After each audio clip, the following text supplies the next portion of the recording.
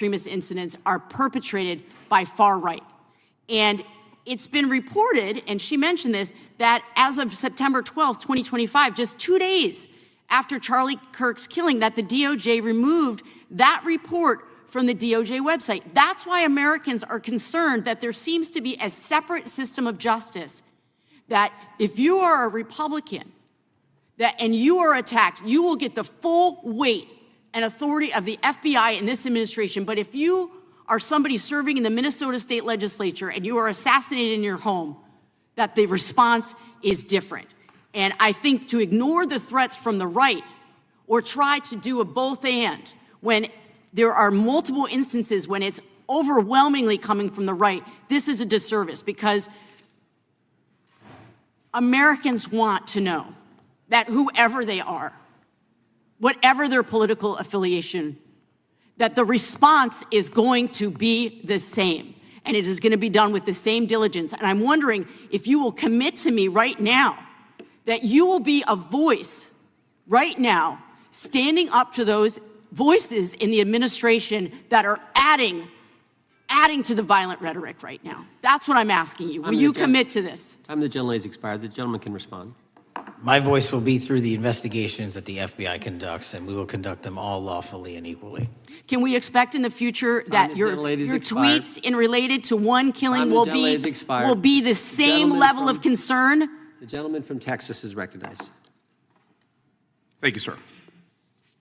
Director Patel, thank you for being here today, and most importantly, thank you for restoring trust and faith in the FBI, which has been severely eroded under the Biden administration. Thank you for your service and your continued service in this capacity. On April 7th, 2025, Charlie posted on X, "Assassination culture is spreading from the left. 48% of liberals say it would be at least somewhat justified to murder Elon Musk. 55% say the same about Donald Trump. And California activists are naming ballot measures after Luigi Mangione. The left is being whipped into a violent frenzy and set back. Whether losing an election or losing a court case justifies a maximally violent response," end quote. And unfortunately for Charlie, that reaction also came when they couldn't win a debate on a college campus. You cannot be intellectually honest and say that this problem is on both sides. It's not just what happened to President Trump, it's also what just happened to Charlie. We've gotten to a point in America where violence is encouraged. We have a former president of the United States that opens up his campaign in 2019, that's Joe Biden, by saying that his opponent is a, quote, existential threat to this country. Houston, we have a problem. People that you disagree with are not existential threats. They are not Nazis. They are not fascist. They are not racist. They are not deplorable. They are not irredeemable. They are your fellow Americans who have a different perspective on how government should run and what government should look like. Whether or not we should have strong sovereign borders, whether or not we should have safe communities, whether or not we should have places to worship our God and not worry about being shot, whether or not we live in communities and cities that are not overwhelmed by drugs and crime, whether or not we have two genders, and whether or not we have common sense in our policies and our values. And people that believe these things are not existential threats. I happen to be one of these people that believes all of the above, and as someone that served this country in combat, I can assure you I am not an existential threat to this country because I swore to protect her. I also want to point out, how many cities have you seen burned to the ground since Charlie Kirk's death? 0. No summer of love, no riots, no nothing, no looting, no killing, none. We simply gathered and prayed for his soul, his family, and this country, because that's exactly what we represent. And while we might be angry, this righteous anger will carry on Charlie's message and legacy. I want everybody to know something very simple. Charlie is not dead because of what he said. He is dead because people listened. My time is limited, so I have a few questions for you, sir. And again, thank you very much for being here. I really appreciate your time and your service. In your experience in the FBI, have you noticed a precipitous rise in political violence and other associated crimes that you have been investigating so far this year?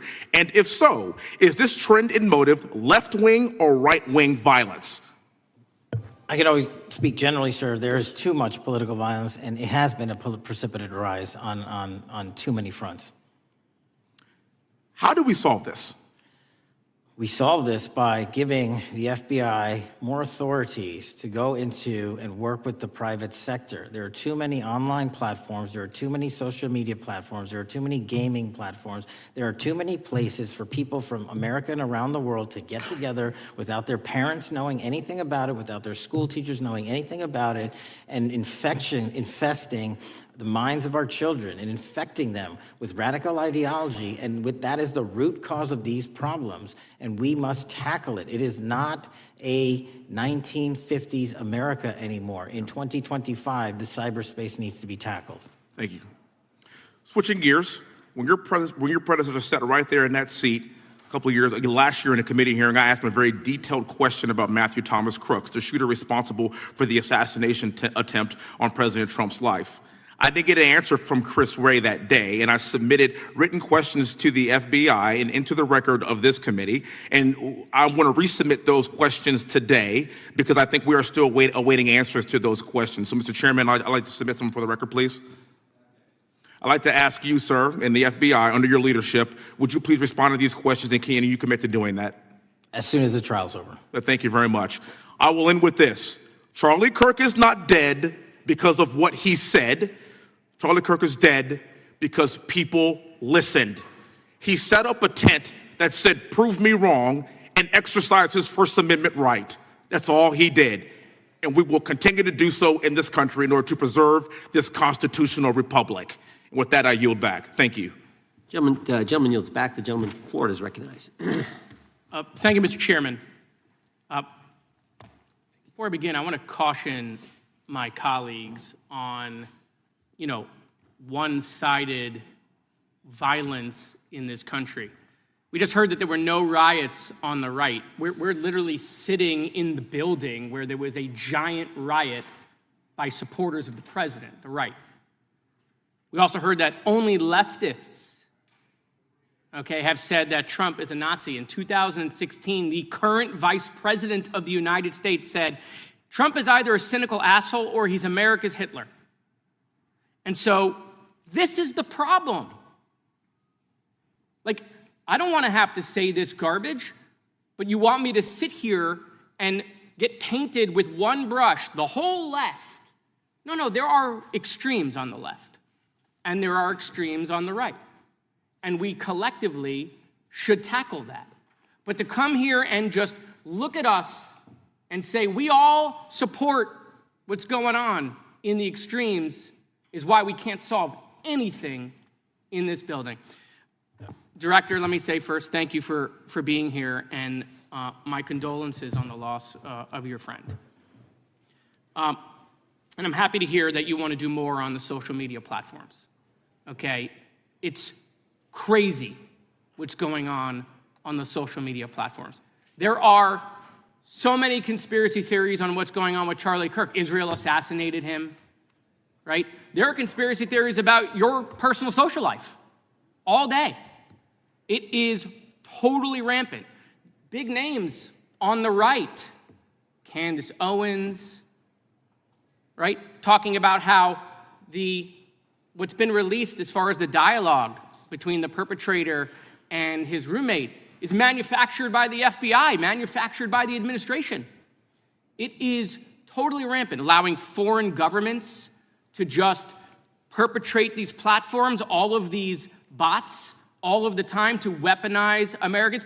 You see what's going on here? This is a byproduct of all of that. What's going on in the streets is a byproduct of all of that. What's happening is you see people celebrate Luigi Mangione is a byproduct of all of that. And so if we want to do something, then we should talk about Section 230. We should talk about how we're going to make sure that we don't let foreign governments poison our children's mind. And so I will work with you on that, Director. I'll work with you on 230 any day. No problem. So now, that was the good part. I want to take your attention back a second, okay? Breaking news. Kash Patel is nominated to be the FBI Director. Dan Bongino is nominated to be the #2 at the FBI. MAGA celebrates, rejoices, bells are ringing out. The team, Patel, Bongino, that sought out every podcast microphone to talk about the Epstein list. The names are finally going to get released. It begins. They produce white binders. Phase 1 with the podcasters. This is not actually one of them, of course. I made this. Your name's on it, right? And the names are going to come out. Pam Bondi says the list is on her desk. Then a memo comes out all of a sudden and says, there's no list. Oh, no phase 2. Phase 2 binders never happen. You said the conspiracy theories around Epstein just aren't true. They never have been.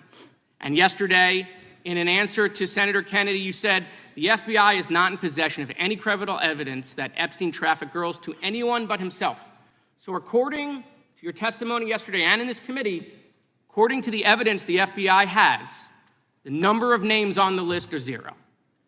No, zero. The index has been released, and the number of people involved in that trafficking operation were charged in 2018. Other than Epstein and Ghislaine Maxwell, your testimony in the Senate and here is that according to the evidence you have, the number of other names is 0.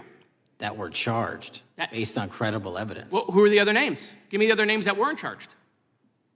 We are not releasing the names of anyone because the Department of Justice never does that of anyone that didn't have any credible information to attack them. Let me move forward.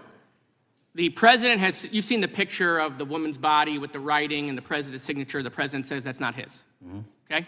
President says it's not his. The Republican colleagues say it's not his. The administration say it's not his. Will you be opening up an investigation into the Epstein estate for putting out a fake document with the president's signature linking him to the world's largest pedophile ring? Will you be opening that investigation into that? On what basis? On what basis? They literally put out a fake document, according to the president, with a fake signature. It's a forgery of the president of the United States signature.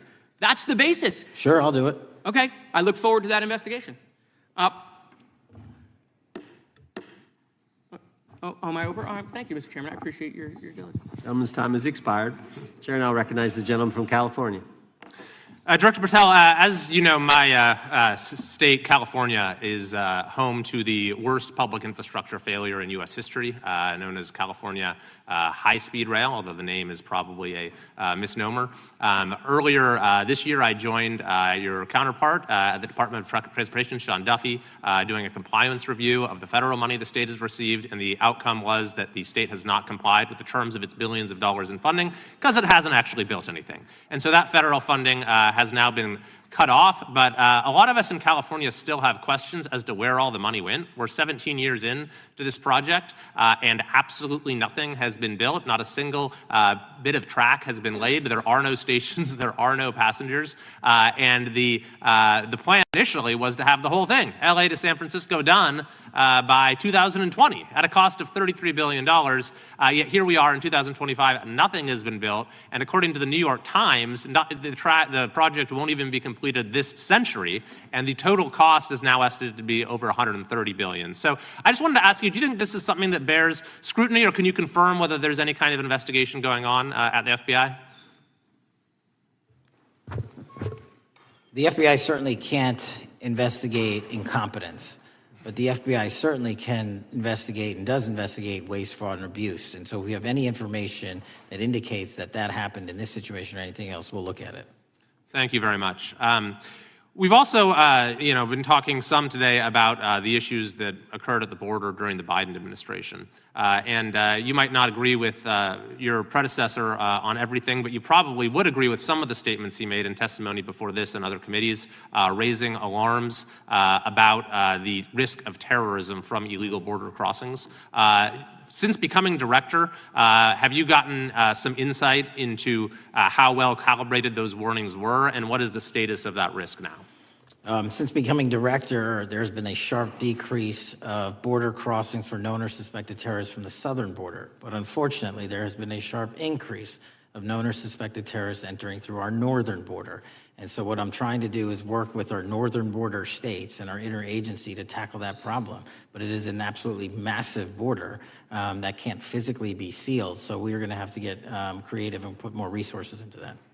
And in a similar vein, there were over 500,000 unaccompanied children that crossed the southern border during the Biden administration. As we know, many were trafficked either through forced labor or sex trafficking. Do you have any insight as to what the scale of that problem was and how have things changed over the last several months? Other than what you outlined in terms of how it was described, I don't have any additional details. In terms of how many people are being trafficked into this country, especially unaccompanied missing children, that number has drastically reduced because the coyotes that smuggle these children for their criminal activity are the same ones that smuggle in narcotics, or the same one that traffic older age women. They're all interconnected, and because of the sealing of the southern border by this administration, that has come to a near halt.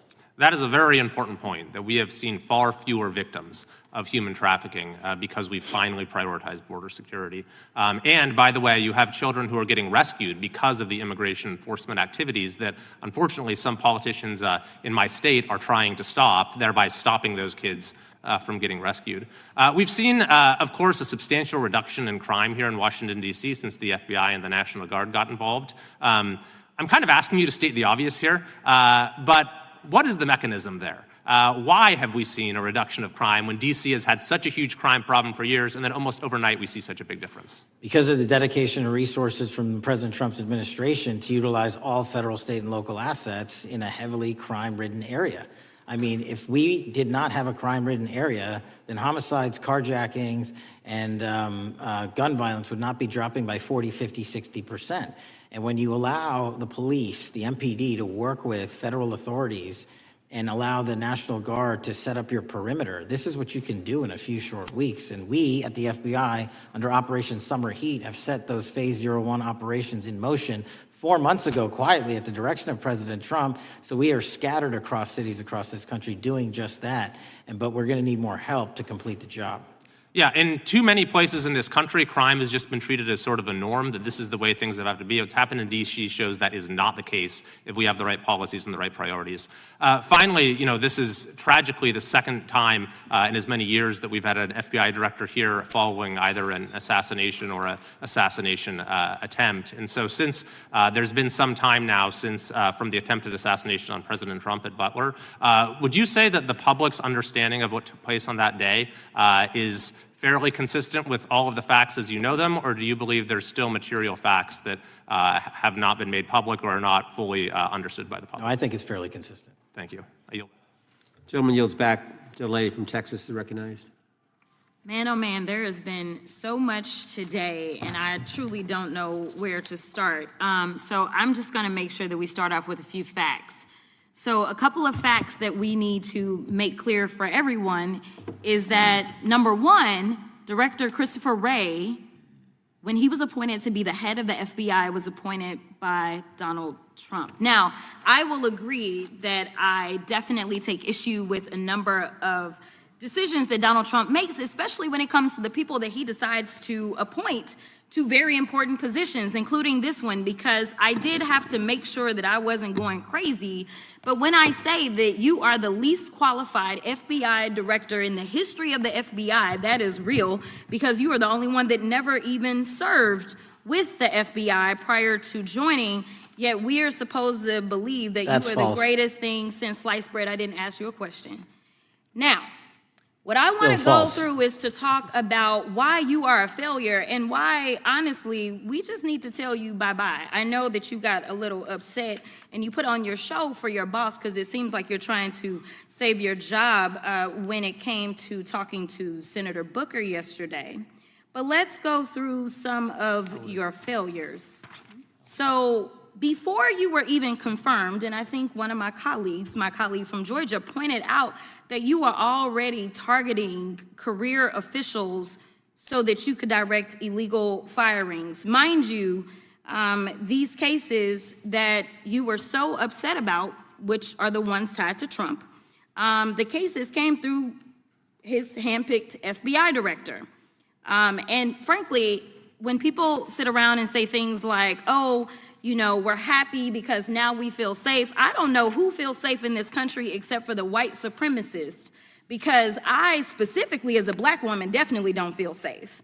And frankly, my colleagues have been real nice to you today, and I applaud them, but I don't have the same demeanor because I know that multiple colleagues on this side of the aisle have faced death threats. In fact, somebody tried to kill one of my colleagues, and frankly, I don't know if this FBI or under your leadership, if those people would have been caught.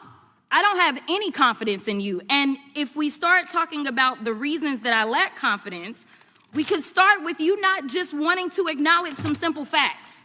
Simple facts like the vast majority of the threats are coming from right-wing extremism. And I know my colleagues have tried to stress this, but I decided that I would maybe do it in a different way. Number one, I have a couple of UCs. Kim Buck, one of multiple Republicans receiving death threats for voting against Jim Jordan as House Speaker. Without objection. Another one, Republican lawmaker says she received death threats after voting against Jim Jordan in Speaker's race. Without objection. In addition, there was another one from another colleague who now is leaving Congress because they said that they were calling his wife anonymously and threatening her life to the extent that she ended up sleeping with a firearm. Without objection. Okay, so here's the deal.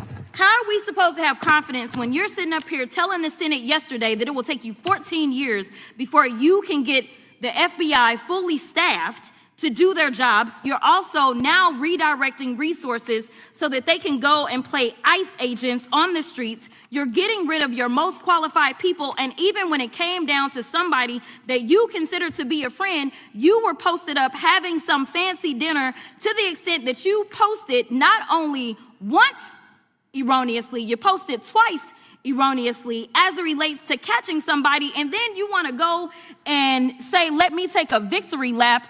Because honestly, if it wasn't for parents deciding that they were going to turn in their child, it seems like y'all wouldn't have got there, even though he literally confessed online. So I'm confused about what it is that the FBI is doing except for trying to put on a show for the apprentice or whatever you want to call him.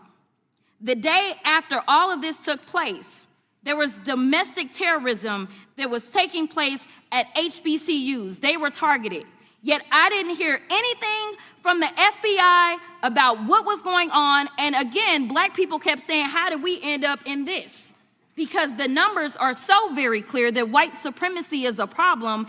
And honestly, I've not heard anything out of you today that makes me believe that you're going to do anything about the white supremacy problem. The one that is leading to children being killed, children being shot, as well as members of their community as they're worshiping in their churches. The time of the gentlelady has expired. If the gentleman would like to respond to any of that.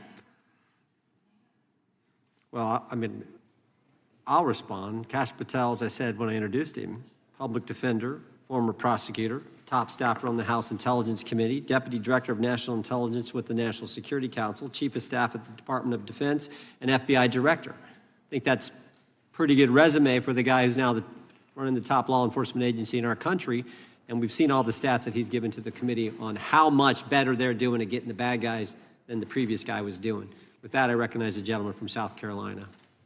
Thank you, Mr. Chairman. Director Patel, I think you're witnessing some auditions, clickbait auditions for the Academy Award for my Democratic colleagues. We'll see how they fare as they're on MSNBC later on today.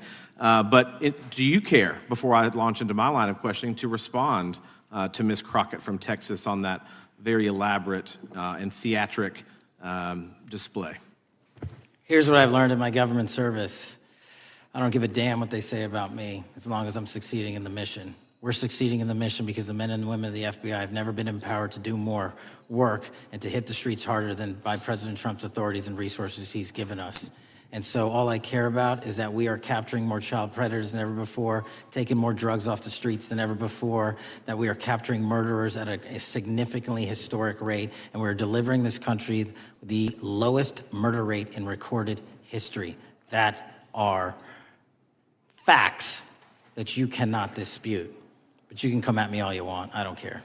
Thank you, Director, for that, and we appreciate your service. We appreciate the results speak for themselves, I think, pretty plainly, and your commitment not only to results, but to transparency, so we do appreciate that. Director, who was John Durham? He was a former federal prosecutor, United States attorney, and ultimately appointed special counsel in the first Trump administration. Correct, and there was a document that he released in his findings called the Durham Report. What was the Durham Report briefly, and what were the findings very briefly? It was every special counsel that's appointed produces a report to the Attorney General. Special counsel's Durham Report largely focused on Crossfire Hurricane and included extensive summary findings in classified and unclassified manner, and we released the classified version, finally declassifying it for the American public in this committee. Correct, and you released that in July of this year. I think so. Yes, sir. Isn't it true that in the classified Durham Annex, as it's referred to, that in 2016 the Obama administration obtained intelligence information from a source contained in two separate memoranda, one in January of 2016 and one in March?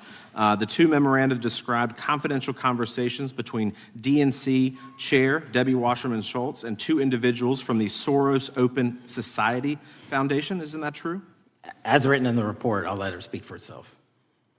In the Durham Annex in January of 2016, the memorandum noted in part that President Barack Obama intended to scuttle the FBI's investigation into Hillary Clinton's private email server and mishandling of highly classified information during her time as Secretary of State. Isn't that found in the report? I believe so.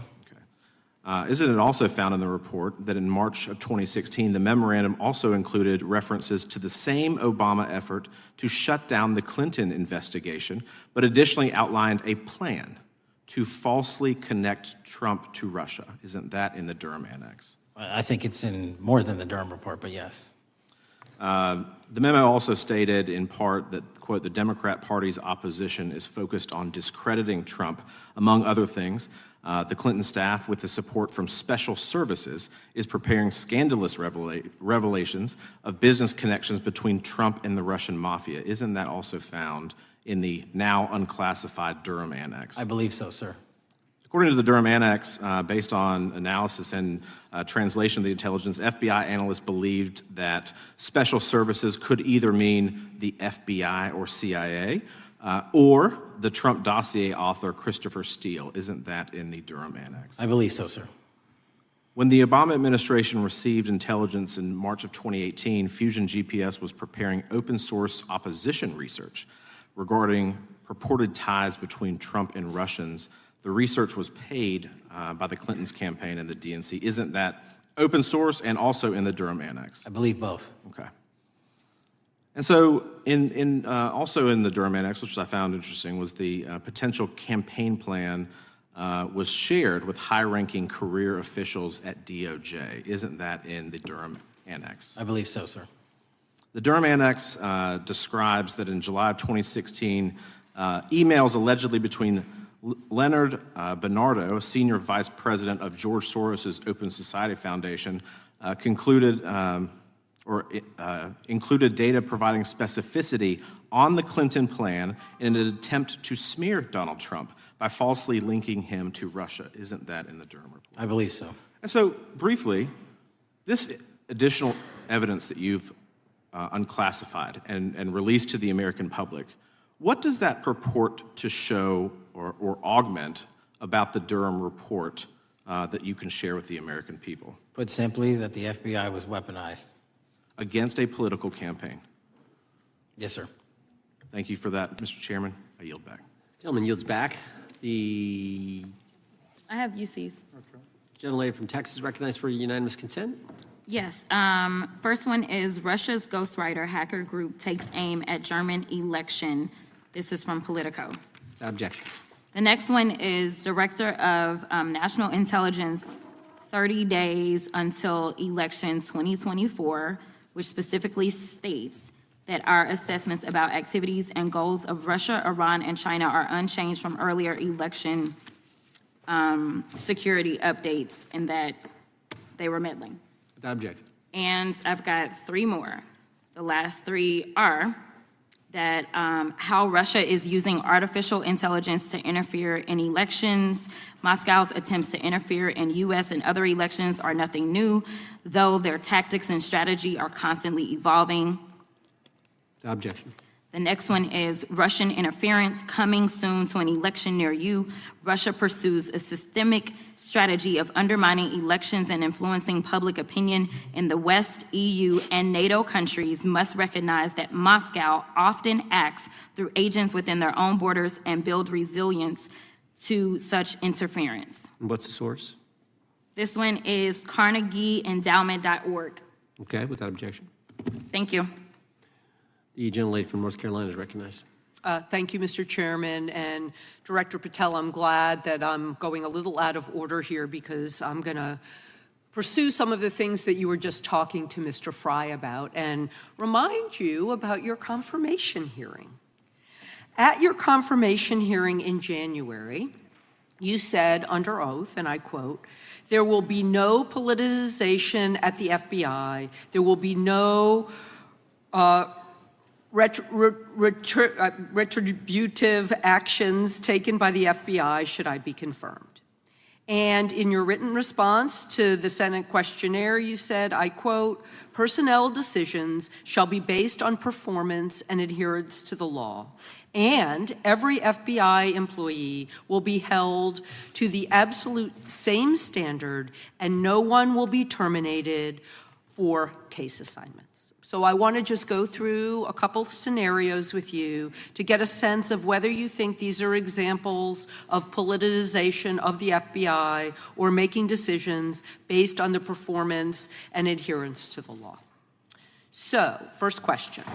Would hiring FBI agents, analysts, and supervisors from only one political party being politicization of the FBI or making personnel decisions based on performance and adherence to the law? We don't ask FBI people, applicants, where their political parties are. Mr. Patel, do you ask FBI applicants who they voted for? The FBI does not. Are you aware that in the lawsuit that Mr. Driscoll filed against you and the FBI, he was asked who he voted for? Since that lawsuit has been filed and it's ongoing litigation, I'm not able to comment. Well, but it also means that you just said that what happened in his situation didn't happen. So we will go on to the next question.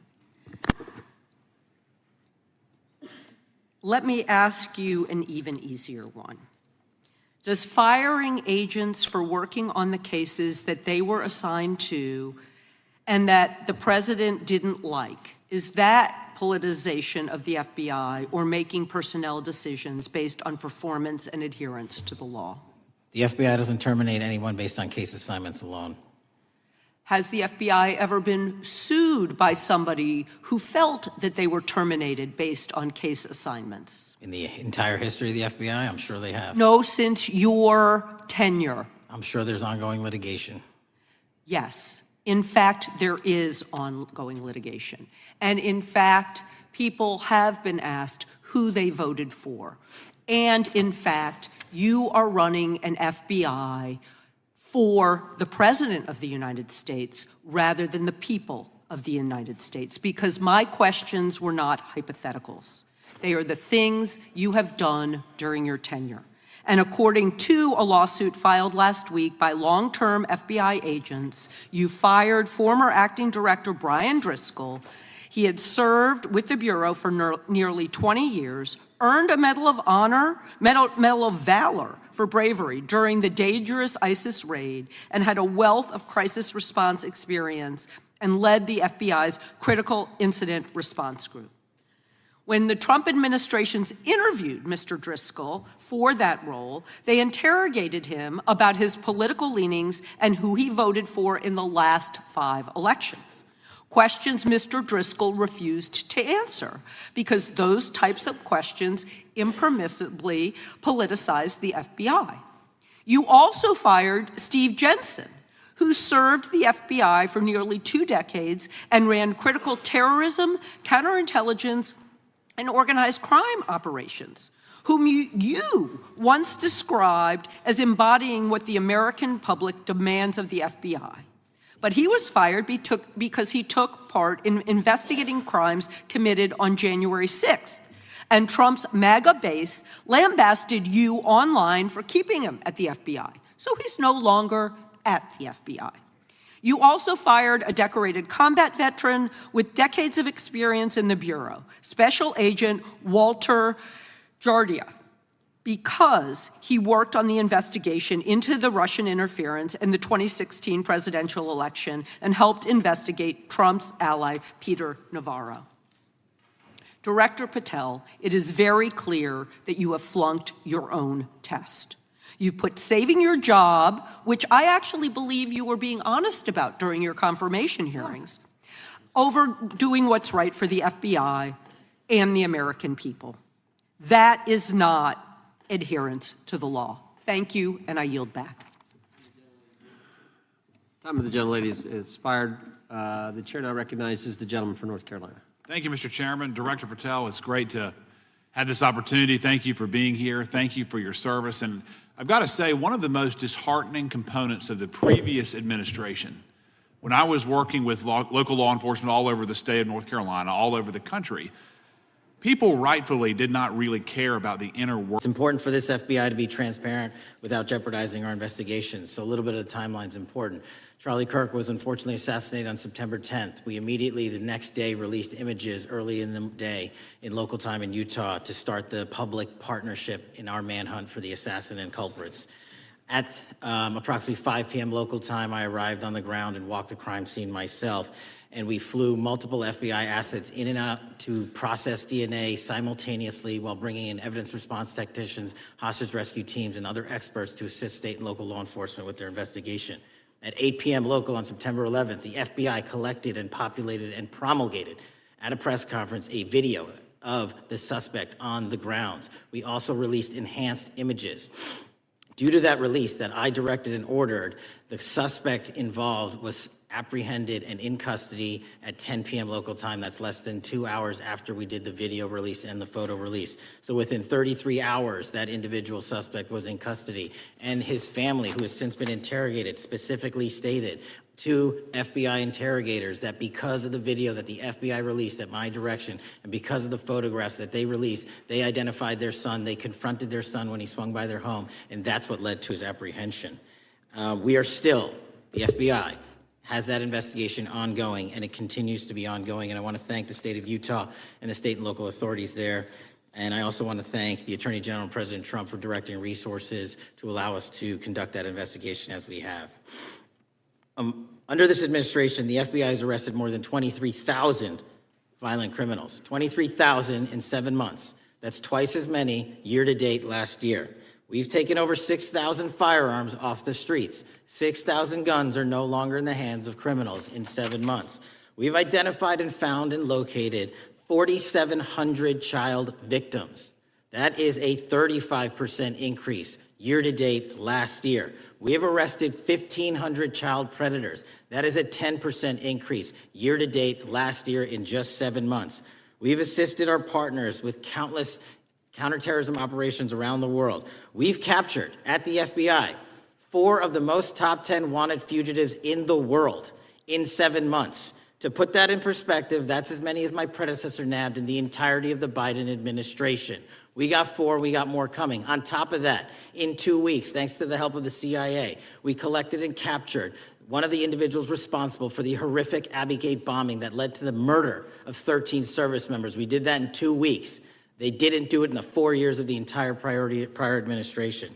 Nationwide, we've been executing our Operation Summer Heat, the FBI's national focus on targeting violent crime based on intelligence-driven operations. Ask the citizens of Seattle, Miami, Memphis, Charlotte, Chicago, New Orleans, to specifically highlight New Orleans and Nashville. There has been a 250% increase in violent crime arrests in those cities alone and other mid-major cities that I've just listed. In just a few short months, we have already unleashed 1,000 FBI personnel across this country. Every single state across this country is getting a plus up. This is a fiction that the FBI is short or that we are compromising the men and women in the field. They do not need to be in Washington, D.C., so we're sending them into the field to each and every one of your states. Because of that, crime is at an all-time low. We had to do it because of the explosion of crime. And maybe the most important stat for Americans to realize: in just 7 months, we are on track to produce the lowest murder rate in modern U.S. history by double digits. Those are results not of mine. Those are results of the men and women of the FBI. If you want to criticize me, bring it on, but do not attack the brave leaders in the field. We are also working 24/7, 365 on the opioid epidemic that is killing more than hundreds of thousands of people a year. We have seized 1,600 kilograms of fentanyl off the streets so far in 7 months. Year-to-date, 25% increase. To put that in perspective, that's enough to kill a third of the American population, 120 million Americans. 100,000 kilograms of cocaine and meth gone off the streets.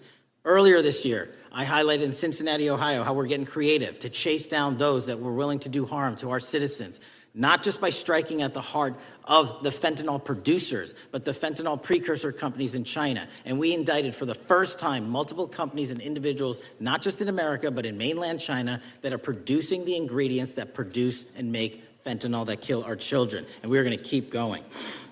Counterterrorism work, cyber attacks, and foreign adversaries are something the FBI must never sleep on, and we are not sleeping.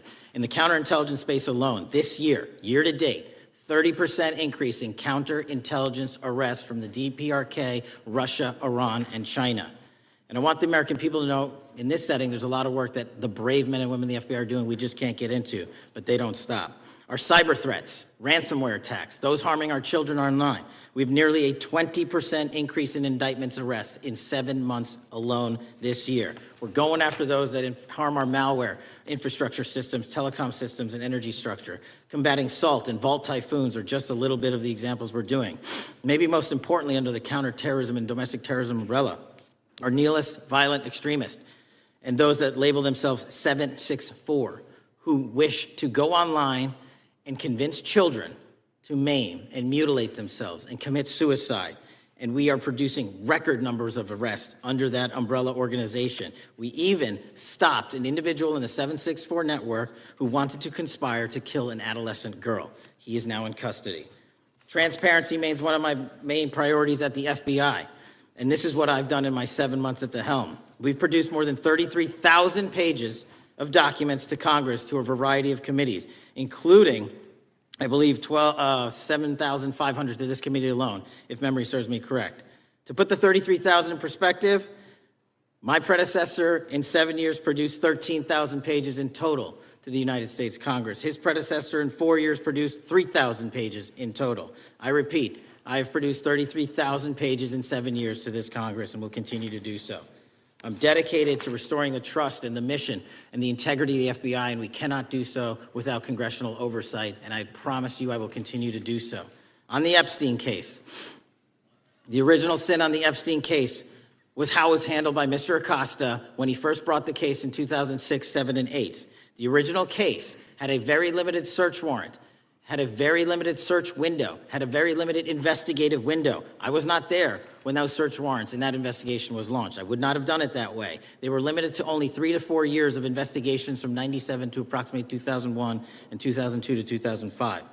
Mr. Acosta allowed Mr. Epstein to enter into a plea agreement where he served weekend jails for trafficking minor women.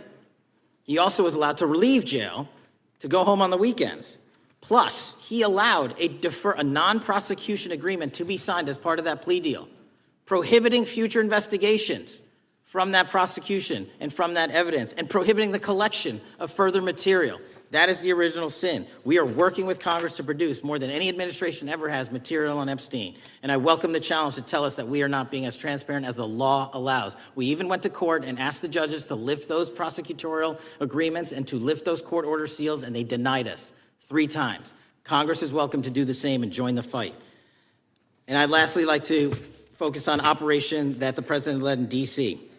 Because of this, we are taking this fight in D.C. to every single city across the country. 2,100 arrests in the last month alone. D.C. has seen a 60% decrease in gun crimes, 75% decrease in carjackings, and 53% decrease in homicides in our nation's capital. And rightly so. We're bringing that fight to the streets of America. I want to thank you for your support, and I'm proud to be the director that leads this FBI into a new headquarters building that they've needed for decades, saving the taxpayer $3.5 billion, and also providing our workforce a safe environment. If you don't know the calamity that is the Hoover Building, I invite each and every one of you to walk around. I'll give you a tour myself, and you can see where the cement falls on the heads of our employees that is only to be saved by netting. Just to give you an example. Thank you for support to our mission. And I do want to highlight one thing about D.C. It's because the FBI gathered sources and evidence that we were able to, through our source network, identify the horrific murder of the D.C. intern Eric Tarpinian. And I've spoken to his family, and we are working to bring them justice. And Mr. Chairman, in my 16 years, now my 17 years of government service, if anyone has any questions about my service, bring it on. Yeah. Thank you, Director. We will now proceed under the 5-minute rule. The chair recognizes the gentleman from California, Mr. Ison. Director, delighted to have you here. You are a breath of fresh air. As you outlined, and I won't repeat it, the accomplishments, you did so with the same resources as your predecessor, roughly. Is that correct? I believe so, yes. And so how much of that has to do with taking people out of the backside of the FBI and moving them into the field, into doing the job for which we primarily pay the FBI? It's exactly what we needed done. 1/3 of the FBI's workforce resided in the National Capital Region before I got there. 1/3 of the crimes do not happen in Washington, D.C. Not anymore. Not anymore. So 1,000 personnel of the FBI were deployed across this country on a permanent basis, and every single state in this union is getting a plus up, not a reduction, a plus up of 1811s of intel analysts and support staff. And that is why the crime rates are going down in record numbers. Thank you for doing that, and it's perhaps the hardest thing for a bureaucrat to do is to lower the head count around them that support them, and I appreciate your willingness to do it different than your predecessor. A lot of what you covered earlier was the find, the discovery, and then the prosecution that is done by the DOJ. But I want to talk a little bit about the prevent side. On the Charlie assassination, sir? No, on all of these. Okay, for example, and I'll bring it up before the Democrats bring it up, January 6th. January 6th, we now know, because of your find, that in fact there were people involved who were not just observers but participants who in fact, it's been alleged, and I personally believe, in fact, were part of promoting, perhaps even the one woman who died, encouraging her to walk through a door that led to her death. When you see that kind of activity, and you know it was done under predecessors with full knowledge, whether it's January 6th, where embedded people crossed the line, or any other activity, including obviously the Russian hoax that we're now dealing with up in front and center. My question to you is, what can you or others do to prevent it from occurring again? Not on your watch, but on future watches. How can we know that this won't happen again the moment you leave the FBI? It's simple. What I'm doing through our leadership cadre is having FBI agents do what they were trained to do, not what they were not trained to do, not put them in situations that both harm them and the public. We're also utilizing our SORT networks and prioritizing the threat structure to go after the narco traffickers, the counterterrorism people, the counterintelligence threats, and the cyber threats. That's what they were trained to do, and that's what we're letting them do. One major question I have, after decades of doing this, on our side of it, both the chairman, myself, and others, both at oversight and here, have seen that the FBI and the Department of Justice hide behind non-statutory practices. Now, you've changed the interpretation of many of those practices. That's why we're getting the discovery that was previously withheld. How do we work together to make sure that we never again have false walls, non-statutory walls that say the Department of Justice has a prohibition about giving, quote, you fill in the blank, that has led to the chairman not seeing anything until you took over? I'm wedded to aggressive constitutional oversight. Having been a House congressional staffer, I know that is an important part of securing our democracy. And the way we make it an everlasting, enduring process is by showing the American people the results of what we are doing and the important work of this committee and putting it out to them so they can see government waste, fraud, and abuse. And then they can demand from our constituents and our electors that they want this process to continue. Last major question here. Some things are so sensitive that we both would agree they cannot be made public. Will you commit to this committee when it is too sensitive to disclose that you would at least make it available for in-camera review by the chairman and ranking members or others designated? I have done that, and I will continue to do that. Well, thank you, Mr. Chairman. This is a breath of fresh air. This is the beginning of what we need. But my questions today for the director are ones in which I believe that we do need to codify by agreement or by statute, if necessary, the kind of openness and transparency that we're seeing from this administration, the kind of discovery that's allowing us to do our oversight properly. And I would hope that that be the follow-up to this, obviously along with the Attorney General. And I yield back my 4 seconds. Thank you. The gentleman yields back. The gentleman from New York is recognized. Thank you, Mr. Chairman. Welcome, Director Patel. In the wake of the tragic murder of Charlie Kirk, Donald Trump said, quote, "Violence and murder are the tragic consequences of demonizing those with whom you disagree, day after day, year after year, in the most hateful and despicable way possible," close quote. I would note for the record that Donald Trump has famously demonized practically every person he has ever disagreed with, and therefore, using his own logic, he has put their lives at risk. I should know, about 2 weeks ago, when I announced my decision not to decision not to seek re-election, many people on both sides of the aisle, including the chairman, offered me well wishes and thanked me for my service. Donald Trump, on the other hand, took to Truth Social to call me a, quote, psychopathic nut job, among other things. Yesterday, I received a threatening note filled with anti-Semitic comments and hateful attacks that mimicked some of the same language used by the president. I am sure many of us on this committee face similar threats every day. We have seen political assaults on both the left and the right. The attack on Charlie Kirk, the attempted assassination of the president, the murder of the Democratic Speaker of the Minnesota House, the assault on Paul Pelosi, and the attack on the Capitol on January 6th, for example. Director Patel, do you agree that there is political violence from both the left and the right? There's too much political violence. Do you agree, yes or no, that there's violence? There is too much political violence based on ideologies from either side. From either side, okay. Are you aware of the study by the Cato Institute, a well-known conservative group, that found that 69% of the violence is from the right? I'm not familiar with that study. You're not familiar, okay. I would commend it to you. Are you aware the administration has threatened to use violence as an excuse to crack down on liberty and freedom of speech? Say that again, I'm sorry? Are you aware the administration has threatened to use violence as an excuse to crack down on liberty and freedom of speech? Nobody at the FBI is doing that. I didn't ask you about the FBI, I said the administration. I speak for the FBI. I would like to enter the record an article from today's New York Times titled, "Trump Invokes Kirk's Killing in Justifying Measures to Silence Opponents." In the wake of Charlie Kirk's killing, President Trump and his allies have laid out a broad plan to target liberal groups, monitor speech, revoke visas, and designate certain groups as domestic terrorists. I ask unanimous consent to insert this into the record. Thank you. Politicizing the murder of Charlie King to go after free speech is not a legacy I believe Charlie King would have wanted. Moving on, I want to address another topic. The FBI has traditionally played a key role in prosecuting public officials for corruption.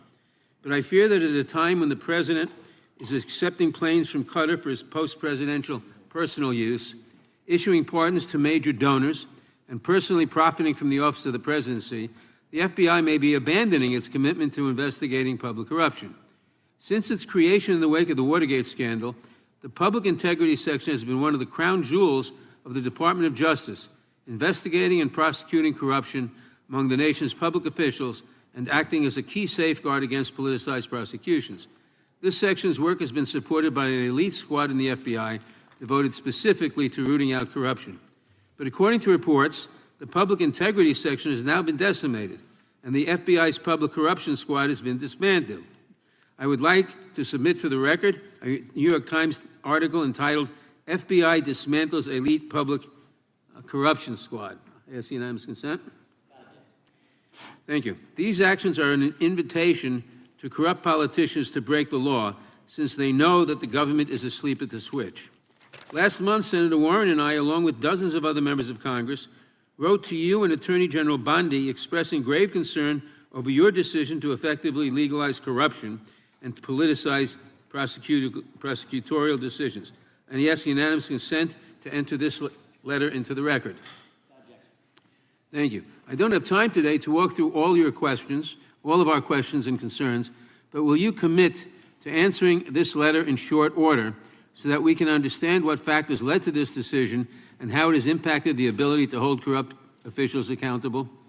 I will review your letter with my team and respond as soon as I can. You will respond. Thank you. I yield back the balance of my time. Gentleman yields back. Gentleman from Arizona is recognized for 5 minutes. Thank you, Mr. Chairman, and thank you, Director, for being here.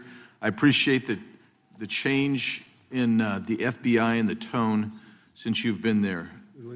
We heard the ranking member, however, describe the FBI under your leadership as being resorting to political enforcement and you personally as being paranoid. I would just suggest that perhaps that is the projections of the ranking member himself and not you, sir. I want to refer to something that was said yesterday in yesterday's hearing by Senator Grassley. He said, it's well understood that your predecessor left you an FBI infected with politics. At your nomination hearing, he gave you records, made public records about whistleblowers regarding something called Arctic Frost. Arctic Frost was the FBI case opened and approved by anti-Trump FBI agent Thibault, and Arctic Frost became Jack Smith's elector case.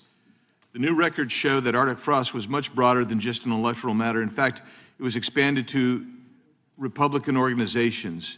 Some examples of the groups that the Ray FBI sought to place under political investigation included the Republican National Committee, Republican Attorneys General's Association, and Trump political groups. In total, 92 Republican targets, including Republican groups, Republican-linked individuals, were placed under the investigative scope of Arctic Frost. On that political list for investigation was one of Charlie Kirk's groups, Turning Point USA. In other words, Arctic Frost wasn't just a case to politically investigate Trump. It was the vehicle by which partisan FBI agents and DOJ prosecutors could achieve their partisan ends and improperly investigate the entire Republican political apparatus. I'd ask that, Mr. Chairman, that document be administered. Without objection. So, I know that this may be under current investigation, but I wish to ask specific questions about this for just a moment. What search tools were used in Arctic Frost to view private communications of targets? I believe the traditional search tools, search warrants, lawful service of process, and the tools that the FBI has in our infrastructure systems, cybersecurity systems, and counterintelligence systems. But generally speaking, if I may, I want to use this to highlight the fact that I'm continuing my promise to work with Congress to produce documents simultaneously and also conduct ongoing investigations. I'm giving you as much as I can, and I'll give you more when I can. Thank you.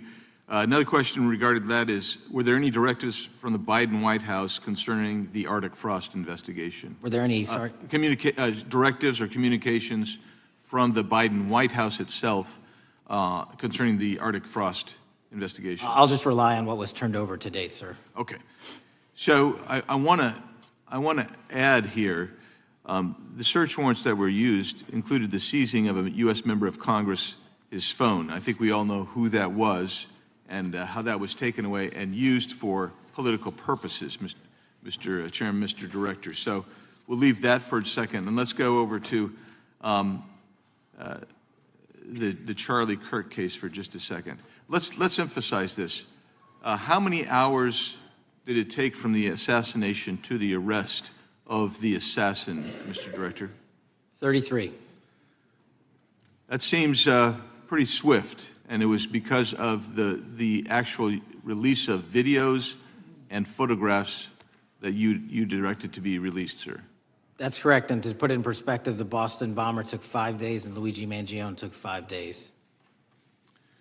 Was the platform Discord forthright from the start with law enforcement about the shooter's communications on its platform? Discord, the platform ownership, has been working with our lawful process, and we are obtaining materials from them on a rolling basis. Thank you. And I want to get back here to Article Frost for just a second, Mr. Chairman. I'd like the unclassified document from the FBI released to be admitted to the record. Without objection. And a document from the Economic Times also to be admitted to the record. Without objection. So I'm going to give you the last 30 seconds. We could go on about the Epstein case. I've got a bunch about that, but I'm just going to let you, if you wish to respond to either of the too vitriolic questioning or statement from the Democrats. The work of the FBI speaks for itself. It's on showcase here today. Anyone that wants to attack the FBI can attack me, but leave our leadership structure alone. When you have 23,000 violent felons arrested, twice as many as this time last year, the work speaks for itself. Thank you, Mr. Chairman, and thank you. Appreciate your good work, Director Patel. Yield back. Gentleman yields back. Gentleman from Maryland is recognized. Thank you kindly, Mr. Chairman. Director Patel, before you joined the FBI, you railed against it for covering up Jeffrey Epstein's human trafficking ring. Let me refresh your memory with this clip. It has Epstein's list. They're sitting on it. That doesn't seem like something you should do. You're protecting the world's foremost predator. That seems like an evil thing to do, regardless of who may be embarrassed in the release of that list. Why is the FBI protecting the greatest pederast, the largest scale pederast in human history? Simple, because of who's on that list.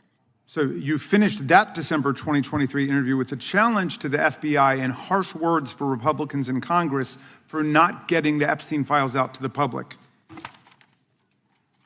can see this clip. Boy pants, and let us know who the pedophiles are. Put on your big boy pants and let us know who the pedophiles are, you said. You emphasized that the president and the FBI director each had complete authority to release Epstein's client list.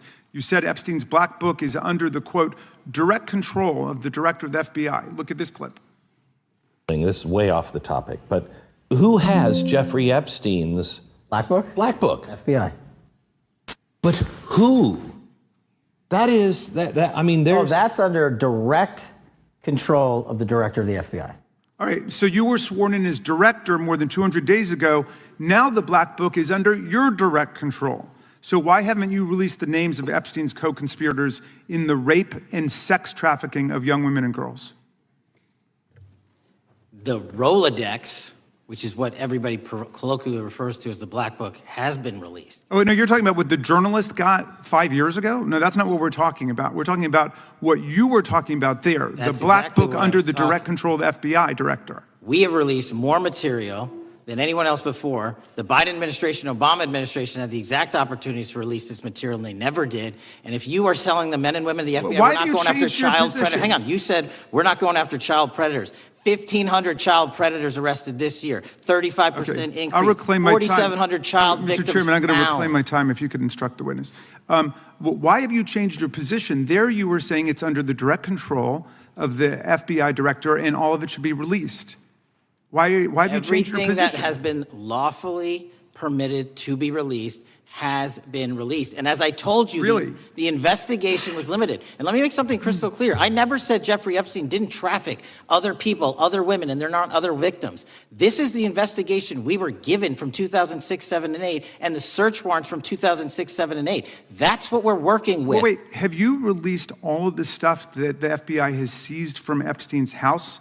The computers, the emails, the file cabinets, the documents? What about the financial records? Have you released all of that? Everything the court has allowed us to Which release. court are you talking about? 3 separate federal courts have come in and said... We're talking about the evidence you've got. It's got nothing to do with what those courts have. Do you have any idea how the law works? Do you want me to break the law in a federal judge's order? No, I want you to follow your own word, Director Patel. You said up there it was under the direct control of the FBI director. He had the black book. Everything I have direct control over, we have gone to court. You haven't. Complete your sentence. Everything you have direct control over, you said. Have gone to court, and everything we have direct Director control Patel, over. complete your and sentence. can You said everything. lawfully release. We're releasing. He'd like to complete his answer. You began the sentence, everything you have direct control over, and then you stopped that sentence. You've released everything that you have direct control over? And I have direct control over and can lawfully release. If you're not familiar with the court orders, that's not my fault. Oh, I'm Go perfectly, look at them. I'm perfectly familiar court. with them, but how did we prosecute Ghislaine Maxwell? She was prosecuted with the investigatory material that was collected from 2001 and 2005 because of the non-prosecution agreements and the court orders on the investigations and search warrants. We were not able to develop new information. And oh, by the way, Jeffrey Epstein was out for 12 years, and the Obama and Biden administration did nothing to look at his work, his pedophile network. If you want to blame me, that's fine. But now you're blaming the men and women who conducted this great search. Stop that. I'm not blaming anybody other than you. You're not keeping your word. You said that you would release all of the materials under your direct control. Has anyone released more information on Epstein than I have? Has anyone? Much more. Did Comey? Did Ray? Much more. Did they? Excuse me. Much more has come out in the days since the American people and Congress have been demanding it. But it's coming out in dribs and drabs. Why don't you just release the entire file as you promised to do? I literally just told you, there are multiple federal court orders. I'm not going to break the law to satisfy your curiosity. You didn't join us when we filed court to release the court orders. You could have. You have lawyers. You could have shown up. You didn't do that. That's a tiny fraction of the material we're talking about. That is not. It is a tiny fraction. How do you know that? Have you seen everything? It's all misdirection. How do you know The time that? of the gentleman has expired. The gentleman from California is recognized. Well, thank you. Mr. Director, just to be clear, how many of the Epstein files were released in the 4 years of the Biden administration? 0. And how many have you released? I don't have the number, but it's got to be thousands of pages of stuff. I was going to ask you to begin whether Americans are safer today than they were 9 months ago, but you cited dramatic increases in criminal arrests since you've taken office, a dramatic decrease in crime that's resulted. Who would have thought that taking criminals off the streets would reduce the crime rate? But somehow we have stumbled upon that new truth. But it begs the question, what was the FBI doing during the 4 years of the Biden administration to see that dramatic an increase in work under your tenure? The simple answer is I'm letting good cops be cops. We're working with our state and local law enforcement. We're energizing our partnerships. We're bringing on more task force officers.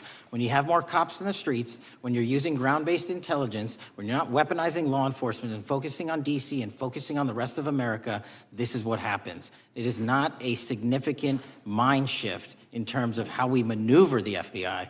They've wanted to do this work since they signed up. We're just letting them. And we've seen many prominent Democrats oppose your efforts to restore law and order to the streets of our nation's capital. I mean, all of us here have seen a dramatic change for the better here in Washington, D.C. Why are so many Democrats attacking you for that? Sir, Democrats have been attacking me for a decade, as is the fake news media. They didn't like the fact that I exposed the Russiagate host and the largest weaponization of the FBI, DOJ, and U.S. history. We proved it to be true with congressional oversight. I'm wed to that congressional oversight and will continue to do that work. Christopher Wray repeatedly warned this committee that the Biden open borders policy had produced a significant increase in terrorist threats that he said kept him up at night. A particular concern, he said, was the 2 million gotaways that entered the country during the Biden administration. That's an average of 41,000 every month. What are the monthly gotaway numbers today? Sir, I'll have to get back to you on the exact gotaway numbers, but identifying that there are gotaways is step one. Going and manhunting them is step two, and that's what we're committing our resources to do. Well, that's my next question, is what progress has the administration made in apprehending and removing terrorist threats that came in during the Biden years? I think you're talking about, if you're not, let me know, known or suspected terrorists, and we've encountered almost zero at the southern border since the southern border has been sealed. But the problem that we are running into is our northern border. It's largely expansive. The enemy has adapted, and we need more focus on the northern border to stop known or suspected terrorists from coming in from places like China, Russia, the Middle East, Africa, Afghanistan. And what can you tell us about the remaining threat posed by potential terrorist cells here in the United States? The terrorist threat that continues to be posed by international terrorists here in the United States is one of my highest priorities. We are working through our intelligence community partners to identify those individuals, and we've taken down numerous individuals in numerous rings across this country to neutralize that terrorist threat, including in places like New York City, Los Angeles, and I believe Dallas, Texas most recently. How extensively did criminal cartels like Sinaloa, Jalisco, New Generation, MS-13, Trinidad, and others infiltrate our country during the Biden administration? By the tens of thousands. Well, and what progress have you been making in combating their presence? I think the DHS is best to speak to that, but I think I can't remember the numbers of tens of thousands or hundreds of thousands of individuals they found that came in illegally, and the tens of thousands that associations to criminal networks have all been deported. And that effort is being opposed every step of the way by Democratic leaders in our cities, some of our states, and right here in the Congress. Isn't that true? Well, we're just working where we can in every single city we can, and I welcome the opportunity to partner with Republicans or Democrats on fighting violent crime like we're doing. Mr. Biggs asked about Arctic frost. What else can you tell us about that and what we need to do to assure that it never happens again? Continue the congressional oversight work that you're doing on Arctic frost. Let me provide you with more documentation on Arctic frost, and also call in witnesses from the paperwork that we have given you. You have that right, and the American public deserves to hear what those people have to say. As for my ongoing investigation, there's not much I can say. What role did the FBI play in suppressing the Hunter Biden laptop story during the 2024 election? Off the top of my memory, sir, I believe the FBI was in possession of verified information from that laptop, and it was improperly publicized that they did not have information and masked it as Russian disinformation. We now know that was categorically false. I don't know why the FBI did that, when they did that, but we've released all the materials related to that. Thank you. Gentleman yields back. The gentleman from New York is recognized. Mr. Golden. Mr. Patel, does Donald Trump appear anywhere in the Epstein files? I'm sorry, could you say that again? It's not a complicated question. Does Donald Trump appear anywhere in the Epstein files? I didn't say it was a complicated question. I just didn't hear you, so my apologies. We have released where President Trump's name's in the Epstein files and everybody else, and all credible information that we are legally allowed to release has been released. All right, so let's go through that. You're referring to court orders that prohibit you from releasing grand jury testimony under Rule 6E. Is that what you're referring to when you say as the law allows? That's a piece of it. Really? What other evidence do those three court orders you cited prohibit from being released? Information that was collected pursuant to those search warrants that were limited in fashion. Wrong. That's not what the court order says, and that's not under 6E. And you're talking, and I said that's 6E, and I said there was others, and I'm answering that. There are sealed court order documents. There are protective orders. They are unsealed as part of discovery given to Ghislaine Maxwell. They are no longer sealed. That's just not true. We can argue about it all you want. Okay, well, you agree that there are, so your testimony here is that the reason why you are not releasing all of the videos that you have acknowledged, there are so many, and that the FBI spent thousands of hours of reviewing, the photographs, the photographs that you have. You're saying that you're not releasing those because there's a court order requiring them to be sealed? Is that your testimony? Never said that about the videos. On the totality of the videos, of the thousands of images that were seized pursuant to the search warrants executed at the time, the overwhelming majority of that video is pornographic material that was downloaded from the internet and child sexual abuse material. We will never release that. Well, as you should not release the victims. But if there are videos that relate to others who Epstein trafficked to, such as maybe Prince Andrew, or photographs, that you have total control to release. Yes, and if it exists... And so why haven't you released it?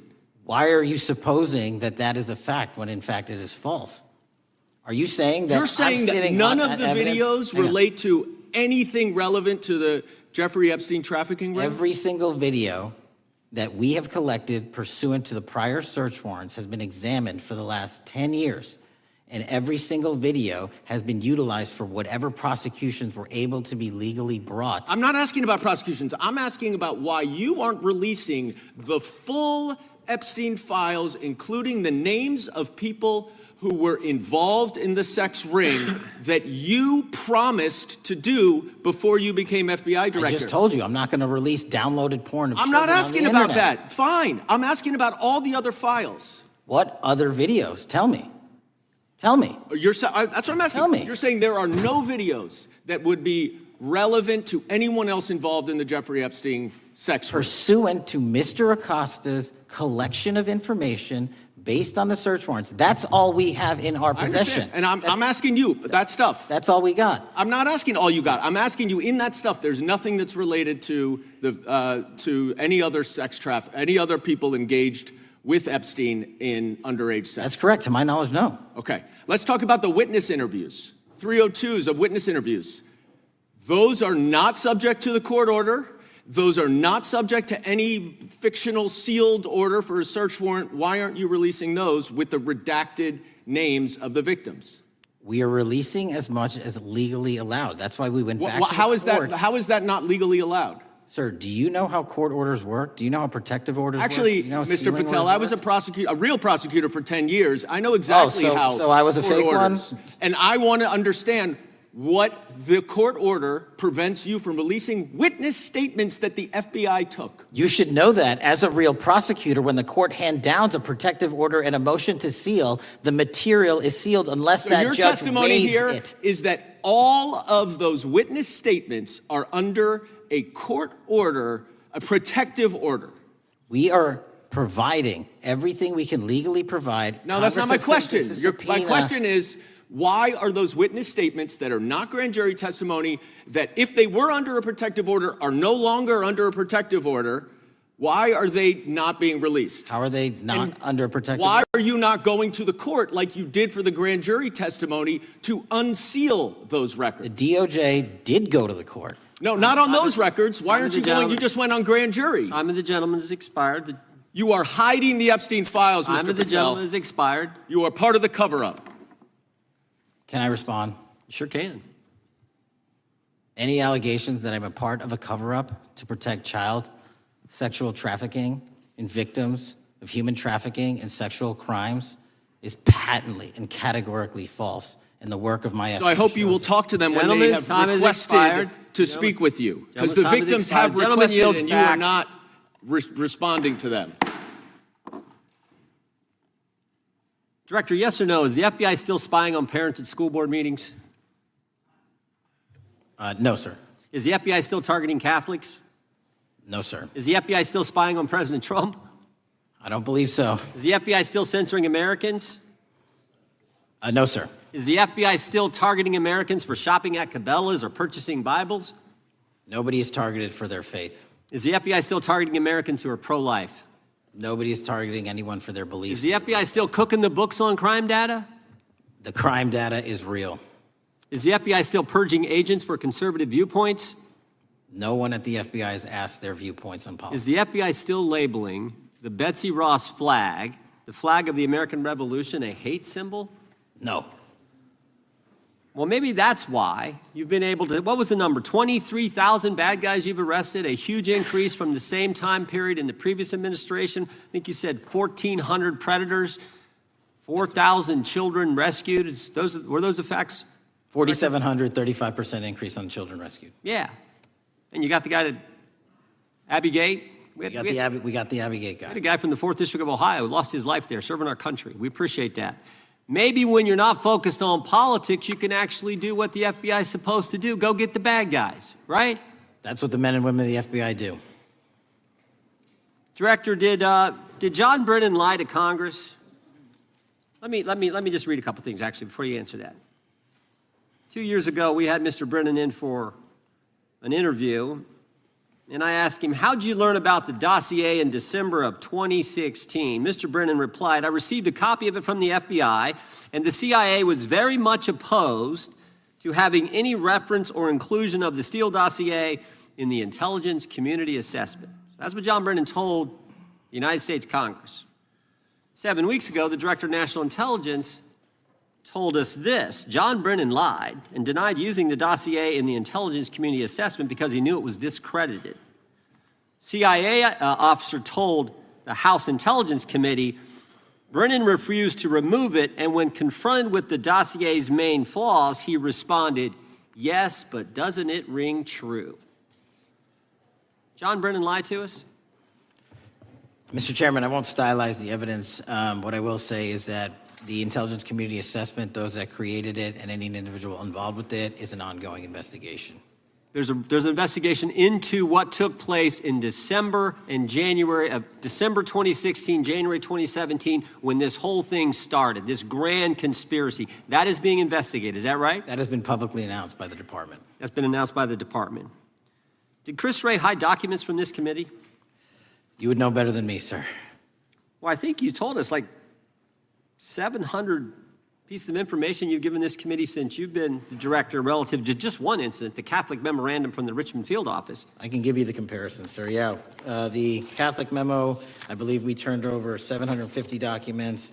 In Mr. Ray's tenure, I believe they turned over 19 pages. 19 pages. You've given us 700. Why would Chris Wray hide information from this committee? You'd Want to hazard a guess? I'm sorry? Hazard a guess why he would do that? I don't know, sir. I think maybe it was because FBI was spying on a priest, trying to get him to break the priest penitent confidence that exists. You think maybe that was the reason? You'd have to ask him, sir. Yeah, we'd love to do that. I want to read a few names here. Arctic Haze, Tropic Vortex, Riding Hood, Foggy Falls, Echoes Fate, Sirens Lure, Genetic Christmas. What are these code names about, Director? You know? Not off the top of my head. Well, Arctic Haze, Tropic Vortex. My understanding, these are code names for leak investigations of classified information from the year 2017. Does that ring a bell? In terms of leak investigations, many of those are classified and many of those are ongoing, Mr. Chairman. But we are working with you to produce documents as we close those investigations or as we declassify them. Let me ask you this question, because this is something I've wondered about, the way the FBI used to work. The way this whole thing so many of these things unfolded. Seems to me you had all these people in government leaking information that then gets reported in the press, and there's a story written about it, and then that article is then used to further the investigation and move forward with what they want to do. Did that take place back in 16 and 17? That's the exact scenario that took place in the FISA application for Carter Page and the rest of the Trump campaign. And that is frightening, because that's what the CIA is supposed to do in foreign countries. It's not supposed to happen to Americans, but it did, didn't it, Director? Yes. And not just any Americans, it happened with the President of the United States. Is that accurate? Yes, sir. Yeah, and you were the key guy in helping expose that. And I think our country will be forever grateful for what you did to let the country know that was going on involving Americans, which is not supposed to happen, and not just, again, any American, but the President of the United States. Chair now recognizes the gentlelady from California. Thank you, Mr. Chairman.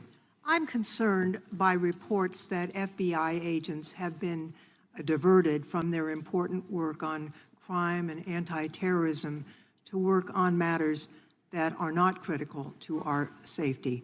I'd like to play the video, the whole video. Jeffrey clip. Epstein's Black Book? Black Book. FBI.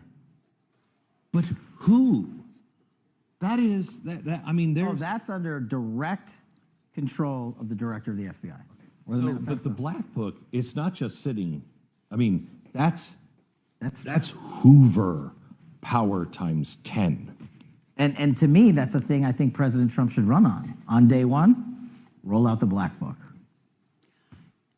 In contrast to that attitude of let it all out, we're getting reports of actions that run contrary to getting everything out and that also involve diversions of FBI resources. For example, an FBI whistleblower reported that you were pressured by the Attorney General to place 1,000 personnel on 24-hour shifts to mine roughly 100,000 Epstein-related records to redact President Trump's name from the files. Bloomberg reported this, that you directed FBI special agents from the New York and Washington field offices to join the Bureau's FOIA employees in Winchester and another building a few miles away, and that while reviewing the Epstein files, FBI personnel identified numerous references to Trump in the documents and people familiar with the matter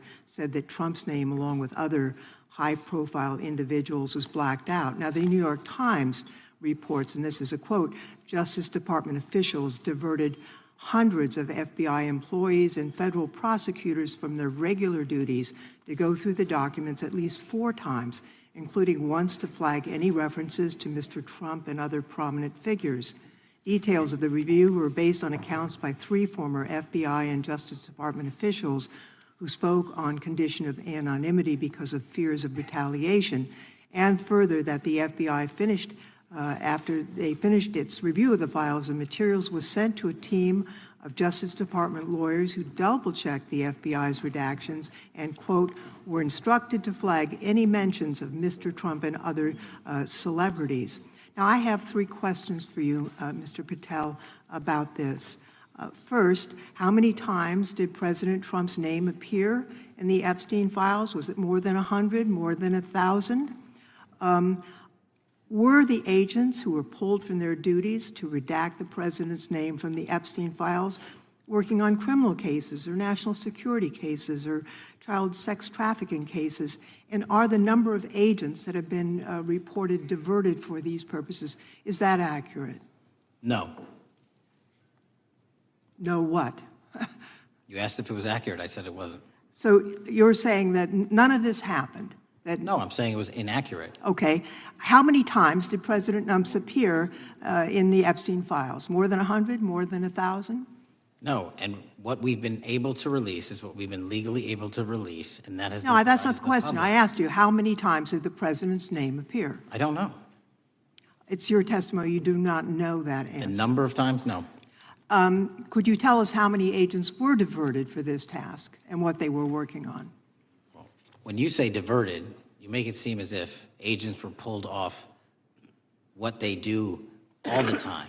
Agents at the FBI masterfully do double duty and triple duty. And because of the public's interest in this case, we flexed resources to make sure that we could answer the public signal demand. So do you want us to look through the material and provide it to you, or you do not want us to do that? So it's Which your testimony that no one was diverted from a criminal matter, that this was a top priority to go through this material to look for Mr. Trump's name. Is that your testimony? That's the highest priority for the FBI? What's one of the most impressive things about the FBI leadership and the careers that are in place is that they make the decisions on who to send where on priorities and make sure the mission needs are not hurt. And that's what happened here. It's shocking to me that the FBI would think that erasing Mr. Trump's name from the Epstein files is a high priority when we have crime, we have national security threats, we have terrorism threats, we have murders such as that occurred, unfortunately, with Mr. Kirk. It's shocking to hear that that's your highest priority. And with that, Mr. Chairman, I That's yield literally back. not what I said. Gentleman yields back. Gentleman from Wisconsin is recognized. Director, is President Trump implicated in any wrongdoing related to Jeffrey Epstein? Based on the entirety of the evidence that we have, absolutely not. The president is not implicated? Correct. Thank you. I want to talk a little bit about China's malign influence here in America. And, we've seen spy balloons traverse the United States. We've seen police stations in communities around America. And sitting in the chair you're in just 2 years ago, there was a sheriff from Cochise County, Arizona, Mark Daniels, that was here, who said that the exponential increase in the amount of fentanyl that is coming into America is directly related to the open borders policies of the previous administration. Do you agree with Sheriff Daniels' characterization? In large part, yes. So since you've been director, has there been a reduction we've talked about how the border is largely secure now, right?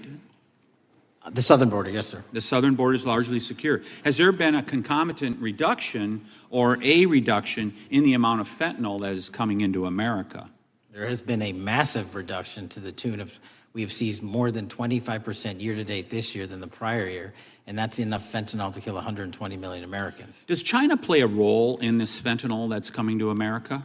As I stated in my opening, sir, what they do and the companies in China, mainland China, do is produce the precursors and the cutting agents that they ship overseas through various countries into the Mexican drug cartels who produce it. So they basically are the cooks in terms of the ingredients. Tell us, what is the FBI doing to stop China from delivering death to America? So for the first time in a decade, I actually reached out to my counterpart at the Ministry of Public Security. No one at the FBI had done so, to engage. Ministry of Security, where's that? In mainland China. In mainland China, okay, thank you. To engage in a conversation to say, hey, can we have a certain number of these precursor chemicals listed in China so that they become illegal and illegal to trade. We're also working with our counterparts in places like India and Guatemala because the transshipment routes of the precursors, the Mexican drug cartels have gotten creative, and instead of coming directly to America are going into these countries. And we've had massive success in India and Guatemala, and in those governments, great partnerships in shutting down the ability to ship the precursors into those countries, which are ultimately destined to America. So those people that are working with security agencies have been working with you, is that accurate? Yes, sir. So I want to turn to a couple cases that are at the University of Michigan, where Chinese nationals, on behalf of the Chinese government, smuggled in illicit biological materials, stuff that can harm our agricultural industry. What actions are you taking as we see repeated stories of Chinese nationals doing this in the United States? So just that, sir. In this calendar year alone, as I was mentioning, our counterintelligence operations and cases brought against the Chinese are up by, I think, something like 40%. And specifically, the cases in Michigan show two threat streams, not just against our agricultural industry, which is a threat to national security, but they were also bringing in chemical agents in mushrooms. I'm not the exact expert.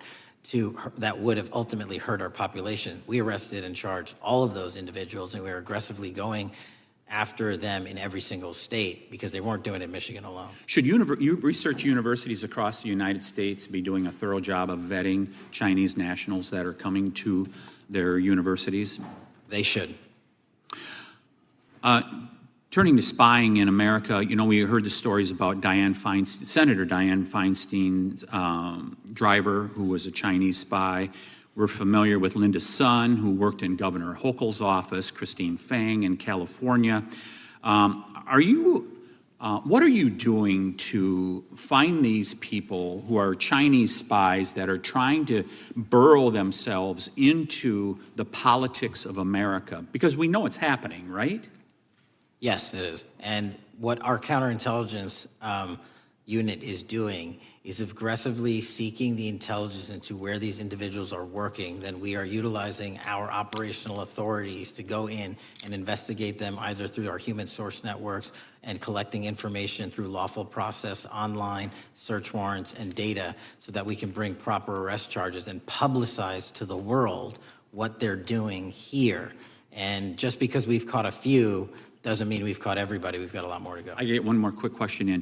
The FBI arrested a judge in Wisconsin, Hannah Dugan, for interfering with a federal law enforcement operation. Could you tell us a little bit about that? And is a judge above the law here in the United States of America? Well, no one is, and that case is ongoing. But as you stated, and these allegations said, there was an interference in a federal lawfully executed federal law enforcement priority that was interfered with. I yield back, Mr. Gentleman yields back. The gentleman from Tennessee is recognized. Thank you, Mr. Chair.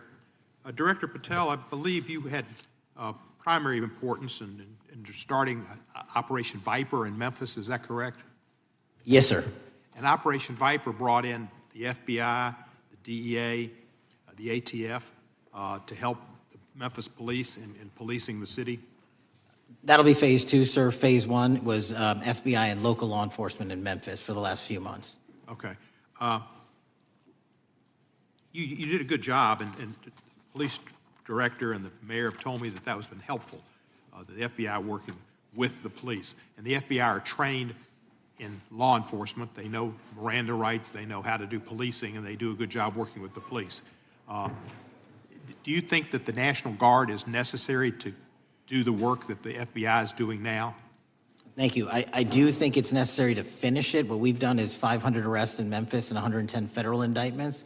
But what we need to do is we've only secured a piece of where the criminal conduct is occurring in Memphis, and we can't work inside perimeters that are not established and safe, and we don't have the manpower to give us the space to fully go into the areas where the criminal activity remains. Well, are you suggesting that the National Guard is going to go into the more heavily crime areas? They're going to establish, like they did in Washington, D.C., perimeters where local law enforcement and the FBI, DEA, ATF, and U.S. Marshals can go into. We can't be going into all these areas knowing that they're extremely volatile and jeopardizing the safety of our agents. Did the National Guard do anything in Washington to help the FBI stay safe from these dangerous elements? They established perimeters. Established perimeter, and the criminals knew about it, so they... It was a visible force, sir, so they kind of saw it. Well, what you did, I commend you for what you did, and I think the FBI coming in, we have a crime problem in Memphis. The FBI has helped, DEA will help, and the ATF will help. I don't think the National Guard's going to help, and what I've seen, they're not trained in law enforcement, are they? No, sir. And so that could be a problem. Who will direct the National Guard in Memphis? Will it be, will they have control over your agents? No, sir, they won't. Who will have control over your agents? You? Well, the SAC and then ultimately the chain of command up to Washington, D.C. will control the FBI, but there's a task force that was put together that is going to be led by an interagency. The heads of U.S. Marshals, DEA, and FBI will be working together with DHS collectively on this. Have you visited Memphis before? Yes, sir, I have. So you know how good a city it is. I love Memphis. A lot of us do. And Memphis is a great city, great history, civil rights museum. Might say something about slavery, but that was the history. It needs to be taught. Blues, Elvis. Beale Street. Beale Street, right, barbecue. And people should come. It's not a troubled city. We've got some crime, but it's not a troubled city. We're not troubled, and we love our city, and we hope that the National Guard doesn't come in and cause people to have questions about Memphis because it's a city they should visit. Let me ask you this about, you said that the homicide rates are coming down to an all-time low? In modern recorded U.S. history, yes, When sir. does modern recorded history start? I think the FBI, and I'll get back to you on this, has stats on that going back about 30 years, sir. Okay, I was thinking back to Ozzie and Harriet, and I didn't think you could beat Ozzie and Harriet's time. Secondly, you mentioned the Epstein case. Did any of the women that were victims, and they came up here and had a press conference and all, did any of them contact your office and ask to give information? To my knowledge, no, sir. If they did, let me ask you first, is there a statute of limitations on sex crimes like that, with sex with a minor, rape? The DOJ is the expert, but I do not believe there's a statute on that, limitations on that. So if there's not a statute of limitations, should you not be interviewing those people who know who raped them and the names and the places and give you that information? That seems like that's a treasure trove of information, and it's a serious, serious, serious number of crimes. Sir, I couldn't agree with you more. We've been very public about asking individuals to come forward with new information, and we would run out every single lead on that. Well, I'm sure the women will come forward, especially today, to be sure that they will get an opportunity, because that seems like something we ought to do.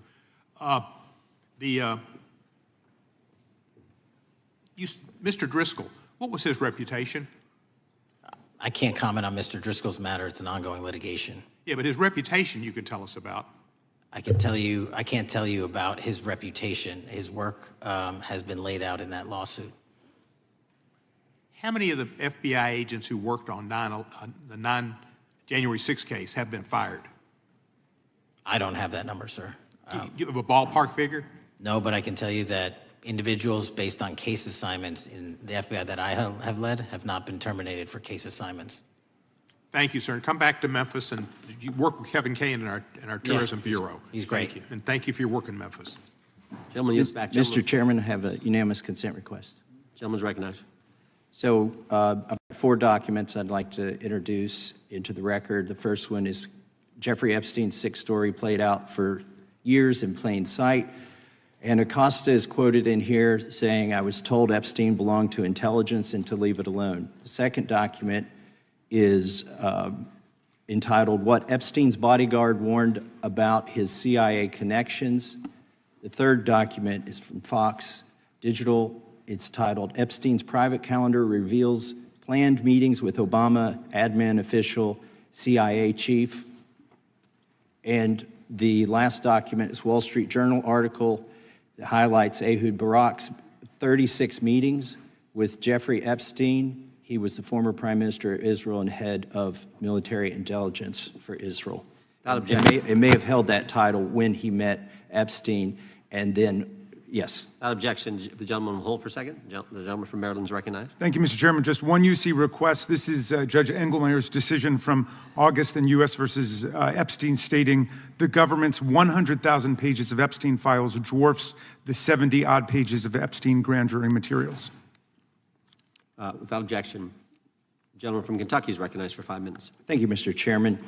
Director Patel, I watched some of your Senate hearing yesterday when Senator Kennedy asked you, you've seen most of the files, who, if anyone, did Epstein traffic these women to besides himself? You replied, according to the transcript, there is no credible information that he trafficked them to anyone else. You also said somewhere in the hearing and here today that the problem is that the case files are constrained by limited search warrants from 2006 to 2007, and that the non-prosecution agreement hamstrung future investigations. Those constraints only apply to Southern District of Florida. They do not apply to Southern District of New York, the location of the 2019 sex trafficking indictment, which produced many things, including a series of FD 302 documents. According to victims who cooperated with the FBI in that investigation, these documents in FBI possession, your possession, detail at least 20 men, including Mr. Jess Staley, CEO of Barclays Bank, who Jeffrey Epstein trafficked victims to, victims including minors such as Virginia Roberts Giuffre, may she rest in peace. That list also includes at least 19 other individuals, one Hollywood producer worth a few $100 million, one royal prince, one high-profile individual in the music industry, one very prominent banker, one high-profile government official, one high-profile former politician, one owner of a car company in Italy, one rock star, one magician, at least 6 billionaires, including a billionaire from Canada. We know these people exist in the FBI files, the files that you control. I don't know exactly who they are, but the FBI does. Have you launched any investigations into any of these people, and have you seen these 302 documents? Sir, I have asked my FBI agents to review the entirety of the Epstein files and bring forth any credible information, and we're working with Congress not only to divulge that information and produce it to you, but any investigations that arise from any credible investigation will be brought. There have been no new materials brought to me launching a new indictment. So is the loophole here, or is it your assertion that these victims aren't credible, that the 302s maybe didn't produce credible statements that rise to a probable cause? It's not my assertion, sir. It's the assertion of two different United States attorneys' offices from 3 separate administrations who investigated those same materials in lifetime. Are the 302 documents in the FBI's possession? They reviewed all that, yes, sir. And so have you reviewed those 302 documents where the victims name the people who victimized them? If I personally know, but the FBI has. So how can you sit here and in front of the Senate and say there are no names? I said I named one today. I said we are not in the practice at the Department of Justice FBI of releasing victims' names. That is not what we do. We are also not in the habit of releasing incredible information. That's not what we do. But multiple authorities have looked at the entirety of what we have. Okay, I got to move on here. Were you present when the AG had the White House event when she released the binders to the social media influencers? I was, yes. So if you're willing to meet with social media influencers who stood to benefit from the sensational and sad stories of these victims, will you meet with the victims as well? The FBI will meet with anyone who has new information. Will you personally meet with them? The FBI and the professionals who are handling the cases will. Were you instructed that it was important to release the documents to the Oversight Committee on the day of my introduction of the discharge petition to release these files? I don't know what day that was, so no. Well, they were released that day, and there were victims' names who weren't redacted because they were in such a rush, and the victims are not happy about that. Have you investigated any of the CIA connections? Have you seen the CIA file on Jeffrey Epstein? And if you wanted to see it, would they show it to you?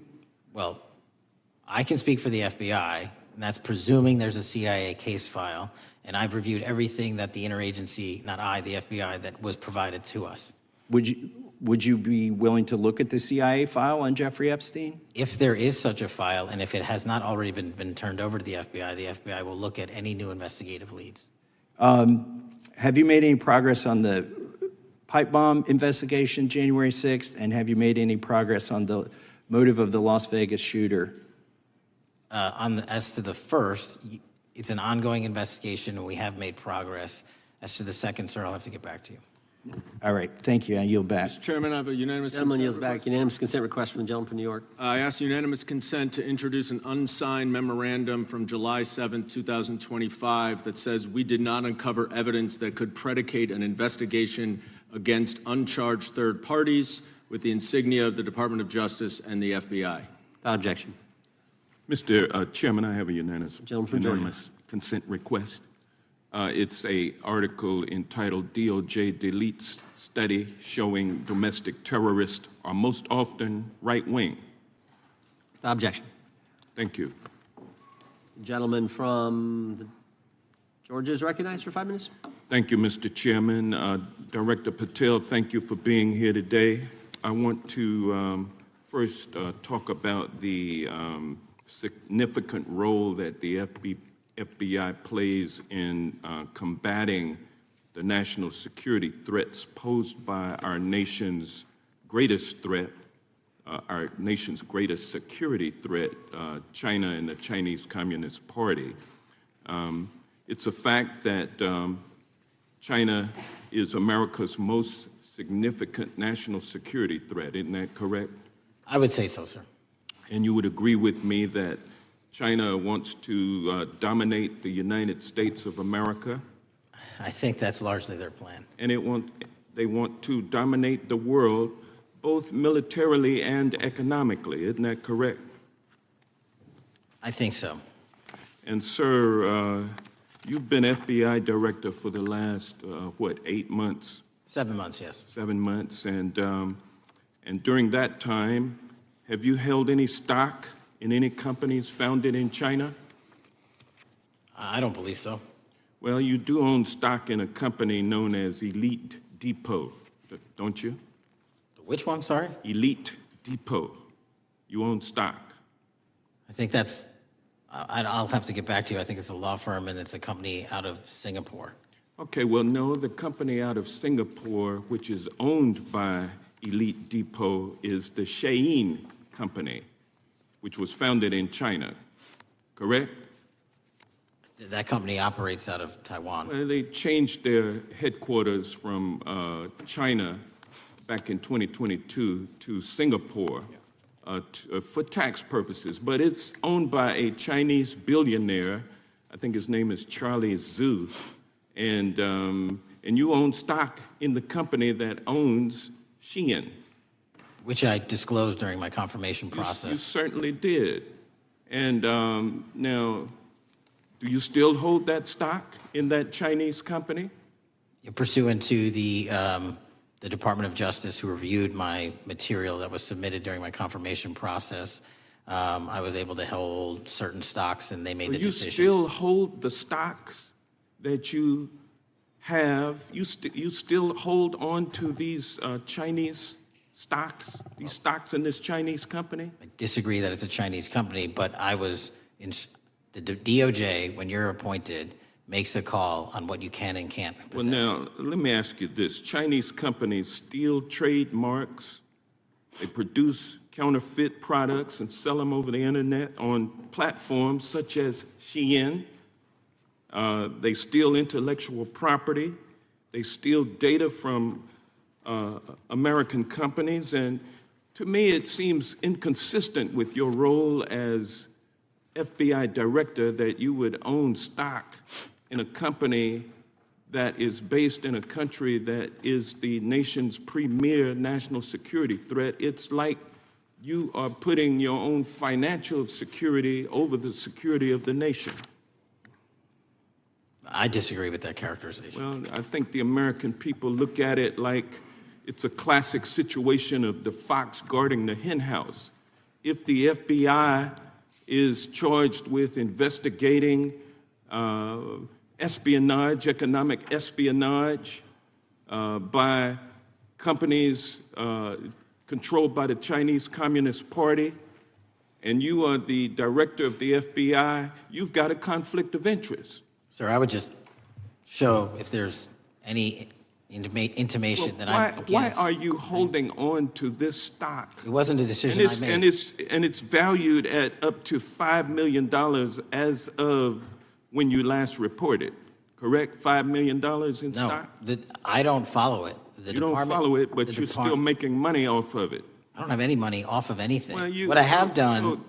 Trump's trade policies directly impact the value of that Chinese stock. Won't you agree with that? Which trade policy? I'm not a trade expert. Okay, all right. But I want to tell you this. Crazy on me today. Let me ask you this question. Why are you hiding pedophiles? Why are you shielding pedophiles? Why are you protecting pedophiles? That is maybe the most offensive thing you could say to me, given the numbers. Well, you have not released given the Epstein numbers files of pedophiles. You are aware of the Epstein arrested. client list that was published in the 18,000 The gentleman has emails expired. The gentleman yields back. Can he answer the question? Can I just respond? Of course, the gentleman can answer the question. Since I took over the FBI, there has been a 33% increase. Sir, all of that started under Christopher Your Wray. time is done, but No, it didn't. The witness gets to All of answer that the started question, under and then the we'll go to our previous, next FBI director, sir, and you're coming in here trying to take credit for something that a previous director instituted and largely brought to conclusion. I take no I think it's credit. been clear It's that the director offensive. has numbers are so incorrect much also. better than the previous director. It's Dr. deceptive. Patel, if you want to I take- answer the question. I take no credit. The men and women of the FBI have seen a 33% increase in the number of counterintelligence arrests out of the PRC. And so all of a sudden, with you coming in 7 months ago, and Gentleman's time has heaven on earth. expired.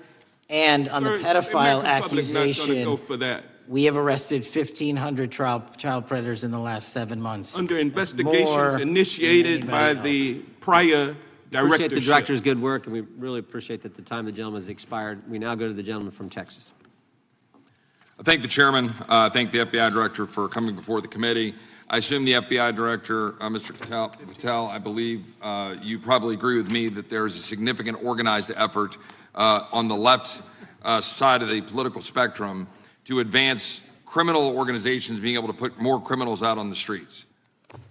That what we've seen this in daily action. Are you familiar with the report that came out this last Monday from the Law Enforcement Legal Defense Fund? I'm not familiar with that, sorry. So this report came out this past Monday, and it said that significant amount of the money flowing out of George Soros and other leftist organizations and funders has been funding DAs and prosecutors, and quote, many of these DAs had never managed an office, prosecuted a criminal case, developed organizational policies. In dozens of America's largest cities and counties, this report finds these progressive district attorneys have outsourced core parts of the American criminal justice system to activists and political donors, taking direction and advice on everything from staffing decisions and communication strategy. Organizations, it's a complex web of donors going in through these organizations to put radical DAs and prosecutors out there, putting criminals on the streets. Does the FBI director agree that this exists and is a problem? I will accept the factual representation, and if that exists, it is a problem. The organizations such as TIDES, the Fair and Just Prosecution, Brenner Center for Justice, Partnership for Safety and Justice, the Vera Institute of Justice, the amount of dollars flowing from George Soros through and to these organizations and to the various prosecutors that have resulted in increased crime on our streets, including the brutal murder of the Ukrainian refugee in Charlotte. I bring that up because that is one component of the problem. In addition, we have an organized effort targeting our border. The NGOs, the nonprofits and the deep pockets, the United Nations, charitable organizations, and a long list of over 250 organizations that the Center for Immigration Studies put out that lays out a complex web of organizations that were moving people into our country, knowing that they're dangerous, knowing that they're criminal, associated with taxpayer dollars flowing through the United Nations and donor dollars flowing through organizations, including ostensibly religious ones, putting these dangerous individuals on the street that resulted in fentanyl in our communities, that resulted in the death of Jocelyn Nungare, of hundreds, thousands even, as the director testified, 100,000 people dying from these narcotics every year. All of this in an organized effort, a complete effort by the radical left to use taxpayer dollars and these dollars to put people on our streets. In addition, the extent to which we've seen now with the Southern Poverty Law Center and their hate map targeting, for example, the Family Research Council, where we had a shooting right here in DC over a decade ago, putting Charlie Kirk, putting a target on TPUSA, Antifa, other radical organizations that are very specifically organized in targeting conservatives and ordinary Americans. Well, how about the organized effort to infiltrate our schools and advance a transgender agenda and advance a radical agenda, perhaps one that we will see exposed further in the individual that actually shot Charlie Kirk. So here's my question. Will you as the director, and are you as the director, pursuing all legal channels to follow the truth wherever it may lead on this organized effort, one? And two, do you agree that Congress should take all action necessary to expose this web of dollars that are flowing to undermine our way of life? I got another minute in my time that I'd like to hear from you on this topic broadly. I'll keep it short. Investigatively speaking, we are doing the following. We are following the money. We are following the money in every organization and every person that is violating the federal code. And it doesn't matter what your background or ideology is, we are following the money. We are using legal process to following that money, issuing subpoenas to follow that money, using grand juries to follow that money. And when we have results to recommend for prosecution to the Department of Justice, we will do that. And we will continue to publicize documents through Congress, yes, when we make these findings. Mr. Chairman, I'd like unanimous consent to insert the record outsourcing justice by the Law Enforcement Legal Defense Fund that I alluded to before. I would ask unanimous consent to add a 2024 list provided by the Center for Immigration Studies on these United Nations and other affiliated groups that are responsible, over 250 of them, for moving individuals into our country in a coordinated effort.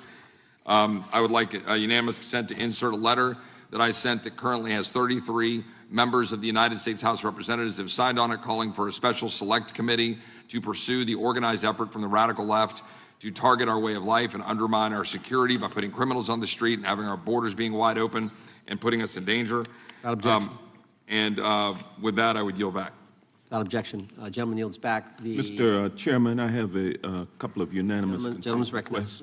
One is a letter from Senator Tom Cotton, dated last year, urging the U.S. to, quote, ensure that data from U.S. companies is not harvested by the Chinese Communist Party through the purchase of Xi'an software and technology. Without objection. And also a statement by Marco Rubio, then Senator Marco Rubio, which warned our UK allies about, quote, Xi'an's deep ties to the People's Republic of China. Without objection. Also,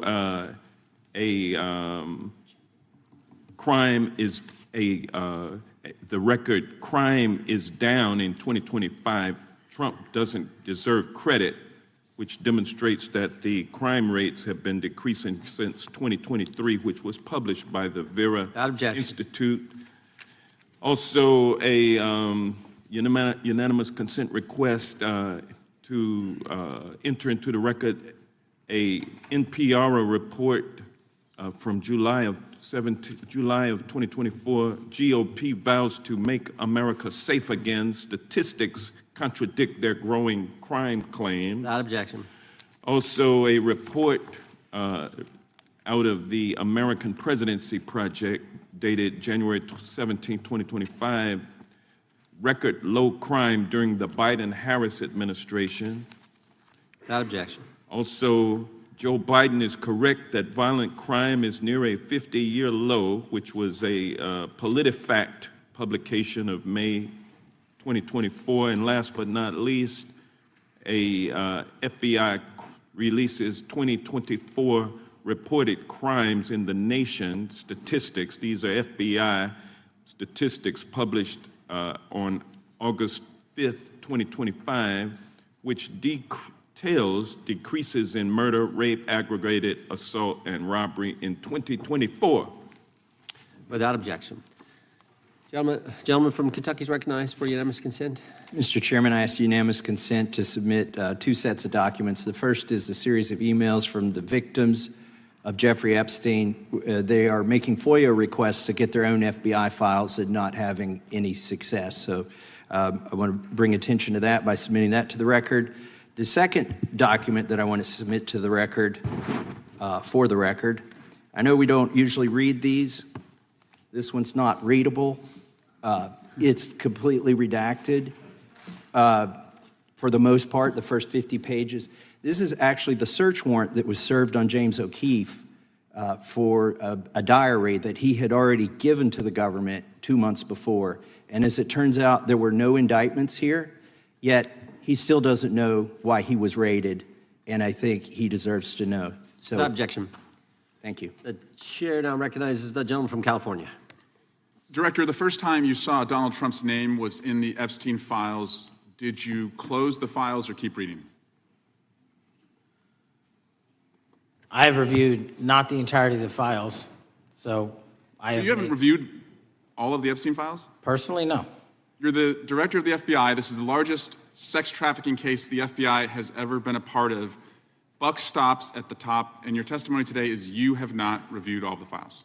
What I've been doing is been busy providing the safest country this country has seen in modern U.S. history in historic speed, because the men and women of the FBI are given the resources to reduce the homicide rate, to reduce the drug trafficking rate, to reduce the amount of children that are being trafficked and the number of pedophiles. It sounds like those children being trafficked would appreciate the director reviewing the files. You said you don't know the number of times Trump's name appears in the files, so it could at least be 1,000 times. Is that right?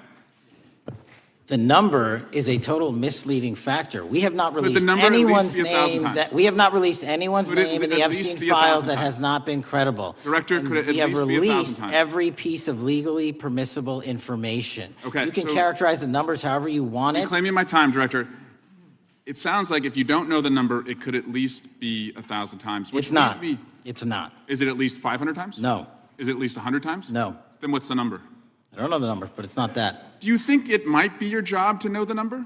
My job is to provide for the safety and security of this country. My job is not to engage in political innuendo so you can go out to the sticks and get your 20-second hit in your fundraising article. But keep going, reclaiming your time, because the people of California are being underserved by your representation. If the president is not implicated, why not release everything that involves him? We have released everything, the president and anyone else's side, that is credible and lawfully be able to be released. Your fixation on this matter and baseless accusations that I'm hiding child pedophiles is disgusting. Anyone that says that needs to look at the stats alone and go back to the state of California, who's receiving the biggest surge in FBI resources through my redeployment, because the cities of Los Angeles, San Diego, and San Francisco need it. Director, remembering your oath to tell the truth, did you ever tell Donald Trump his name is in the files? I have never spoken to President Trump about the Epstein files. Did you ever tell the Attorney General that Donald Trump's name is in the Epstein files? The Attorney General and I have had numerous discussions about the entirety of the Epstein files and the reviews conducted by our team. Did you tell the Attorney General that Donald Trump's name is in the Epstein files? And we have released where President Trump's name is in the Attorney's files. It's a simple question. Did you tell the Attorney General that the President's name is in the Epstein files? During many conversations that the Attorney General and I have had on the matter of Epstein, we have reviewed. The question is simple. Who did you tell the Attorney General that Donald Trump's name is in the Epstein files? Yes or no? Why don't you try spelling it out if you're going to mock me? Yes or no, Director? Use the alphabet. Yes or no? No? A, B, C, Director, D, E, F? it sounds like you don't want to tell us. Did you tell the Attorney General that Donald Trump's name was in the Epstein files?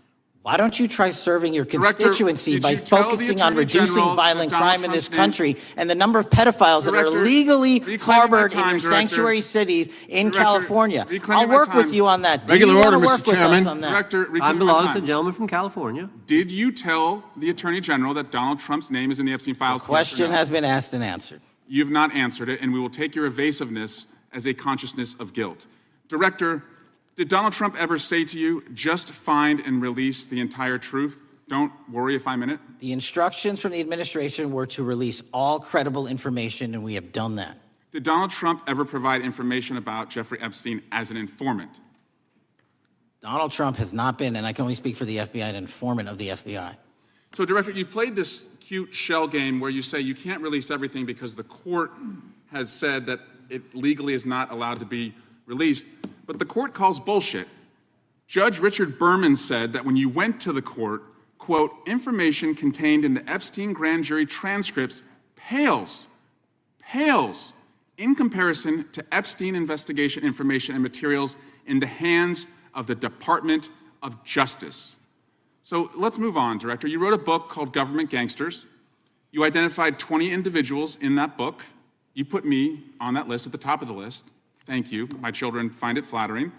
20 of those individuals have been investigated or have had adverse actions.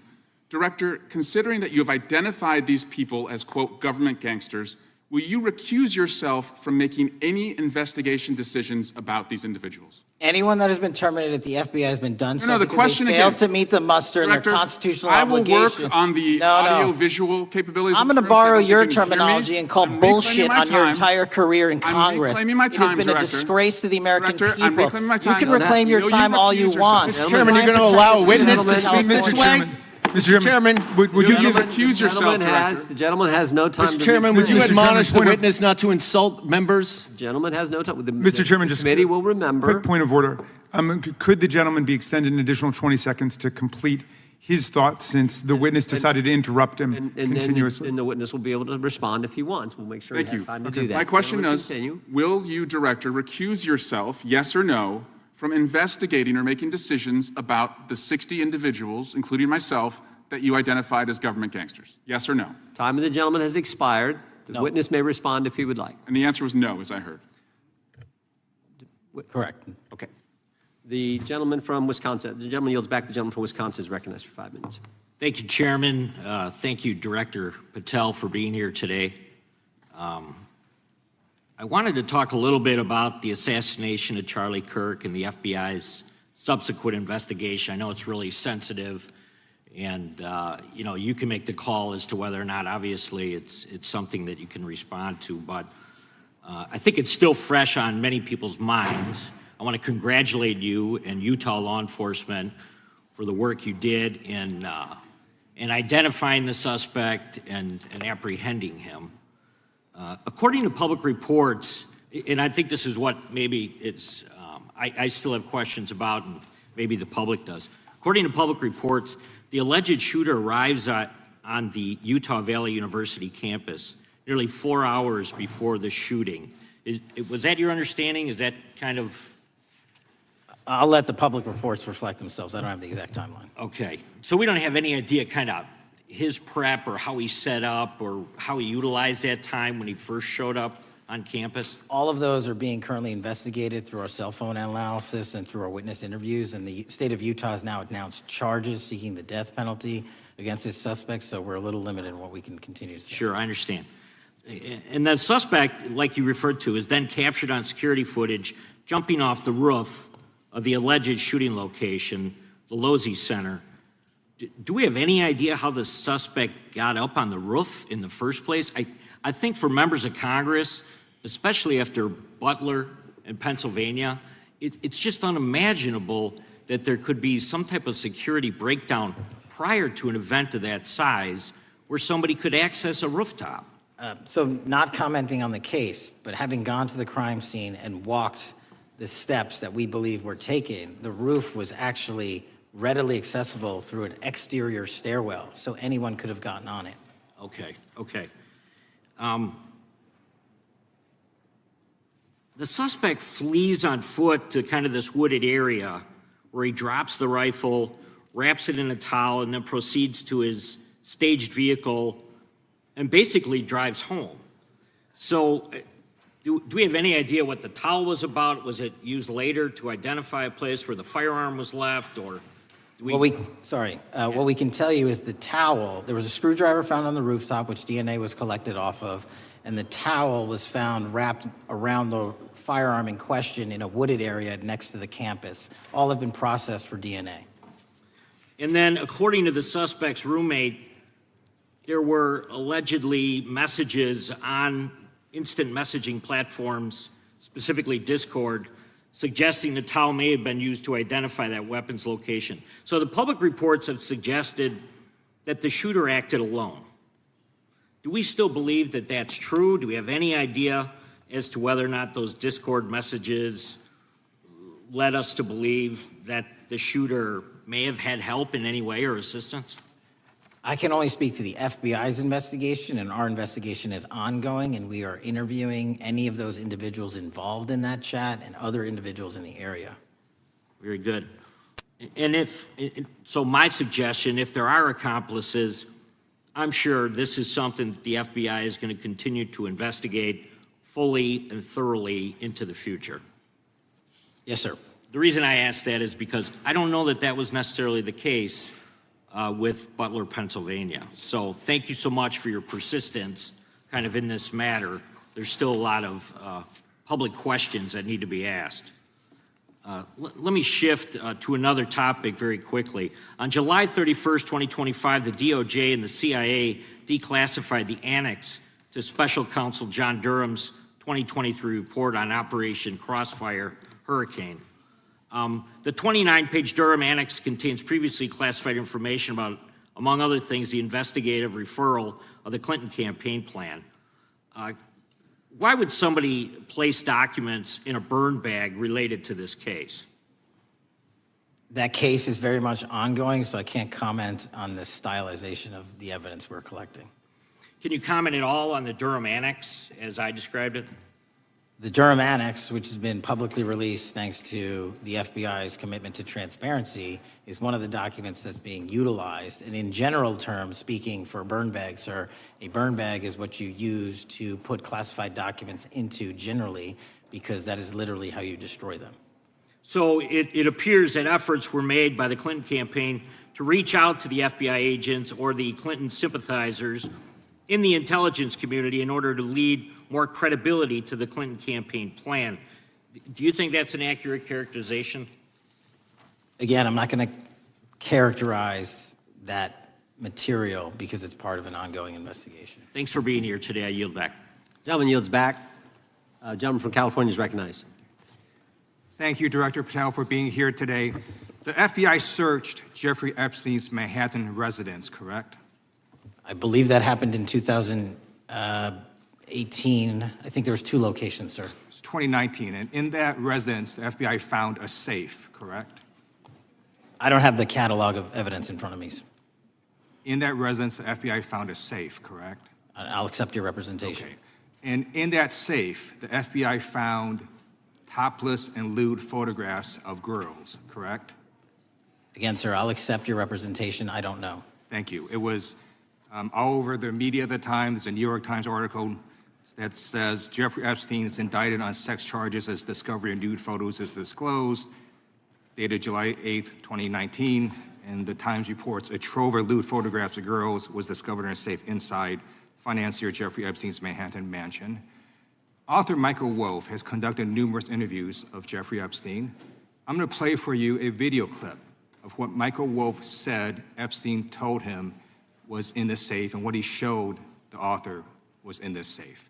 So let's please play that clip now. Elected. And I was sitting talking to Epstein, and he said, "Wait a minute, I got to show you something." And then he went into his safe, and he came out with photographs. They were Polaroids, I think, and he kind of spread them out like playing cards, and it was Trump. I mean, I think there were a dozen of them, and it was Trump with girls of an uncertain age at Epstein's Palm Beach house, where all of the things that he would ultimately be accused of took place. And I remember very vividly 3 of them. There are 2 in which Trump is, the girls, topless girls, are sitting on Trump's lap. And then a 3rd in which he has a stain on the front of his pants, and the girls are kind of pointing at it, sort of bent over, laughing. So Director Patel, I'm going to ask you a very broad and general question. As you know, Donald Trump and Jeffrey Epstein were friends. There are, of course, photos showing Donald Trump together with Epstein, correct? I don't have the entirety of the photographs, but I think they've been photographed in public together. All right. Are there any photos showing Donald Trump with girls of an uncertain age? No. How do you know that? Because that information would have been brought to light by multiple administrations and FBI investigators over the course of the last 20 years. Well, you know what? That's just not true, because no one knew about the creepy birthday message that Donald Trump wrote to Jeffrey Epstein until the Wall Street Journal disclosed it, and then all of a sudden, the Epstein estate provides it to Congress. Well, so certainly, you weren't there at the search. You don't know what Epstein may or may not have done with those photographs even prior to the search. Maybe someone has it. Maybe the Epstein estate has it. You raise a great point. So I'm going to ask you, have you asked to talk to Michael Wolff? You raise a great point. I haven't personally asked to talk to Has the Michael FBI Wolff, ask? but you the to Michael FBI, I'll get back to you if the FBI specifically So Michael Wolff asked has ever. about 100 hours of testimony of Jeffrey Epstein. Wouldn't it be good for the FBI to interview Michael Wolff? I'm not saying they haven't, I just don't know. Has FBI subpoenaed the tapes that Michael Wolff has conducted of Jeffrey Epstein? I don't know. All right, so if you could provide us an answer, that would be terrific. Sure. Well, let me ask you this question then. Have you looked at all the photos in Epstein files? I have looked at all the information that the investigators who investigated this case have provided to run out credible leads. And in the Epstein files, was there that creepy birthday message that Donald Trump had written to Epstein? No, that's what I was trying to tell you. You raise a great point. The estate of Jeffrey Epstein has a voluminous amount of information that they have not released before. Okay, so that's great. So wouldn't it be great if FBI subpoenaed the estate of Jeffrey Epstein for all that information? The estate is under no obligation to provide that material, even pursuant to a subpoena. That's a great point. Yeah, that's just false. Okay. That's just false. You're the frickin' FBI. You can subpoena the information from the estate, and you better do that. That's literally not how it works. I'm going to move on now and talk about Epstein's client list. You confirmed that exists. Attorney General Pam Bondi confirmed earlier this year that exists. So I just want to ask you a simple question. Is Prince Andrew on Epstein's client list? The material related to Prince Andrew has been made public. Is Prince Andrew on the client list? We have released the index of names that were in Jeffrey Epstein's. Is Donald Trump on Epstein's client list? The index has been released, and the index will speak for itself. So I'm just going to say, America, there's a huge red flag. The FBI director could not answer whether Donald Trump was on Epstein's Gentleman's time client has list. expired. I Chair yield now back. recognizes the gentleman from Virginia. Thank you, Mr. Chairman. I want to thank the director for being here and for his work over the last several months, removing the taint of partisanship that has infected the intelligence community over the past several years under the last administration, under the last several directors, standing up for law enforcement, standing up for the brave men and women who work in your agency. But to set the record straight, you know, we have to correct the record. And the record, early days of the first Trump administration saw a dramatic spike in news stories that contained sensitive and sometimes classified details about the FBI's bogus Russia probe, about a leak a day. It's unacceptable that senior FBI officials coordinated to leak classified information to try and harm President Trump. Documents produced to the committee in August of this year revealed that the FBI interviewed a former intelligence committee staffer who gave details on a systematic process through which leaks of classified information were affected by then Chairman, now Senator Adam Schiff. Were these findings escalated within the Bureau's chain of command, and if so, to what level? Sorry, were the findings escalated? Were these findings that were given to us escalated within the Bureau's chain of command, and if so, what level? Did you receive this information? That entire matter is currently under investigation by the people at the FBI that handle leaks of classified information. All right, it's good to know that there is an ongoing investigation. Can you tell me whether these leaks to the media compromised any ongoing FBI investigations during the Trump-Russia probe?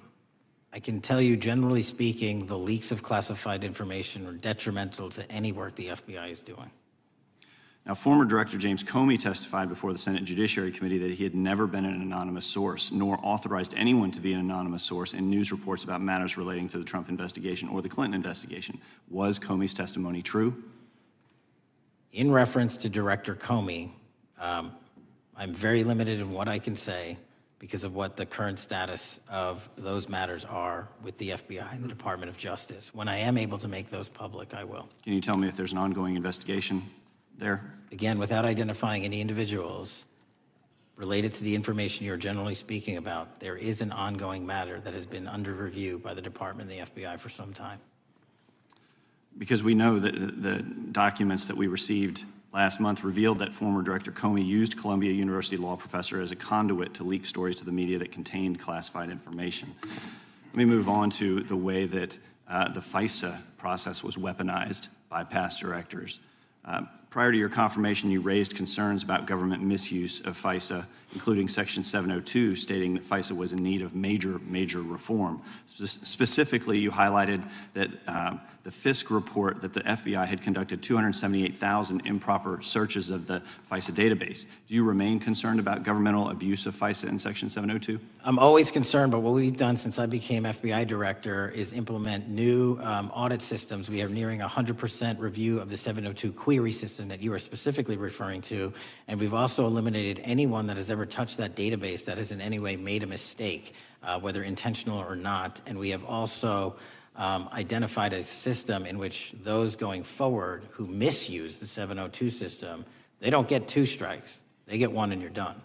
Okay, I'm glad you mentioned you're continuing to audit because, as you know, in May, the New York Times reported you closed the FBI's Office of Internal Auditing. Can you explain why you decided to close this office? Yeah, because under the new restructuring of the FBI, to save resources, there were 2 different places doing the exact same thing.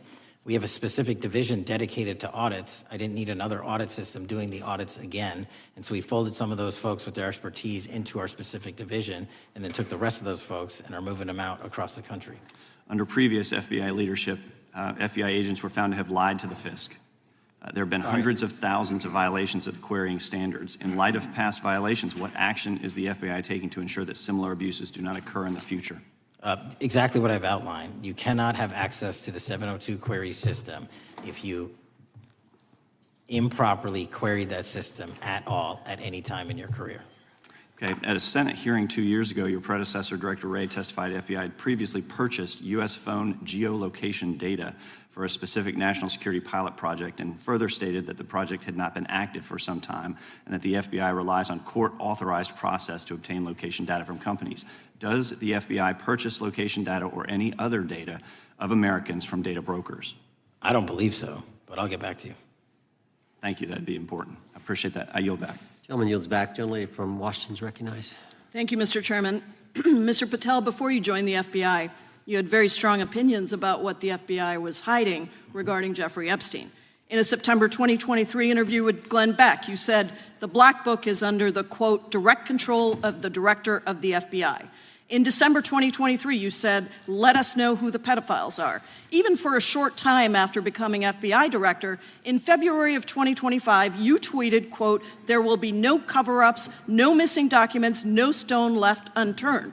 In June, you told Joe Rogan, quote, we've reviewed all the information, we're gonna give you every single thing we have and can.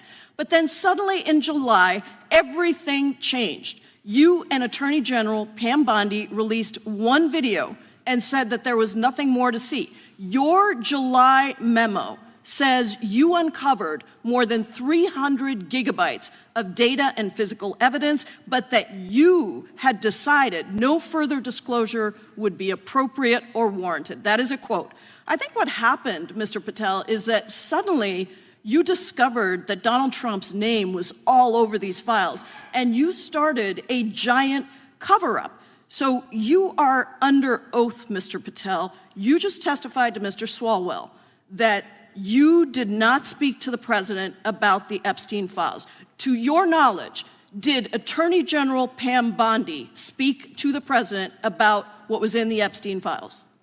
I can't speak for Attorney General Pam Bondi. So to your knowledge, you don't have any information. The question was, do you have any knowledge? Do you have any knowledge? I can't speak. You are refusing to answer the question, so let me tell you that the Wall Street Journal reported that in May, Bondi told Trump that he was in the Epstein files, and at the same meeting said that the DOJ did not plan to release the files. Yesterday, you testified to Senator Kennedy that there was, quote, no credible information that Epstein trafficked girls to anyone else, and that you have, quote, continuously and publicly asked the public to come forward with more information and we'll look into it. Today, in response to Mr. Massey's question, you appear to say that the survivors were not credible. These are survivors. That's not at all what I said. Okay, great. I'm going to ask you this in a second, but let me tell you about the survivors, and let's bring them up here into the room. These are women who came to the Hill and testified that they were groomed and raped at the age of 14 and 16 years old, and they called to meet with the president and to meet with the FBI and to have people investigate their claims. Some of them have never testified before. If you are so interested in getting the public to submit any information, why have you not met with them? You said you haven't met with them. Have you met with them? I'll give you one more chance. My job as the FBI director is to Is invite the all answer yes or investigative no leads. to whether or not you met with these women who were sexually abused and raped? Any insinuation by you or any What people is on the your an- side that I am not manhunting child predators and sex traffickers, just look at the Mr. stats. Patel, And you talk Mr. about Chairman, cover-ups, man. Mr. Chairman, you this talk is about my time, cover-ups. and I will take as much time as I Where were want. you during the Instruct Obama and witness, Biden Mr. administrations Chairman. when these so-called Instruct the cover-ups were witness. going on? Mr. Why didn't Chairman. anyone in those administrations talk to any of these Mr. purported Chairman. witnesses? Let's I get have some regular order, welcomed Mr. every Chairman. single person to provide credible information. Time belongs to the gentlelady from Washington. And I'm but gonna when you- take when another you couple accuse of the minutes. witness of something, he's allowed to respond. That's how it works. You say Listen, something, he didn't you say even, the- excuse me, He's allowed to Mr. Chairman, you have respond. always been fair, but this And is I'm not being fair. and you will get No, your, this you will is get my your time, and he You will give said the that gentlelady the a few witnesses additional were not credible. seconds of time. I'm going to get an additional minute of time because No, that's you'll how get much what, time you he won't get a took. minute. You'll get some seconds. What we think is under 5 minutes. You don't get to demand how Mr. much time you Patel. get. That's not how it works. Mr. Patel, are the victims of the Jeffrey Epstein horrific trafficking ring, are they credible?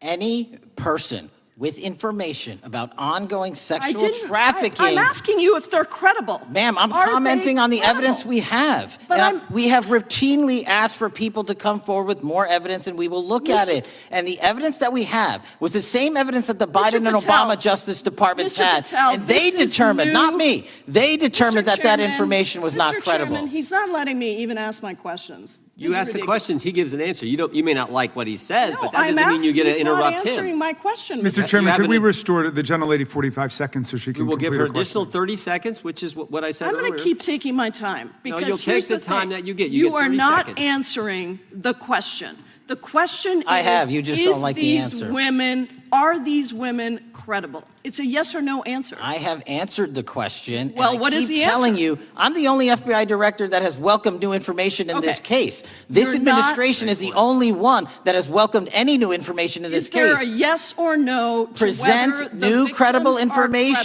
credible? Present new Are information. the victims credible or not? I'll tell you what happened in the last Trump Are they administration. credible or not? You can't even Victims say. credibly came forward, and you know what happened? President Trump authorized the indictments of President Jeffrey Trump Epstein, called not them a Biden, hoax. not Obama, President Trump no one called else. the entire thing a Democratic hoax. So I would like to ask The you gentlelady's if time has you expired. will I gave her meet- the additional if 45 you- seconds she if you requested. will The meet- gentlelady yields back. The gentleman from Mr. New Chairman, Jersey is I would like recognized to for his ask if 5 you would minutes. meet with the women who were sexually time does not belong- abused and raped and groomed time does at not the belong ages to the of gentlelady from 14 Washington. and The time now 16 belongs- years old. Are the you time- going to cover up? No, I'm Are not you gonna- going to I'm continue gonna to recognize cover the up gentleman for from the New Jersey rich for and his 5 minutes. powerful men, including those that might be on this committee? I can yell Or too, are Mr. you Chairman, going but I don't want to to yell allow above them this. to The time testify? belongs to the gentleman from New Jersey. I Are you appreciate the going to allow gentlelady them to yielding testify, back. Mr. Patel? Go ahead. Will Mr. you Answer. allow them to testify to you, Mr. Patel, Mr. Patel, thank you for being here. I know it's been an interesting and difficult 2 days. And I wasn't going to talk about the Epstein thing because there's a lot of other issues that affect the FBI, but I have to say a few words. I've sat here, I've listened to this, I've watched it, and my Democratic colleagues are so concerned now, Mr. Patel, all of a sudden. Where were they last year? Where were they the year before? Where were they the year before that? Where was the last president in any of this? All I know, the only thing I see is a single letter from the ranking member that was sent in 2019 that he didn't like the plea deal, and some people signed on to that. Most of the truth, the real truth, let's be honest, let's be intellectually honest. The real truth is we didn't hear from them at all, anybody of them. Hardly any of them ever mentioned it. Some of them didn't mention it at all until the beginning of this year. Earlier in the year it started. Not one Democrat asked Director Wray. We all remember Director Wray was here. Not once, not twice, multiple times. Nobody asked Director Wray about Epstein before this committee. Nobody was that concerned. Where was the concern for the victims then? Where was the moral righteousness then? Where was the outrage then? Where was the sense of duty then? Where was the desire for accountability then? Where was the urgency for justice then? Most of all, where the hell was the integrity then? You know what the truth is. Let's just say it, man. Tell the truth time. The truth is, it's politically useful for them to try to do this now, even though they didn't give a damn about it in the past. And you know what? That's an insult to the victims, and that's an insult to America. Continue to do the work you're doing. Continue to uncover what needs to be uncovered. One real quick thing before I say anything to 9/11. We know that was mishandled by the past director and by the past FBIs. There are family members here. There are family members who are concerned. God Almighty, we want to get to the truth of that. I ask you, please, to meet with them, to talk to them, and to investigate this with truth. In the Biden administration, we went through a very dark and difficult period of time. The FBI trust was broken with the people. Catholics this is the stuff we've been talking about, were labeled radical threats for praying in their churches with their rosaries. Parents at school boards were called terrorists for standing up for their children. Hindu holy men in New Jersey. We have the largest Hindu temple in the world. They were attacked. They were put up against the wall with guns to their heads. So it isn't just a Catholic or Christian thing. American Jews were targeted in colleges and universities, and a lot of folks in the FBI, in the past FBI, not this one, didn't give a damn. We can't go back to targeting religion. We can't go back to silencing free speech. The Biden administration did that. So I got questions for you. Hopefully thoughtful questions that you can answer for us in a thoughtful way. How is this FBI now, under your leadership, how are we restoring trust for Catholics, for Hindus, for Jews, for parents, for all the other, for just American people that were targeted by FISA because they had a different viewpoint? How are we restoring that trust in the FBI? In multiple ways, sir. One, and maybe most importantly, is through transparency and providing the American public with the material so they can read it themselves as to what the abuses were in the past, whether it relates to the Catholic memo or the Hindu incident you talked about at the largest temple in North America. Any institution of faith and any member of faith will not be investigated by this FBI because they are men and women of faith ever, period. And nor should they. Nor should they. I don't mean to interrupt you, but my God, of all the amendments to the freedom of speech, freedom to believe in what you want to believe in, I know you're standing up for that. Continue. I'm sorry. No, that's it. Sorry. Okay. The Richmond memo was driven by a reliance on sources. The Southern Poverty Law Center, the words sound nice, but the organization's not so nice. And we've seen the Anti-Defamation League distort data that counts as violence.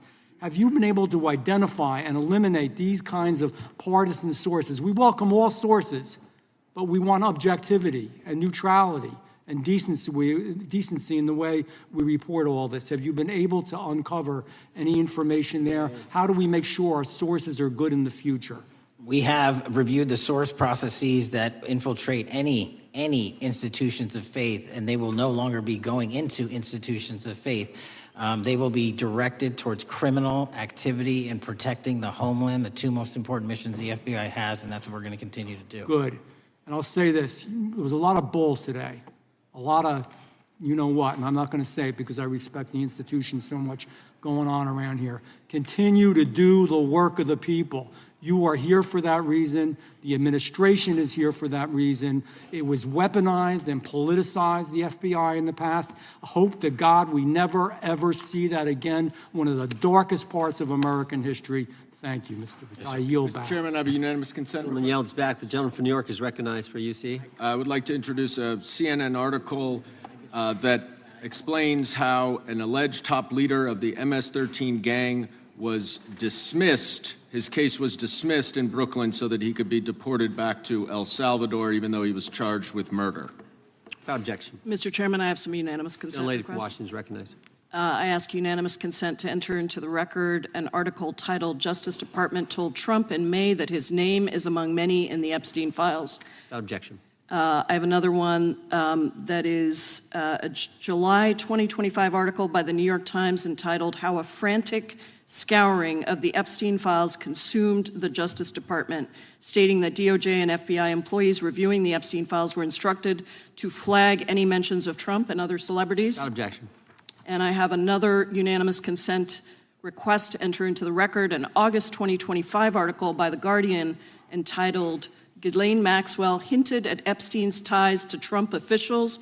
Why Wasn't She Pressed for Names?" stating that Maxwell told Deputy U.S. Attorney Todd Blanche that some of the, quote, cast of characters around Epstein are in Trump's cabinet. Without objection. Chair now recognizes the gentlelady from Pennsylvania. Thank you, Mr. Chairman, and thank you, Mr. Patel, for coming before us to testify today. I am concerned by your repeated claims that you're not able to disclose anything further about the Epstein investigation and files, and that there's no evidence of a broader conspiracy or other people who should be charged, because the American people aren't buying that you've been transparent or that there's nothing further to be seen. In your exchange with my colleague, Mr. Roy, you reiterated something that I heard you say yesterday in your Senate testimony, and that is, under your direction, the FBI will always follow the money. Is that right? The money, did you say? Yes. Yes, you said you'll follow the money. That's great. And just now you said you welcome the opportunity to investigate new evidence. So there has been significant recent reporting just in the last couple of weeks that after Jeffrey Epstein was arrested, 4 major banks flagged more than $1.5 billion in suspicious transactions connected to him that suggested a massive conspiracy related to his child sex trafficking activities. Director Patel, has the FBI reviewed the $1.5 billion in suspicious bank transactions flagged to the government relating to Epstein and his co-conspirators? I know the FBI has reviewed numerous SARs. I don't know the totality of that number. Okay, can you provide us with that number? I'll get back to you. Okay. And have you initiated any new investigation of those bank transactions since, say, September 8th when the new reporting came out? I'll check with the Treasury Department because they're the lead on that. Okay, so Director Patel, how many individuals or entities has the FBI interviewed, subpoenaed, or compelled to testify? Can you give us those numbers with respect to these bank transactions? Not off the top of my head. I'll have to work with Treasury. Okay. We're concerned, you see, because you say you're going after child predators, but We are. obviously this is how you follow the money, is if you follow the bank transactions that apparently enabled the child sex trafficking. Would you agree? It's one of the valuable investigative tools is to follow the money. Okay. Have Jeffrey Epstein's victims have asked us to ask you whether or not you've investigated Epstein's lawyers, the lawyers who facilitated those payments. Have you subpoenaed or questioned any of those lawyers? So in 2018 and 19, what I recollect is many, if not every one of those lawyers was part of the investigation. But you weren't there at that time, I wasn't right? there. Okay. So can you get us the names and the numbers of who was investigated then with respect to those lawyers? As long as I'm allowed to release it, absolutely. Okay. Well, if we provide you with subpoenas, I assume you can release it. Is that right? We have a current subpoena and we're working with Congress to provide it.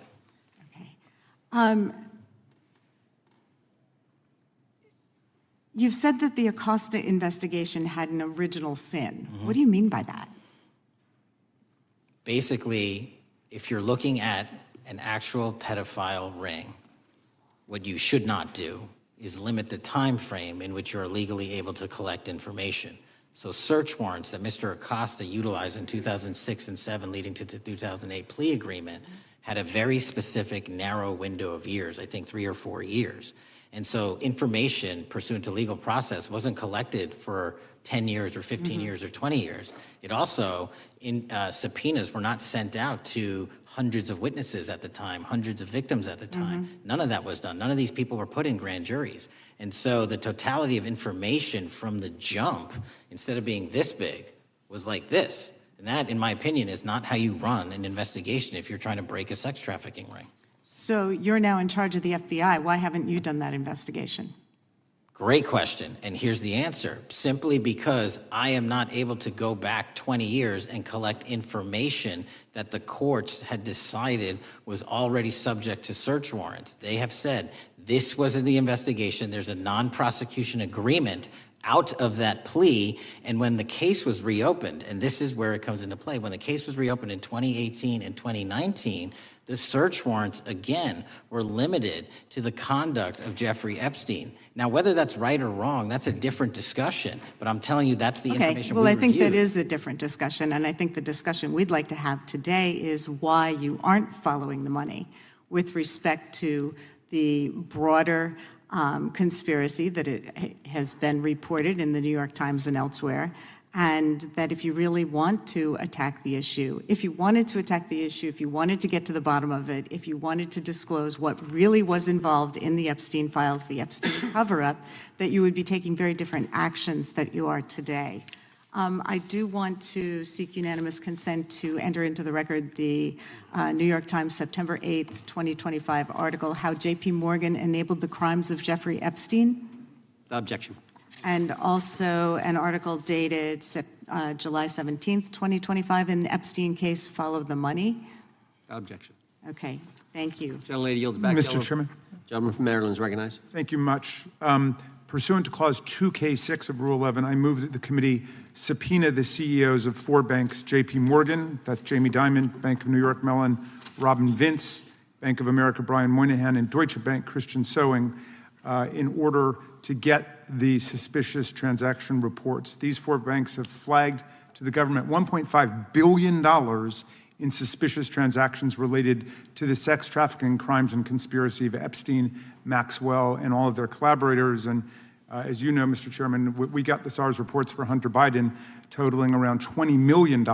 And so these $1.5 billion in SARS reports we should get, especially since the director doesn't seem to be forthcoming. And I request that we do this immediately. I think the director's been very forthcoming. We will hold any motion to subpoena in abeyance until the conclusion of the hearing. The chair now recognizes the gentleman from Texas. Thank you, Mr. Chairman. Thank you, Director Patel, for being here. It is quite clear that certain members of this committee, they want their 15 seconds on TV, stamping and coming. Maybe it's for fundraising. Maybe they're struggling in their district. They need a little bump. But they turn a committee into a clown show, and that's what we're seeing. You're being unjustly attacked today. I watched the Senate hearings yesterday. You were attacked there. We know there's an agenda. There's always an agenda. It's the same characters with the same personalities, the same objective, and that is destroy the mega movement. You're being attacked, Director, is because you're effective. You highlighted what you've been doing in D.C. with the president in reducing violent crime. You're very effective. Another individual that was very effective with meaningful debate and dialogue was Charlie Kirk. And they killed him for it. Charlie Kirk was a man of faith. First and foremost, he loved his Lord Jesus. He loved his family. Beautiful wife, beautiful children. Just a remarkable, honorable man that was silenced with this assassin's bullet. I would say if Charlie Kirk lived in the biblical times, he'd have been the 13th disciple. He'd have been the 13th disciple. We have a new committee, if you're not aware, a new select committee regarding January 6th. I'm honored to be on that committee. I'm looking forward to working with other members to expose truth, questioning federal agencies that were involved on January 6th, like the FBI, played a role, but we don't really know, Director, to what extent.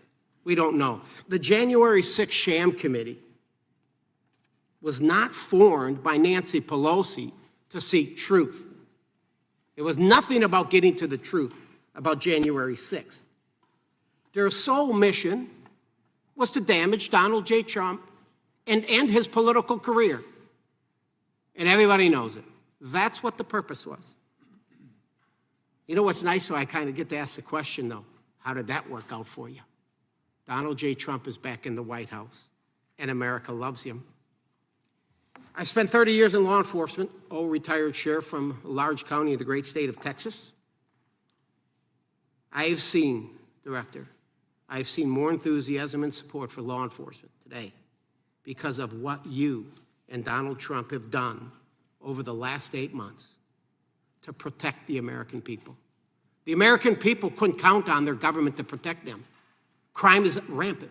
And now we have a president and an administration that puts the American people and their safety first. It's interesting, a few minutes ago, a classmate reached out to me and sent me I told him, I said, yes, we got Director Patel in front of our committee today. And Andy Kane wanted me to tell you, he said, quote, tell him we love him. Tell him we love him and all the brave warriors exposing the deep state. Kash, you're a great American, sir. You're a great American. Your work as the director of the FBI is commendable. It's commendable. And I want to thank you, sir. Thank you for your service. Keep up the good fight, brother. Don't let him tear you down. Keep up that good fight. You have it in you. With that, sir, I yield back. Gentleman yield to me.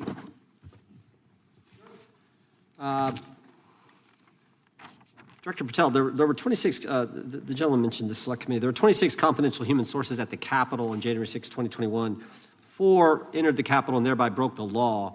Do you know if those individuals were being paid by the Ray FBI? So we've provided 600 pages of documents to this committee alone regarding January 6th. That's 600 pages more than any of my predecessors. Yep. Generally speaking, confidential human sources are always paid by the FBI. That's how it works.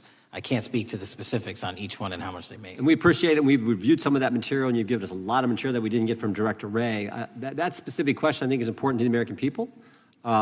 Were people who were confidential human sources of the FBI who broke the law, one was recommended for prosecution, my understanding is, by the information we've received from you. Were they actually paid by the very taxpayers who may have got charged with the same offense? I think that's important for us to understand. I'll get back to you on that. Thank you. Chair now recognizes the gentleman from California. Thank you, Mr. Chair. Welcome, Director Patel. I want to focus a little bit on domestic terrorism. We have a graph here, data up to 2021, but as you can tell, domestic terrorism is on the rise. Nation, our citizens under threat. We saw the assassination of Charlie Kirk, 2 assassination attempts on the president, school shooting, Minnesota last month, and closer to home, just a couple of days ago, Huntington Beach, peaceful vigil for Charlie Clark, infiltrated by neo-Nazis who essentially made the local individuals attending that event fear for their safety. All of us know that a lot of these domestic attacks are by lone wolves, but yet they do leave clues, social media or elsewhere. Director Patel, you're it. You're the thin blue line.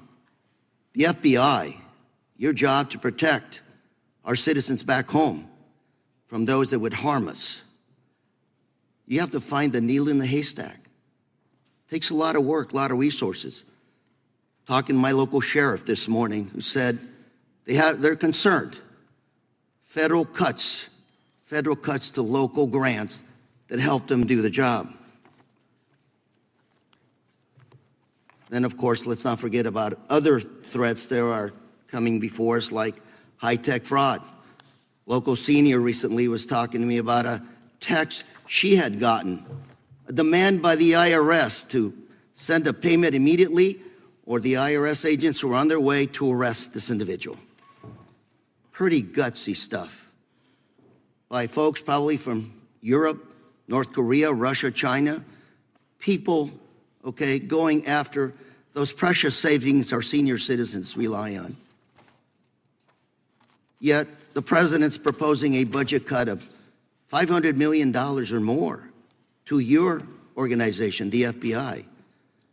You've said that that'll essentially equate to about 1,300 less jobs at the FBI. So I'm going to ask you essentially, what is it that we can do to help you do your job? Little concerned. Friday night lights.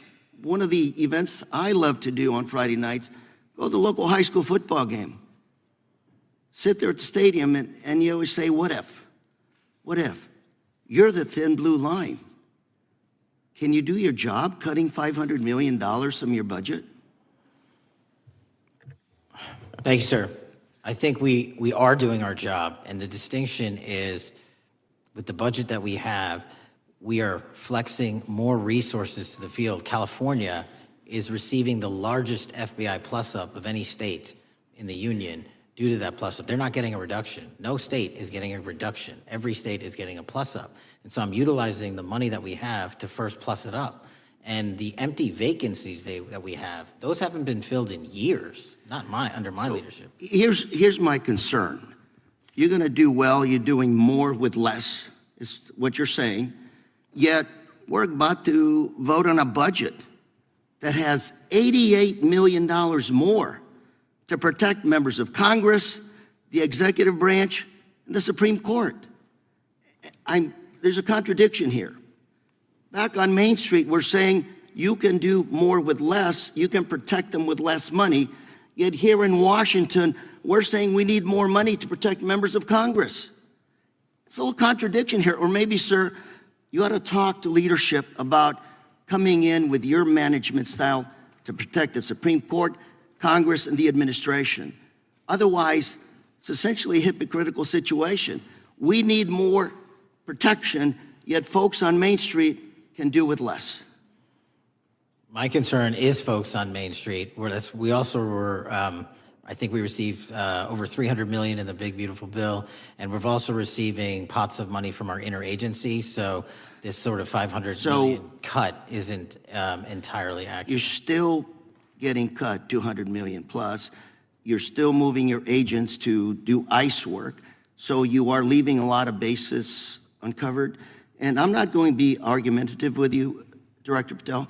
I'm just saying, if that thin blue line does not hold, people on Main Street will pay the price. I agree with you, sir. And I just look forward to working with you because I am very concerned that these kinds of budget cuts are short-sighted, especially when my local sheriff calls me and says, we need more support, and we're looking at budget cuts. I'll work with you, sir. Thank you, Mr. Chair. I yield time. Mr. Chairman, I have another unanimous consent request. The gentleman yields back. The gentleman from New York is recognized for unanimous consent. I seek to introduce a December 2024 OIG report from the Department of Justice, which confirms the conclusion of the Bill Barr Justice Department that the so-called whistleblower, a disgruntled former employee of the Intelligence Committee, was not a credible witness and there were no further actions taken. Without objection. Mr. Chair, I'd like to submit some items for the record. You bet. Gentleman from California. First one, Trump's deportation diverts FBI agents off child predator cases. Second one, FBI director backtracks on administration's proposed budget cuts. And number three, Trump administration says 70% of ICE detainees do not have criminal convictions. Without objection. Gentleman from Texas is recognized. Thank you. Director, earlier this year, the committee learned of new documents tied to the Crossfire Hurricane investigation and the Russia collusion hoax against President Trump. Your efforts in declassifying key documents tied to this investigation allowed the committee to acquire thousands of pages that it did not have previously.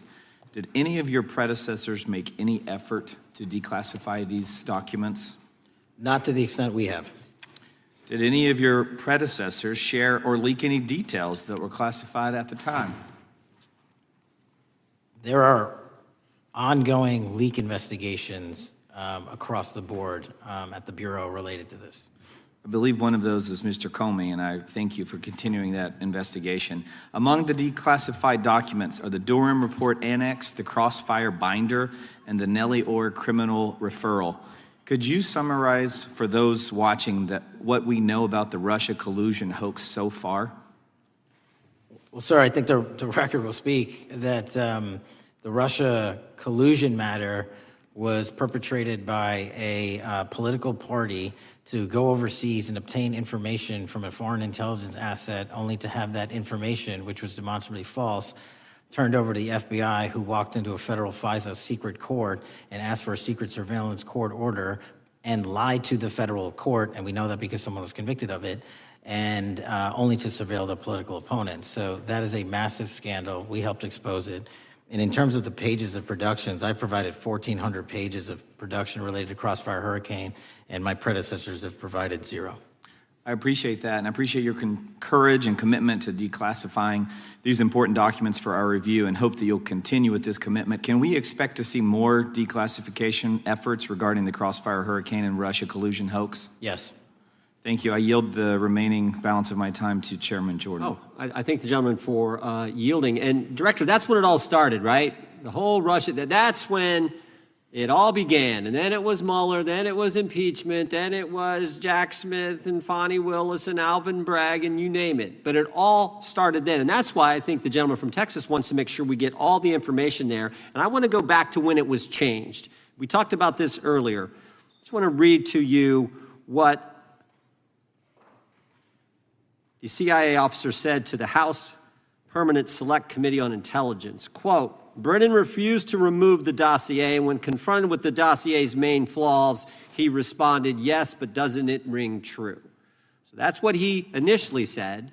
And then when he was talking to this committee, he said the CIA was very much opposed to having any reference or inclusion of the Steele dossier in the intelligence community assessment. So on one hand, you got a witness who was there who said he refused to remove it even though he knew it was garbage. And then he's, on the other hand, telling the committee, no, we didn't want anything to do with it. It shouldn't have been a part of the intelligence community assessment, which we know it was. You know it was. You found that. Those are two entirely different stories. I think Mr. Brennan has some explaining to do, frankly, what happened there. And I think you said earlier that this whole thing, and I think you said to Mr. Gooden, this whole thing is being looked at as part of this grand conspiracy to undermine the president, whether it's Comey, Brennan, Clapper, former head of the Intelligence Committee, now senator from, whoever it is, that's all being looked at. Is that accurate? Yes, sir. Well, we appreciate that. And part of what's also being looked at, and I think the gentleman from Wisconsin brought this up earlier, what is a burn bag for, by the way? Generally speaking, the intelligence community obviously utilizes and possesses classified documents, but drafts of those classified documents and even ultimate finished products of those classified documents have to be recorded and or discarded. And if they are discarded, the only way we do that, the hard copies, is we literally put them in burn bags that are identified specifically for that purpose, and there is a very exact courier system in which those burn bags are obtained and the material inside is destroyed. So it's to get rid of the material, right? Yes, sir. And it looks like the annex that Mr. Durham in his investigation had was put into a burn bag by your predecessor, I assume, to be destroyed. Is that accurate? Without getting into the stylization of the evidence, anything that's put in a burn bag is for purposes of destruction. Do you find that interesting that the Durham annex was placed in a burn bag, that you would discover that when you took over as the head of the FBI?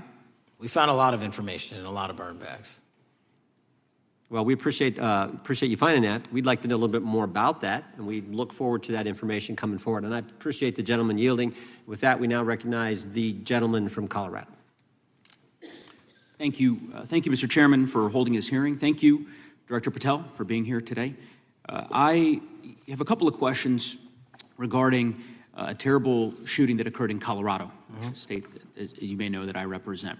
You've testified previously about, I think, what you would describe as your efforts to provide more information regarding the investigation with respect to the horrific assassination of Mr. Kirk. And so, in that same vein, I'm hoping you can provide this committee and my constituents in Colorado with some clarity. Absolutely. I think, as my colleagues know, in Evergreen, Colorado, Jefferson County, a county that I proudly represent, at Evergreen High School, a shooter ultimately injured 2 students. We're praying for their swift recovery. There's an article here from Colorado Public Radio. The title is, quote, FBI was already investigating an account that may have been linked to the Evergreen shooter. You're familiar with the circumstances generally, Director, regarding this terrible tragedy. Yes. So my understanding from the public reporting is that an organization reported to the FBI in July of this year regarding, just reading here from the article, that the FBI opened an assessment into a social media account user whose identity was unknown and who was discussing the planning of a mass shooting with threats nonspecific in nature. This is the FBI's statement to the press. And that the FBI continued to work this assessment investigation to identify the name and location of the user up until September 10th, 2025, which was the day of the tragedy.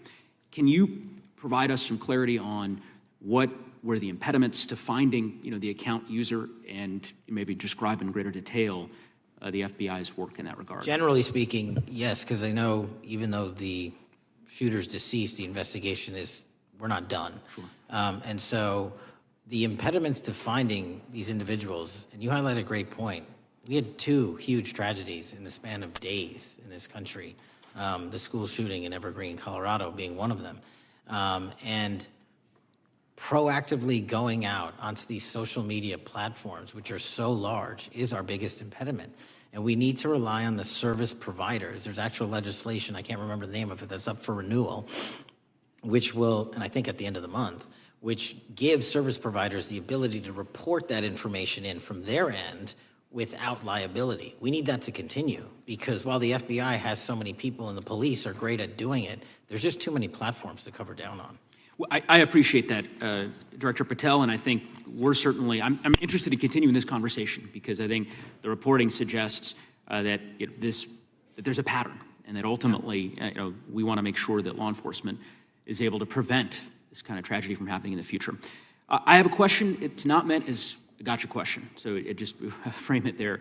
But it is in regards to some reporting around a periodic transaction report that you had filed earlier,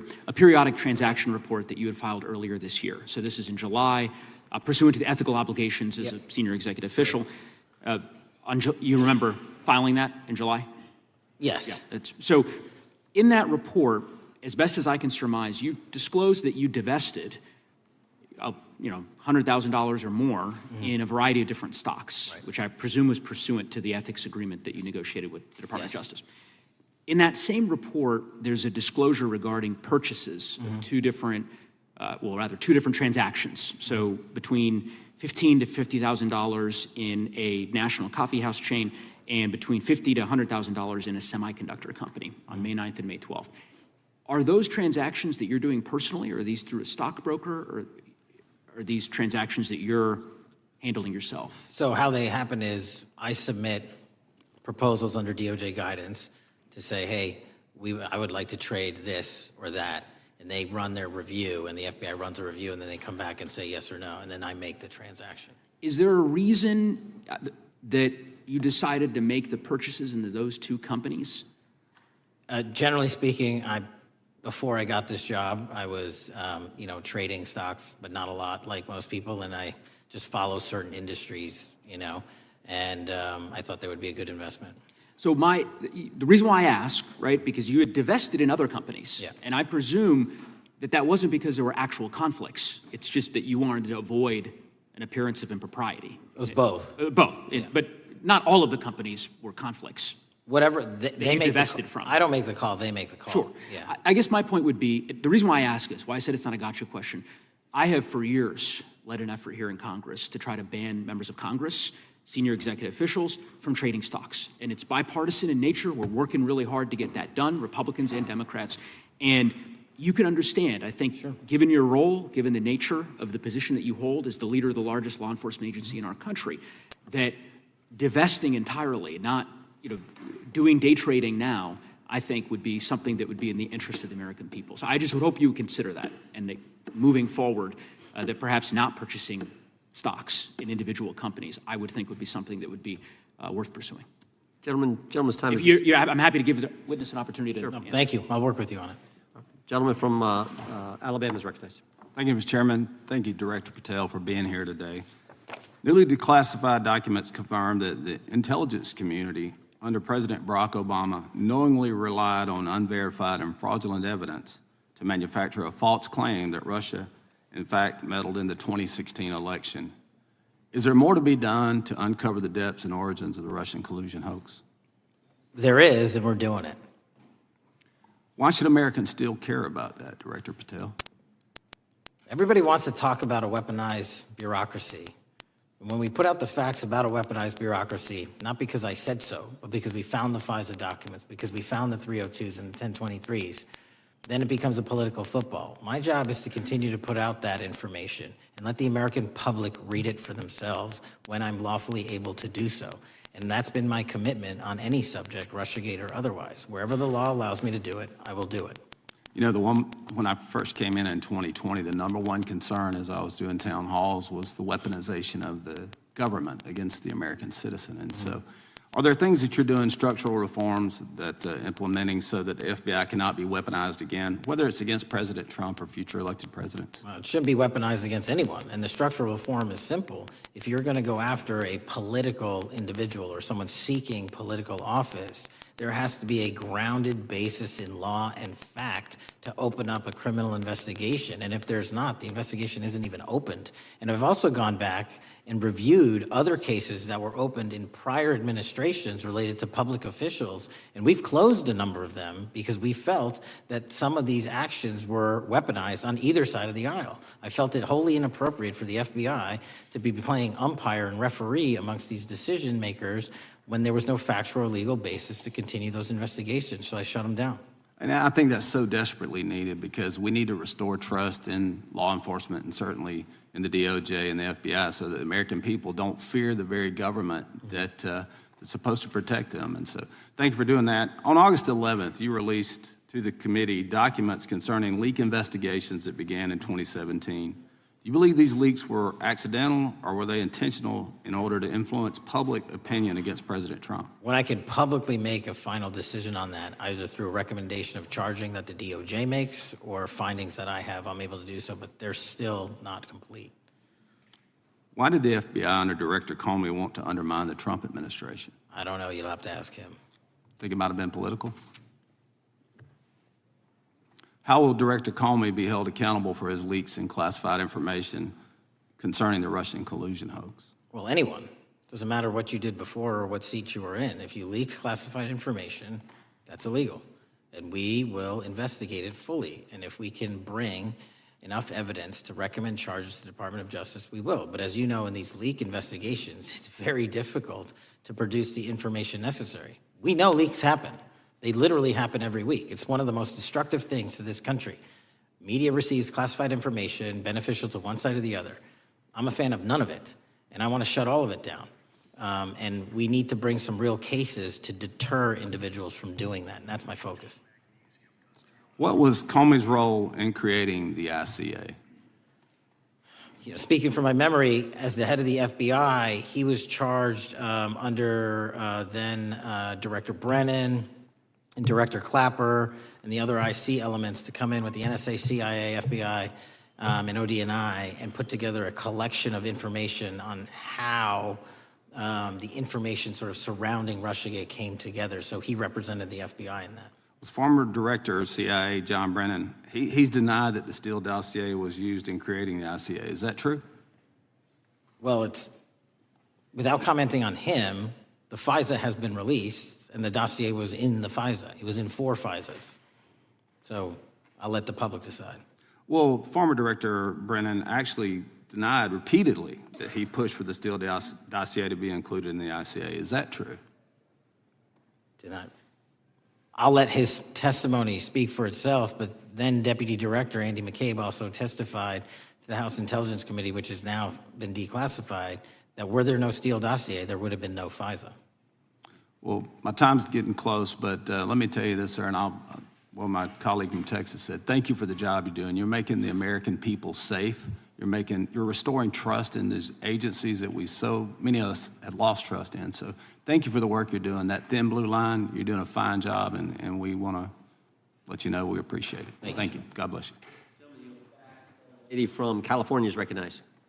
Thank you, Mr. Chair, and thank you, Director, for coming here today. And actually, thank you for your response to my colleague from New York who asked you earlier about violent extremism. And you said that there is violent extreme ideology on both sides. And I think you actually alluded to that same statement yesterday in the Senate. So I too have some questions I'd like to ask you. These are not gotcha questions, and just deny, please, what you deem to be false.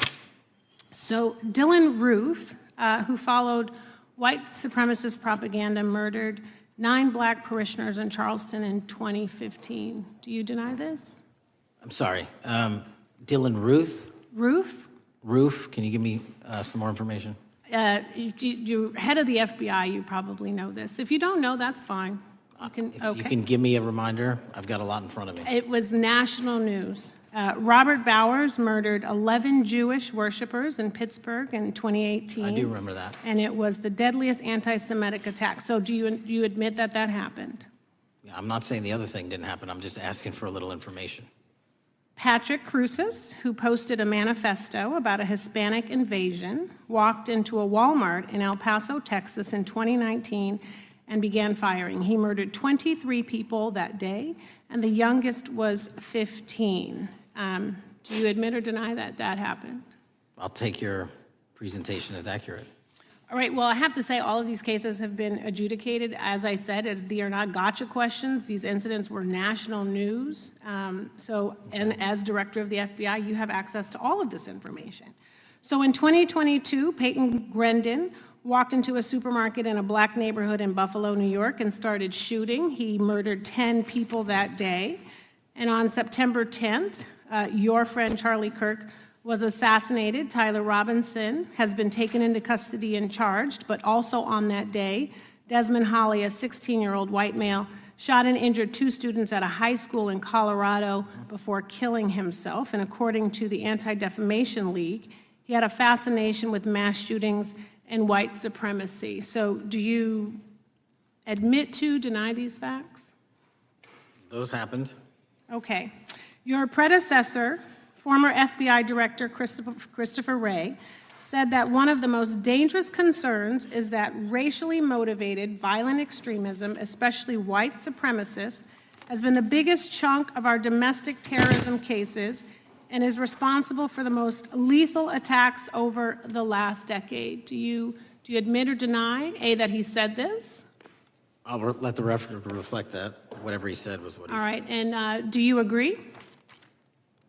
That there is racially motivated crimes being committed in America, yes. Yes, especially white supremacists, which is the biggest chunk of our domestic terrorism. I'm glad that you said this. So last week, President Trump was asked if there were extremists on both the left and the right. He was actually asked this by Fox and Friends, and his exact words were, "I'll tell you something that's going to get me in trouble, but I couldn't care less. The radicals on the right oftentimes are radical because they don't want to see crime. The radicals on the left are the problem, and they're vicious, and they're horrible, and they're politically savvy." Do you agree with the president? I don't speak for the president. The president speaks for himself. Do you agree with the president? I don't. On what matter? On the question that I just asked, do you agree with his statement about the radical left? That there's ideology that's driving violence on both sides? Yes, that's what he acknowledged. No, he didn't. He didn't. Okay. But I'm glad that you're saying that and actually creating some separation between you and the president. And I'm glad that you are acknowledging that there is violent extremism on both sides. What's interesting is that the research arm of the Department of Justice, the National Institute of Justice, do you know what that is? I'm familiar with them. Okay, great. It is the research arm of the Department of Justice, and it published an article in 2024 devoted to domestic radicalization, violent extremism, and terrorism. I have it. It's interesting that it's no longer on the website. It has been scrubbed, but I ask these questions because what makes a strong, qualified director of any business, of any household, of the FBI, what makes a reputable prosecutor is not lapdog loyalty, but a commitment to the creed that evidence is agnostic and that the evidence will lead you to making the right decisions. And your job, no one's job is to like the data or the evidence, it is to collect it. That is how you gain trust. And Mr. Chair, I would like to enter into the record, if I may. White supremacist group stands by racist ideology with unanimous consent. Without objection. Dylan Roof, the radicalization of the alt-right and ritualized racial violence. Without objection. Thank you. Another article, how Robert Bowers went from conservative to white nationalist. I'd like to enter that into the record with me. Without objection. Patrick Cruces believed he was fulfilling Trump's wishes in El Paso attack, his attorneys said. I'd like to enter into the record. Without objection. Buffalo shooting, how far-right killers are radicalized online. I'd like to enter that into the record. Without objection.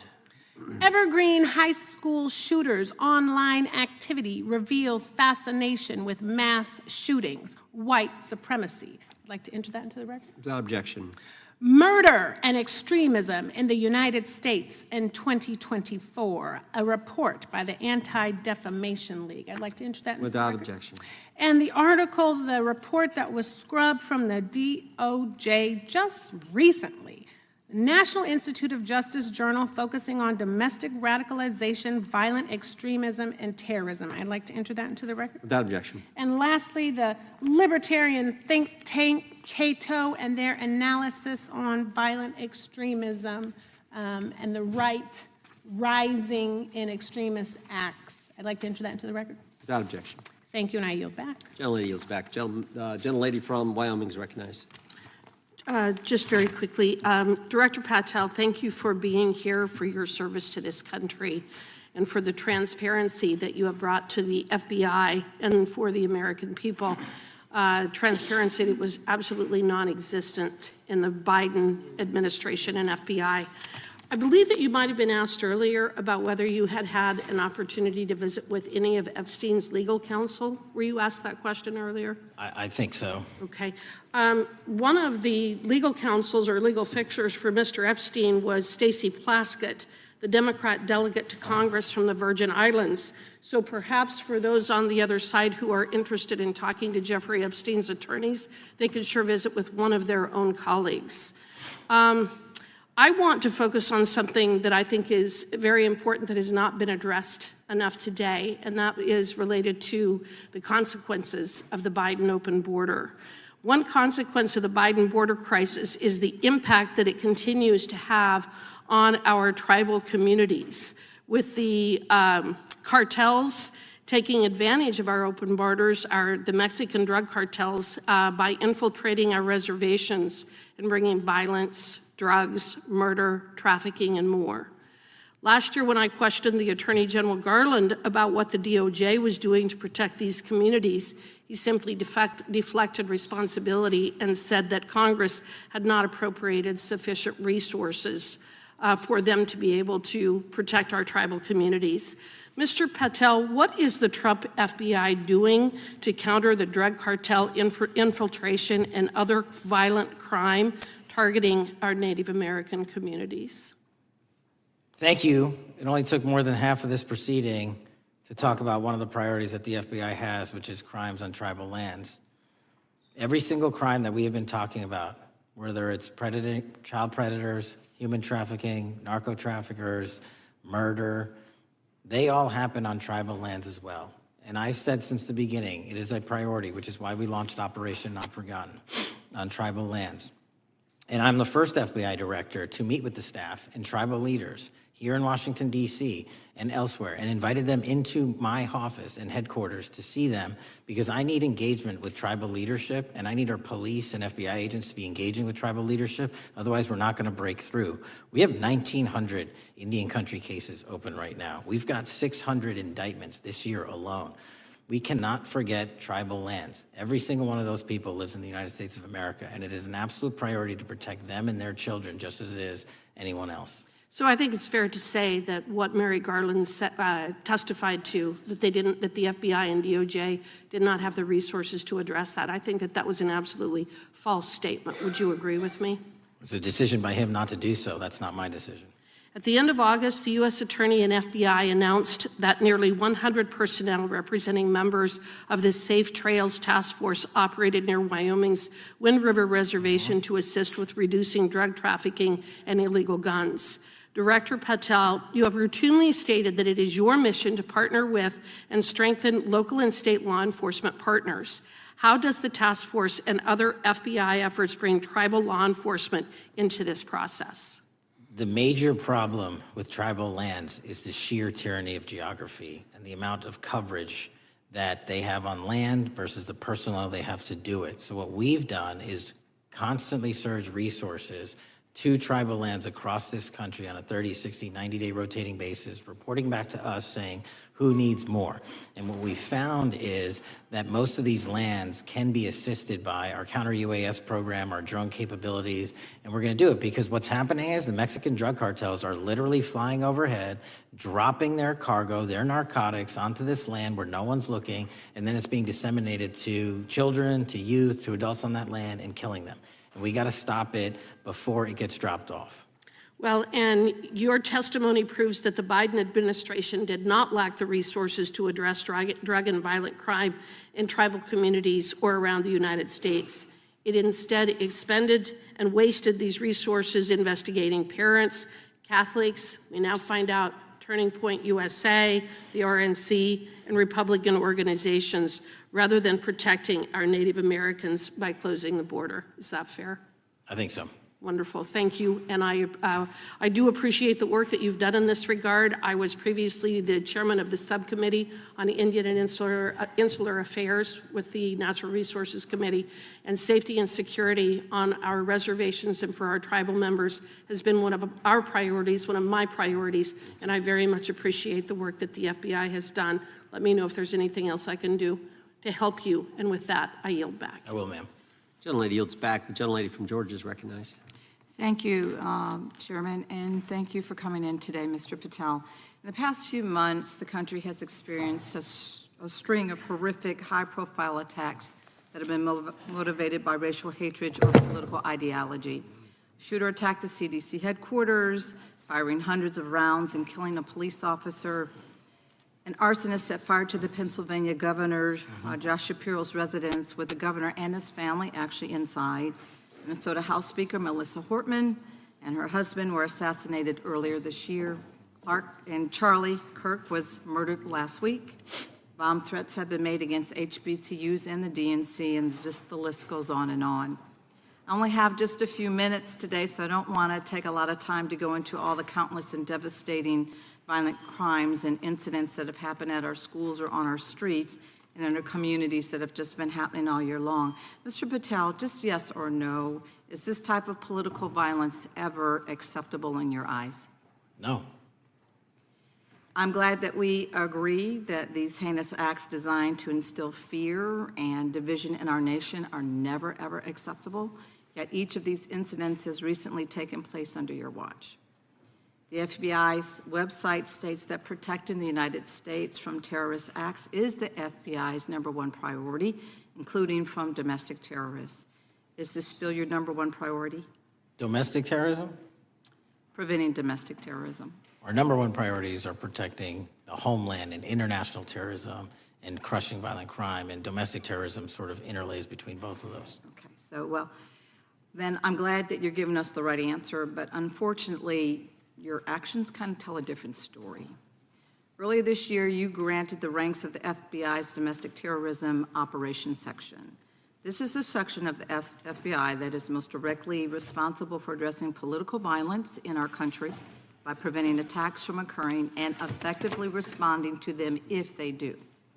The agents in this section are the ones who stopped an individual stockpiling weapons, who planned to attack schools and churches in Florida and seized bombs made by an ISIS sympathizer in New Orleans.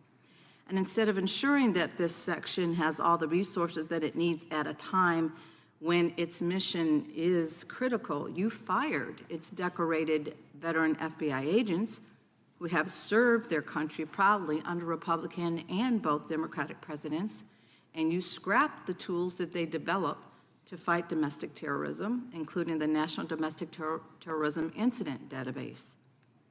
I mean, most of that is just not true. We have 1,700 current DT managed programs. We're up 300% in the amount of cases we brought against nihilistic, violent extremists, including 764, wishing to harm our children. The FBI and the men and women are getting after that problem set more than ever because I've unleashed them to do so. And any insinuation that these tragic occurrences across the country are somehow singularly my fault or disgusting because that watershed goes Mr. down to the Patel, men I'm and going to women at the reclaim my FBI, time. Mr. Patel, and they I'm are going to not reclaim my time. responsible Mr. for it. Chairman, I'm I'd happy like to to work enter with a you unanimous to consent- get them what they Gentlelady, need. gentlelady request. controls the time.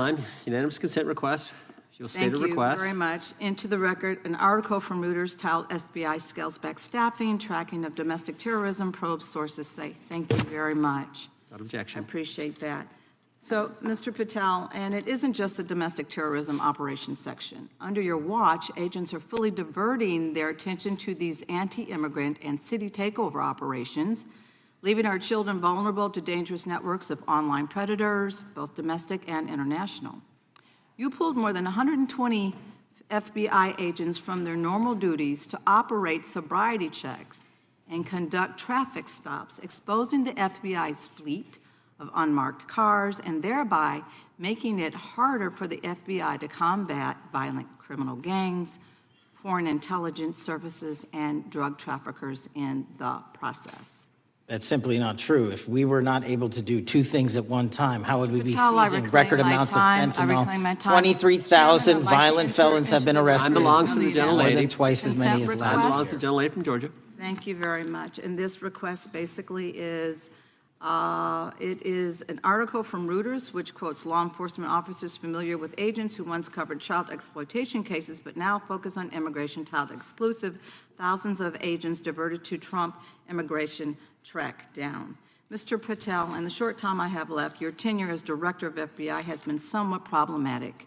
Americans are left definitely less safe under your watch. You have gutted the FBI's ability to keep safe from domestic terrorism. You have sent FBI agents to conduct traffic stops and round up hardworking immigrants who pose no danger to public safety. People even President Trump referred to as good, long-time workers. Your job is to protect and serve the American public. Time of the You have gentlelady. spent your time protecting heinous individuals and using the FBI to serve as a political circus. You at times have appeared unequipped, Time and of this the country gentlelady has deserves better, and expired. I yield. Gentlelady yields May back. I respond? Sure can. Simply put, what is it? Are we failing? If we're failing, how are we arresting 23,000 violent felons? Twice as many as this time last year. Are we failing? Because if we're failing, how are we seizing 1,500 kilograms of meth, 25% increase from last year? Are we failing? Because we captured 4 top 10 FBI most wanted from around the world in 7 months. That's more than the entirety of the last administration. Are we failing? Because we put 1,500 child predators in prison. Are we failing? Because we dismantled 300 human trafficking networks. Which is it? You don't like me, that's fine. But don't you dare disparage the men and women of the FBI that are producing record results in historic fashion to protect this country. They are kicking ass for America, and they're going to continue to do so. And we appreciate your leadership. The gentlelady from Florida is recognized. When I was home recently, I met with the agents leading the Tampa office of the FBI, and I saw what they're focused on in my community: stopping drug traffickers, rescuing children from exploitation, fighting cybercrime, protecting us from acts of terrorism, foreign and domestic. And I know from my time as a federal prosecutor and a judge that this work by the Bureau doesn't make headlines, but it is happening every single day. At the top, accountability is necessary, transparency is critical, but today we've seen an effort not just to diminish, but to distort the work of Director Patel and the agents he leads. If we really care about transparency and about truth, then what we owe to the American people is this reality: that thousands of dedicated professionals at the FBI wake up every single day thinking not about themselves, but about this country, and keeping every single one of us and our children safe from harm. And Director Patel, I would like to hear from you the facts about what the FBI is doing in your efforts to fight crime. Director Patel, isn't it correct that since January 20th, 2025, the FBI has made over 25,000 immigration-related arrests, including 350 members of Tren de Aragua and 195 members of MS-13? Those numbers are accurate. The Tren de Aragua numbers are up over 350% from the year before. And during that same period, hasn't the FBI seized over 66,000 kilos of cocaine, 6,000 kilos of meth, and 1,500 kilos of fentanyl? Not to be nitpicky, but it's 89,000 kilos of cocaine and 7,300 kilograms of meth.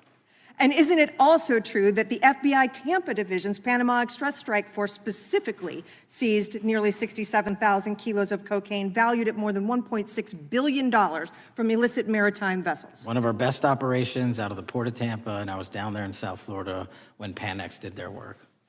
Director Patel, since October 7th, 2023 Hamas attack, the FBI has been a co-leader of the Joint Task Force October 7th. Isn't it correct that this task force is actively working to bring justice for victims and to prevent terrorist infiltration at our borders? Yes, ma'am.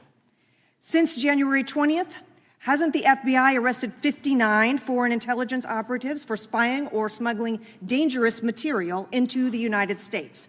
Yes, we have, and that's on track to be more than 25% than ever before. And the FBI has also been leading operations against major cyber threat actors, including those from Russia, China, Iran, and North Korea. Isn't that right? A 17% increase from year to date last year. Director Patel, the FBI's child exploitation task forces continue to investigate predators who target children online and across our communities. How significant is that threat today, and what results have you seen under your tenure in bringing these offenders to justice? We have, under Operation Gray Skull, dismantled dark web units that are operating online, not just in the United States, but across the world to do our children harm. We have taken into custody more suspects than ever before on those who seek to harm our children. That is what the men and women of the FBI do, and that's what they're going to continue to do. Those are the real results when you let good cops be cops and when you let us get on these platforms and expose them to the public and show them the harms of these predators on these online gaming systems and social media systems. And we need more help from Congress to allow us more authorities to do that work. The FBI laboratory manages the Combined DNA Index System, or CODIS, which compares over 25 million DNA profiles and aids more than 125 investigations each day. Director Patel, why is this important to law enforcement nationwide? All of law enforcement relies on our CJIS operation out of West Virginia. And what that does is allow 19,000 agencies to come in and say, hey, does this guy have a criminal history? Hey, is this an illegal firearm? Do we have a DNA hit like we did in these recent assassinations? That's what the FBI brings to bear, because local and state law enforcement agencies just don't have that capability, and we're doing it 24/7, 365. CJIS does not close for 1 minute. In your testimony, you noted that the FBI has ongoing counterintelligence investigations into China, Iran, and Russia across all 55 field offices. Why is it essential to maintain that scope of coverage, and what success can you point to in disrupting nation-state actors? Our biggest threats involving nation-state actors are the PRC, Russia, and China, and they are up 33%, 83%, and 60% respectively in arrest alone this year. Those nation-state actors wish to do harm in our infrastructure, our critical infrastructure system, our energy, our water supply, and also go after and target individuals and senior citizens and take their money through online pig butchering schemes, which we've exposed in Cambodia by way of the CCP. This is groundbreaking work that the American public should be seeing that their FBI is doing, and I'm happy to have the opportunity to report on it. Thank you, Director Patel. I yield back. Gentlelady yields back. The gentlelady from Mr. Chairman, I have a couple. Unanimous consent. Thank you so much. I appreciate it. In response to Mr. Patel's making the remarks that that maybe our colleagues are disparaging the men and women of the FBI, I'd like to enter the record 3 unanimous consent requests. One is entitled FBI using polygraphs to test officials' loyalty. The second is Kash Patel knowingly broke law when firing top officials, lawsuit alleges, published by NBC. And the third is FBI forces out more leaders, including ex-director who fought Trump, demand for January 6 agents' names. Without objection. Thank you. Gentlelady from Vermont's recognized. Thank you, Mr. Chair. Director Patel, thank you for being with us today. Appreciate your time. Let me say at the top, political violence should have no place in this country. And I strongly, unequivocally condemn the killing of Charlie Kirk last week. And this is exactly the kind of case that warrants a swift and thorough investigation by the FBI. What shouldn't be happening, however, is this administration's seeming attempt to exploit Mr. Kirk's death within minutes of this horrible, horrible assassination, dividing us even further without knowing enough about the killer's complicated, confused political ideology and the extent of his motivation. And this week, Vice President Vance claimed that this is, quote, an extremely destructive movement of left-wing extremism, and said that, quote, it's part of the reason why Charlie was killed. He pledged to go after organizations on the left. But Director Patel, it was just 3 months ago that Melissa Hortman, the Minnesota House Speaker, and her husband Mark were shot to death in their home in the middle of the night by a self-identified right-wing extremist and Trump supporter. When that assassination happened, the FBI released a written statement denouncing the killings and pledging to hold the killer accountable. And I thank the Bureau for that. It was clear, concise, to the point. But when you compare that statement to the over 50 mentions of the Charlie Kirk killing and just 4 for the Hortmans on accounts affiliated with the FBI and your personal account, it appears to many Americans that you're valuing some lives more than others, and that's painful. And this is what I'm hearing from my constituents, so I just want to convey that to you. And the Vice President didn't even call on right-wing organizations to tone down their rhetoric after that horrific killing in Minnesota, and he never once spoke about dismantling conservative institutions. This week, when the president was asked by a reporter about Speaker Hortman, he claimed he didn't even know who she was. One of the most high-profile assassinations of an elected official in recent memory, and the president claims to know nothing about it, hasn't even heard of it. It was absolutely devastating for her colleagues and for her family.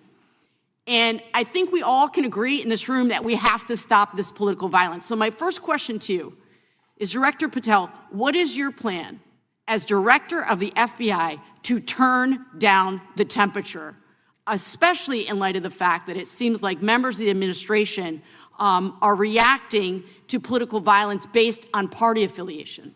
What's your plan? I can only speak for myself and the Of course. FBI. And what we are doing is, I think I mentioned earlier, we're following the money, because whatever attack you are describing, and they are all despicable, equally so, people need money to operate. People need money to conduct these attacks, to conduct these investigations. And so what we are doing is finding the people that supported this infrastructure system, because even when you say there's a lone, quote unquote, lone wolf actor, he's not truly a lone wolf actor. Something happened along the way. I agree. And so can I just because we have such little time, are you making a commitment right now to follow where the evidence goes in investigating whether it's violence on the left or the right? Because over the last 10 years, when you look at the ideology, I want to follow up on what my colleague from California said. When you look at the data, you look at the Anti-Defamation League data, 96% of ideological motivated killings were committed by the right wing. When you look at the Institute of Justice report that she cited, it's 5 times the number that 5 times the number of far-left extremist incidents are perpetrated by far right. And it's been reported, and she mentioned this, that as of September 12th, 2025, just 2 days after Charlie Kirk's killing, that the DOJ removed that report from the DOJ website. That's why Americans are concerned that there seems to be a separate system of justice, that if you are a Republican and you are attacked, you will get the full weight and authority of the FBI in this administration. But if you are somebody serving in the Minnesota State Legislature and you are assassinated in your home, that the response is different. And I think to ignore the threats from the right or try to do a both and when there are multiple instances when it's overwhelmingly coming from the right, this is a disservice, because Americans want to know that whoever they are, whatever their political affiliation, that the response is going to be the same.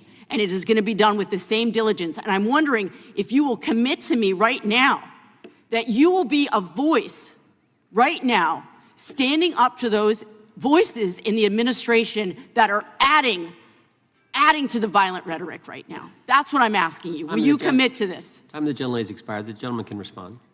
My voice will be through the investigations that the FBI conducts, and we will conduct them all lawfully and equally.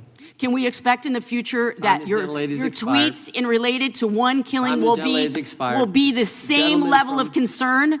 The gentleman from Texas is recognized. Thank you, sir.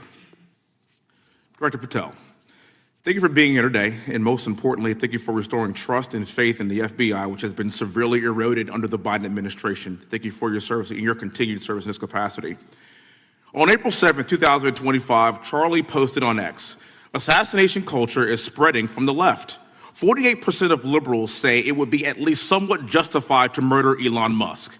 55% say the same about Donald Trump. In California, activists are naming ballot measures after Luigi Mangione. The left is being whipped into a violent frenzy and set back. Whether losing an election or losing a court case justifies a maximally violent response," end quote. And unfortunately for Charlie, that reaction also came when they couldn't win a debate on a college campus. You cannot be intellectually honest and say that this problem is on both sides. It's not just what happened to President Trump, it's also what just happened to Charlie. We've gotten to a point in America where violence is encouraged. We have a former president of the United States that opens up his campaign in 2019, that's Joe Biden, by saying that his opponent is a, quote, existential threat to this country. Houston, we have a problem. People that you disagree with are not existential threats. They are not Nazis. They are not fascists. They are not racist. They are not deplorable. They are not irredeemable. They are your fellow Americans who have a different perspective on how government should run and what government should look like. Whether or not we should have strong sovereign borders, whether or not we should have safe communities, whether or not we should have places to worship our God and not worry about being shot, whether or not we live in communities and cities that are not overwhelmed by drugs and crime, whether or not we have two genders, and whether or not we have common sense in our policies and our values. And people that believe these things are not existential threats. I happen to be one of these people that believes all of the above, and as someone that served this country in combat, I can assure you I am not an existential threat to this country because I swore to protect her. I also want to point out, how many cities have you seen burned to the ground since Charlie Kirk's death? 0. No summer of love, no riots, no nothing, no looting, no killing, none. We simply gathered and prayed for his soul, his family, and this country, because that's exactly what we represent. And while we might be angry, this righteous anger will carry on Charlie's message and legacy. I want everybody to know something very simple.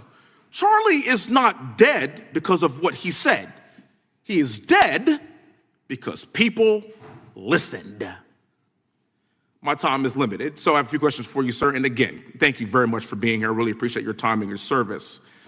In your experience in the FBI, have you noticed a precipitous rise in political violence and other associated crimes that you have been investigating so far this year? And if so, is this trend and motive left-wing or right-wing violence? I can always speak generally, sir. There is too much political violence, and it has been a precipitous rise on too many fronts. How do we solve this?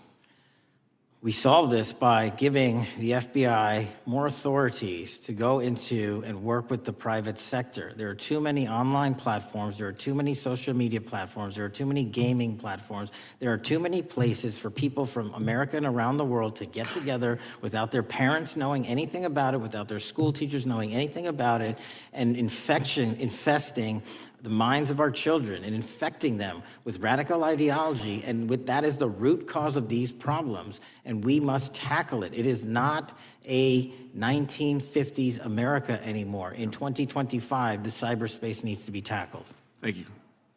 Switching gears, when your predecessor sat right there in that seat, couple of years, last year in a committee hearing, I asked him a very detailed question about Matthew Thomas Crooks, the shooter responsible for the assassination attempt on President Trump's life. I did get an answer from Chris Wray that day, and I submitted written questions to the FBI and into the record of this committee, and I want to resubmit those questions today because I think we are still awaiting answers to those questions. So, Mr. Chairman, I'd like to submit them for the record, please. I'd like to ask you, sir, and the FBI, under your leadership, would you please respond to these questions, and can you commit to doing that? As soon as the trial's over. Thank you very much. I will end with this. Charlie Kirk is not dead because of what he said. Charlie Kirk is dead because people listened. He set up a tent that said, "Prove me wrong," and exercised his First Amendment right. That's all he did. And we will continue to do so in this country in order to preserve this constitutional republic. And with that, I yield back. Thank you. Gentleman yields back. The gentleman from Florida is recognized. Thank you, Mr. Chairman. Before I begin, I want to caution my colleagues on one-sided violence in this country. We just heard that there were no riots on the right. We're literally sitting in the building where there was a giant riot by supporters of the president, the right. We also heard that only leftists, have said that Trump is a Nazi. In 2016, the current vice president of the United States said, Trump is either a cynical asshole or he's America's Hitler. And so this is the problem. I don't want to have to say this garbage, but you want me to sit here and get painted with one brush, the whole left. No, there are extremes on the left, and there are extremes on the right.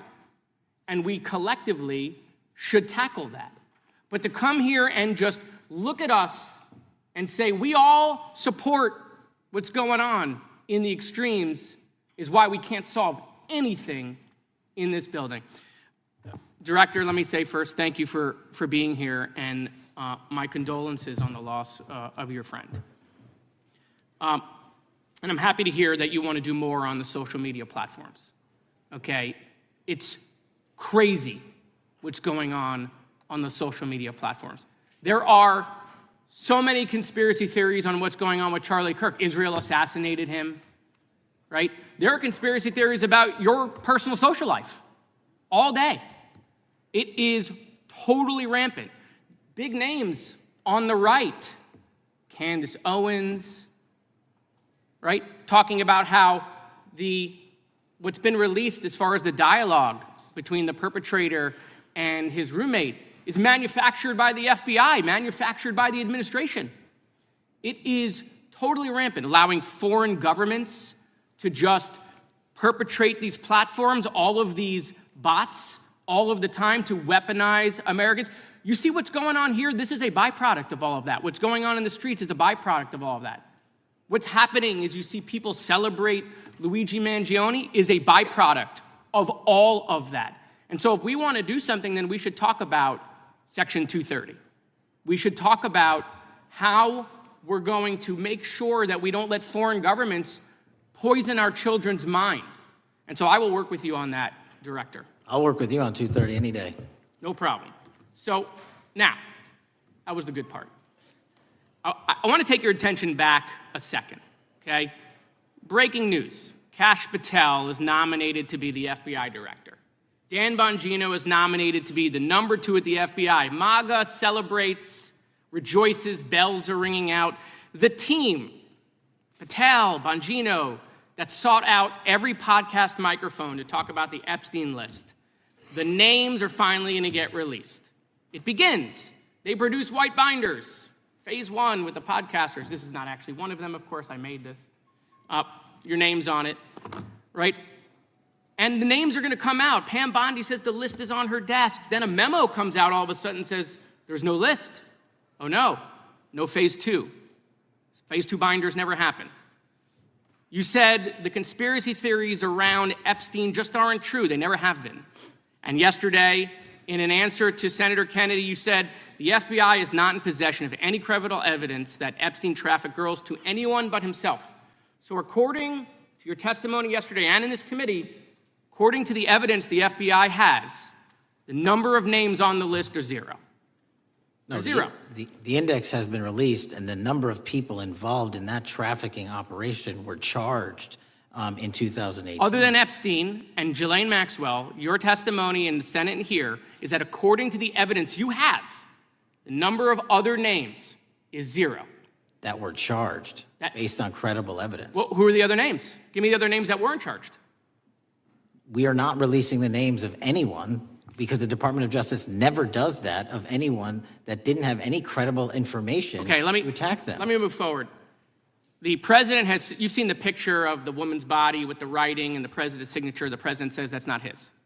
Okay? The president says it's not his. The Republican colleagues say it's not his. The administration say it's not his.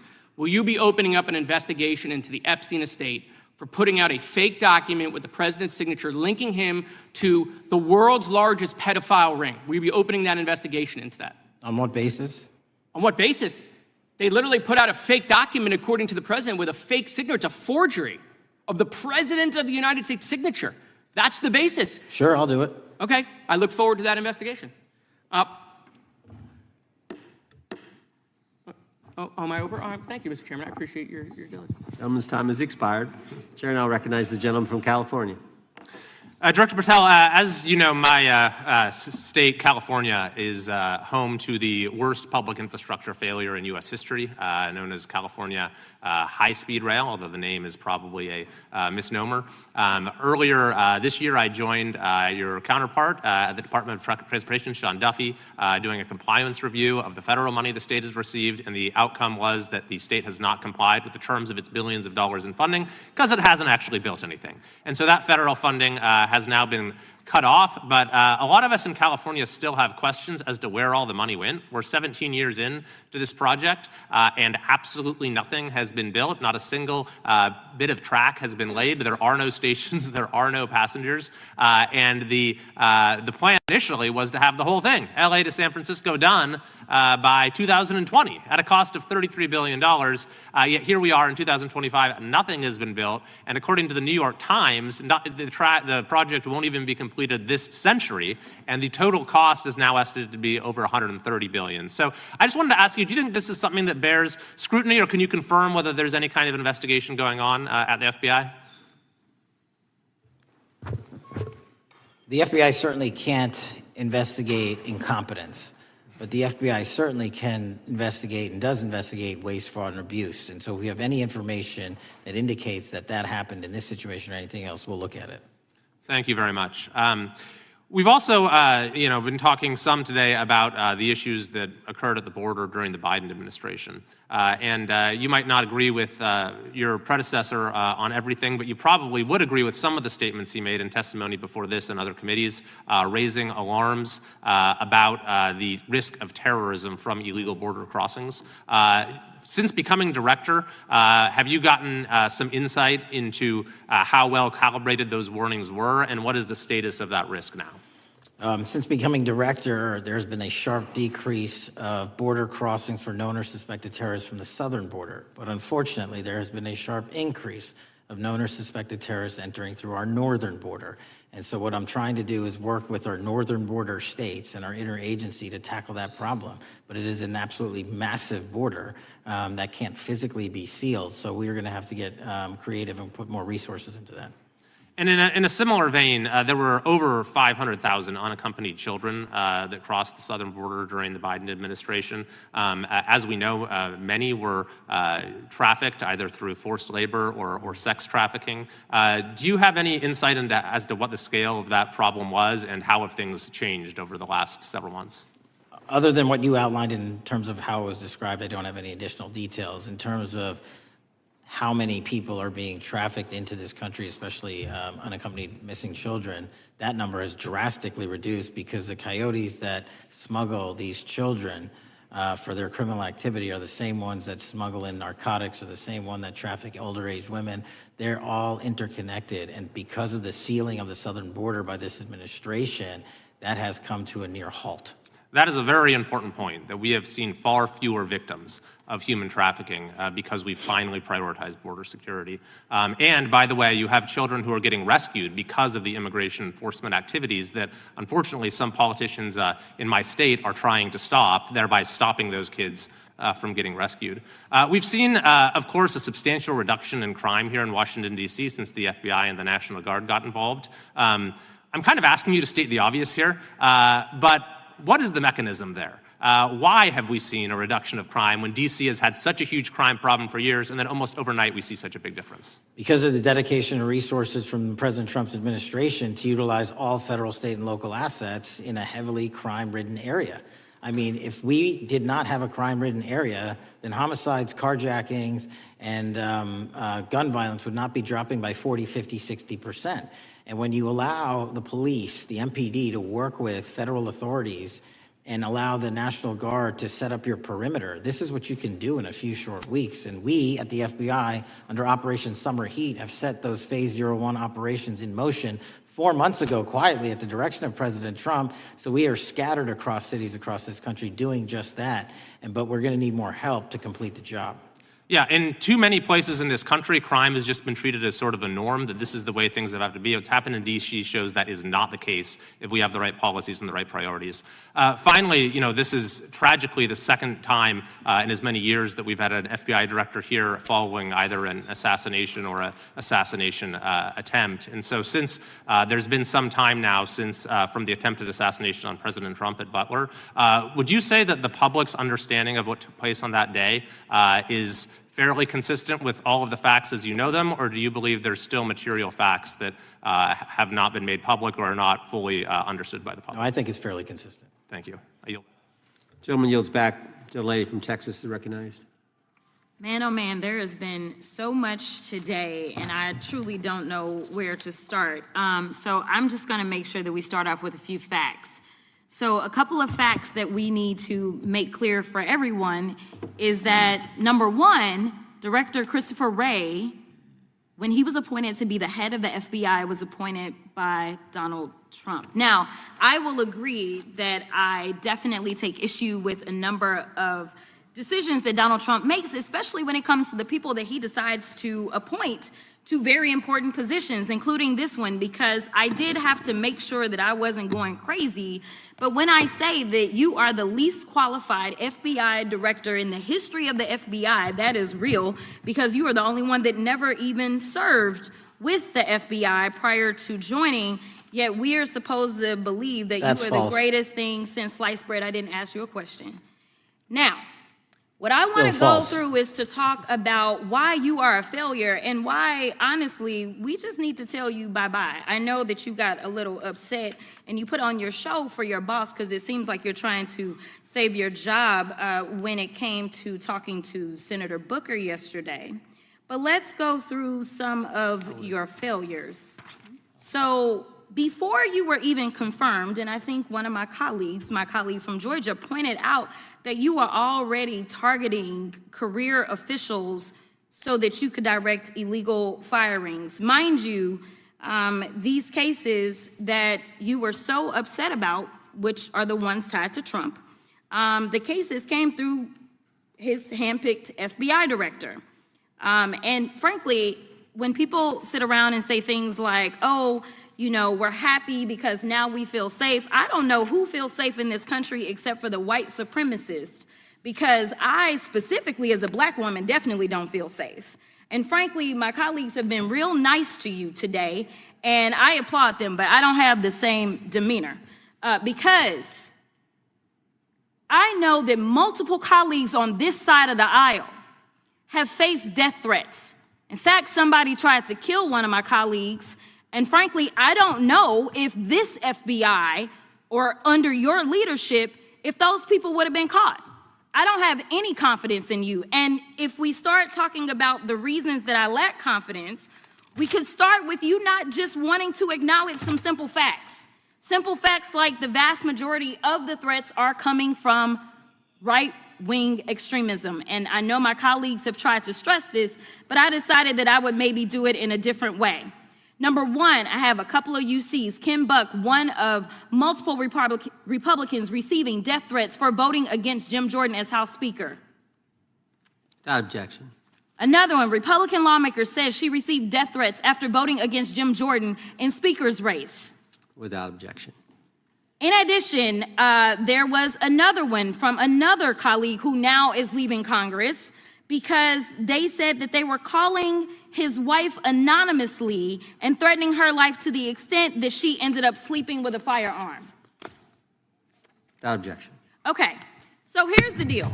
How are we supposed to have confidence when you're sitting up here telling the Senate yesterday that it will take you 14 years before you can get the FBI fully staffed to do their jobs? You're also now redirecting resources so that they can go and play ICE agents on the streets. You're getting rid of your most qualified people, and even when it came down to somebody that you consider to be a friend, you were posted up having some fancy dinner to the extent that you posted not only once erroneously, you posted twice erroneously as it relates to catching somebody, and then you want to go and say, let me take a victory lap. Because honestly, if it wasn't for parents deciding that they were going to turn in their child, it seems like y'all wouldn't have got there, even though he literally confessed online. So I'm confused about what it is that the FBI is doing except for trying to put on a show for the apprentice or whatever you want to call him.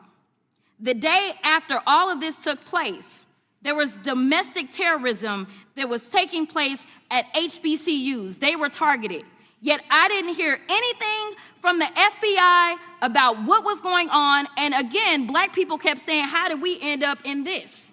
Because the numbers are so very clear that white supremacy is a problem. And honestly, I've not heard anything out of you today that makes me believe that you're going to do anything about the white supremacy problem. The one that is leading to children being killed, children being shot, as well as members of their community as they're worshiping in their churches. The time of the gentlelady has expired. If the gentleman would like to respond to any of that. Well, I mean, I'll respond. Kash Patel, as I said when I introduced him, public defender, former prosecutor, top staffer on the House Intelligence Committee, Deputy Director of National Intelligence with the National Security Council, Chief of Staff at the Department of Defense, and FBI Director. I think that's pretty good resume for the guy who's now running the top law enforcement agency in our country. And we've seen all the stats that he's given to the committee on how much better they're doing at getting the bad guys than the previous guy was doing. With that, I recognize the gentleman from South Carolina. Thank you, Mr. Chairman. Director Patel, I think you're witnessing some auditions, clickbait auditions for the Academy Award for my Democratic colleagues. We'll see how they fare as they're on MSNBC later on today. But do you care, before I launch into my line of questioning, to respond to Ms. Crockett from Texas on that very elaborate and theatric display? Here's what I've learned in my government service. I don't give a damn what they say about me as long as I'm succeeding in the mission. We're succeeding in the mission because the men and women of the FBI have never been empowered to do more work and to hit the streets harder than by President Trump's authorities and resources he's given us. And so all I care about is that we are capturing more child predators than ever before, taking more drugs off the streets than ever before, that we are capturing murderers at a significantly historic rate, and we're delivering this country the lowest murder rate in recorded history. That are facts that you cannot dispute. But you can come at me all you want. I don't care. Thank you, Director, for that, and we appreciate your service. We appreciate the results speak for themselves, I think, pretty plainly, and your commitment not only to results, but to transparency, so we do appreciate that. Director, who was John Durham? He was a former federal prosecutor, United States attorney, and ultimately appointed special counsel in the first Trump administration. Correct, and what there was a document that he released in his findings called the Durham Report. What was the Durham Report briefly, and what were the findings very briefly? It was every special counsel that's appointed produces a report to the Attorney General. Special counsel's Durham Report largely focused on Crossfire Hurricane and included extensive summary findings in classified and unclassified manner, and we released the classified version, finally declassifying it for the American public in this committee. Correct, and you released that in July of this year. I think so. Yes, sir. Isn't it true that in the classified Durham Annex, as it's referred to, that in 2016, the Obama administration obtained intelligence information from a source contained in 2 separate memoranda, one in January of 2016 and one in March? The 2 memoranda described confidential conversations between DNC Chair Debbie Wasserman Schultz and 2 individuals from the Soros Open Society Foundation. Isn't that true? As written in the report, I'll let her speak for itself. In the Durham Annex in January of 2016, the memorandum noted in part that President Barack Obama intended to scuttle the FBI's investigation into Hillary Clinton's private email server and mishandling of highly classified information during her time as Secretary of State. Isn't that found in the report? I believe so. Isn't it also found in the report that in March of 2016, the memorandum also included references to the same Obama effort to shut down the Clinton investigation, but additionally outlined a plan to falsely connect Trump to Russia? Isn't that in the Durham Annex? I think it's in more than the Durham report, but yes. The memo also stated in part that, quote, the Democrat Party's opposition is focused on discrediting Trump, among other things. The Clinton staff, with the support from special services, is preparing scandalous revelations of business connections between Trump and the Russian mafia. Isn't that also found in the now unclassified Durham Annex? I believe so, sir. According to the Durham Annex, based on analysis and translation of the intelligence, FBI analysts believed that special services could either mean the FBI or CIA, or the Trump dossier author Christopher Steele. Isn't that in the Durham Annex? I believe so, sir. When the Obama administration received intelligence in March of 2018, Fusion GPS was preparing open source opposition research regarding purported ties between Trump and Russians. The research was paid by the Clintons' campaign and the DNC. Isn't that open source and also in the Durham Annex? I believe both. Okay. And so also in the Durham Annex, which I found interesting, was the potential campaign plan was shared with high-ranking career officials at DOJ. Isn't that in the Durham Annex? I believe so, sir. The Durham Annex describes that in July of 2016, emails allegedly between Leonard Bernardo, senior vice president of George Soros's Open Society Foundation, included data providing specificity on the Clinton plan in an attempt to smear Donald Trump by falsely linking him to Russia. Isn't that in the Durham report? I believe so. And so, briefly, this additional evidence that you've unclassified and released to the American public, what does that purport to show or augment about the Durham report that you can share with the American people? Put simply, that the FBI was weaponized. Against a political campaign? Yes, sir. Thank you for that, Mr. Chairman. I yield back. Gentleman yields back. The I have UCs. gentlelady from Texas recognized for unanimous consent. Yes. First one is Russia's ghostwriter hacker group takes aim at German election. This is from Politico. Objection. The next one is Director of National Intelligence, 30 days until election 2024, which specifically states that our assessments about activities and goals of Russia, Iran, and China are unchanged from earlier election security updates, and that they were meddling. Without objection. And I've got 3 more. The last 3 are that how Russia is using artificial intelligence to interfere in elections. Moscow's attempts to interfere in U.S. and other elections are nothing new, though their tactics and strategy are constantly evolving. Without objection. The next one is Russian interference coming soon to an election near you. Russia pursues a systemic strategy of undermining elections and influencing public opinion in the West. EU and NATO countries must recognize that Moscow often acts through agents within their own borders and build resilience to such interference. And what's the source? This one is CarnegieEndowment.org. Okay, without objection. Thank you. The gentlelady from North Carolina is recognized. Thank you, Mr. Chairman. And Director Patel, I'm glad that I'm going a little out of order here because I'm going to pursue some of the things that you were just talking to Mr. Fry about and remind you about your confirmation hearing.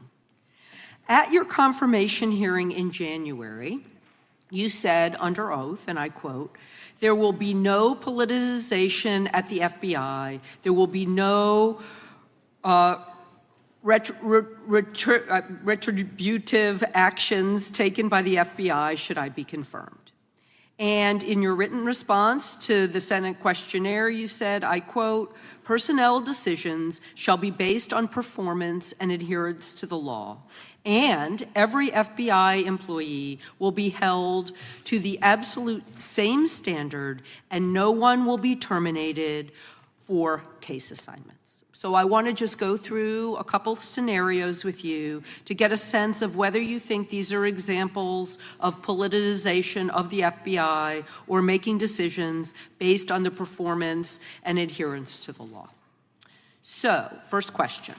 Would hiring FBI agents, analysts, and supervisors from only one political party being politicization of the FBI or making personnel decisions based on performance and adherence to the law? We don't ask FBI people, applicants, where their political parties are. Mr. Patel, do you ask FBI applicants who they voted for? The FBI does not. Are you aware that in the lawsuit that Mr. Driscoll filed against you and the FBI, he was asked who he voted for? Since that lawsuit has been filed, that's ongoing litigation, I'm not able to comment. Well, but it also means that you just said that what happened in his situation didn't happen. So we will go on to the next question. Let me ask you an even easier one. Does firing agents for working on the cases that they were assigned to and that the president didn't like, is that politicization of the FBI or making personnel decisions based on performance and adherence to the law?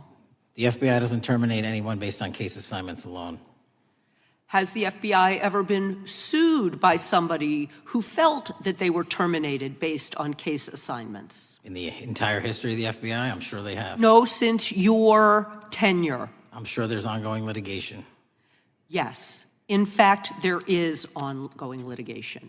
And in fact, people have been asked who they voted for. And in fact, you are running an FBI for the President of the United States rather than the people of the United States, because my questions were not hypotheticals.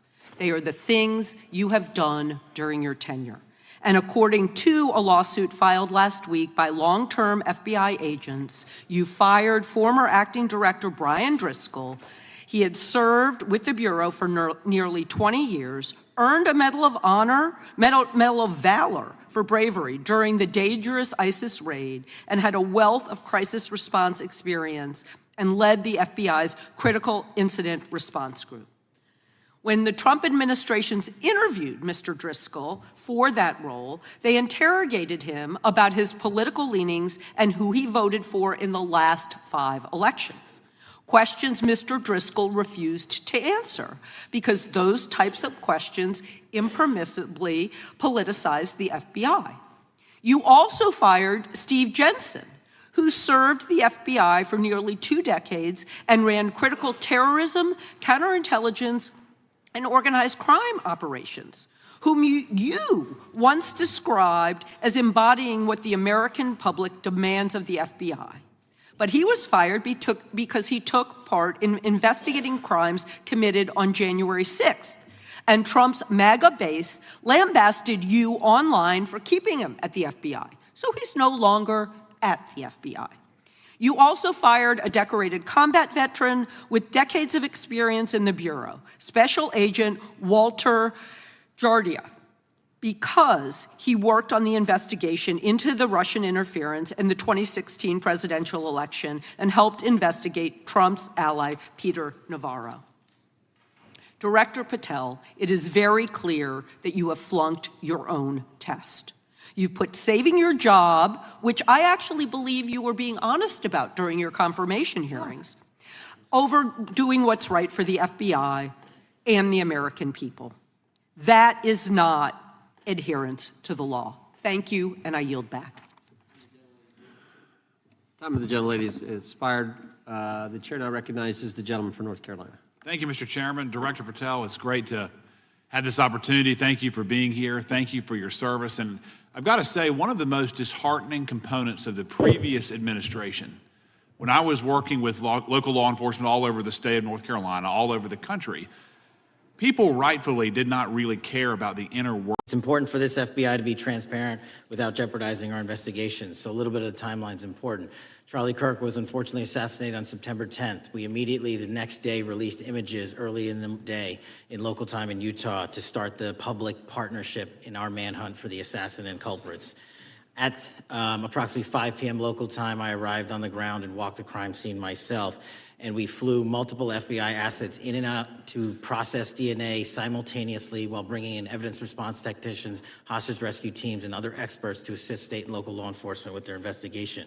At 8 p.m. local on September 11th, the FBI collected and populated and promulgated at a press conference a video of the suspect on the grounds. We also released enhanced images. Due to that release that I directed and ordered, the suspect involved was apprehended and in custody at 10 p.m. local time. That's less than 2 hours after we did the video release.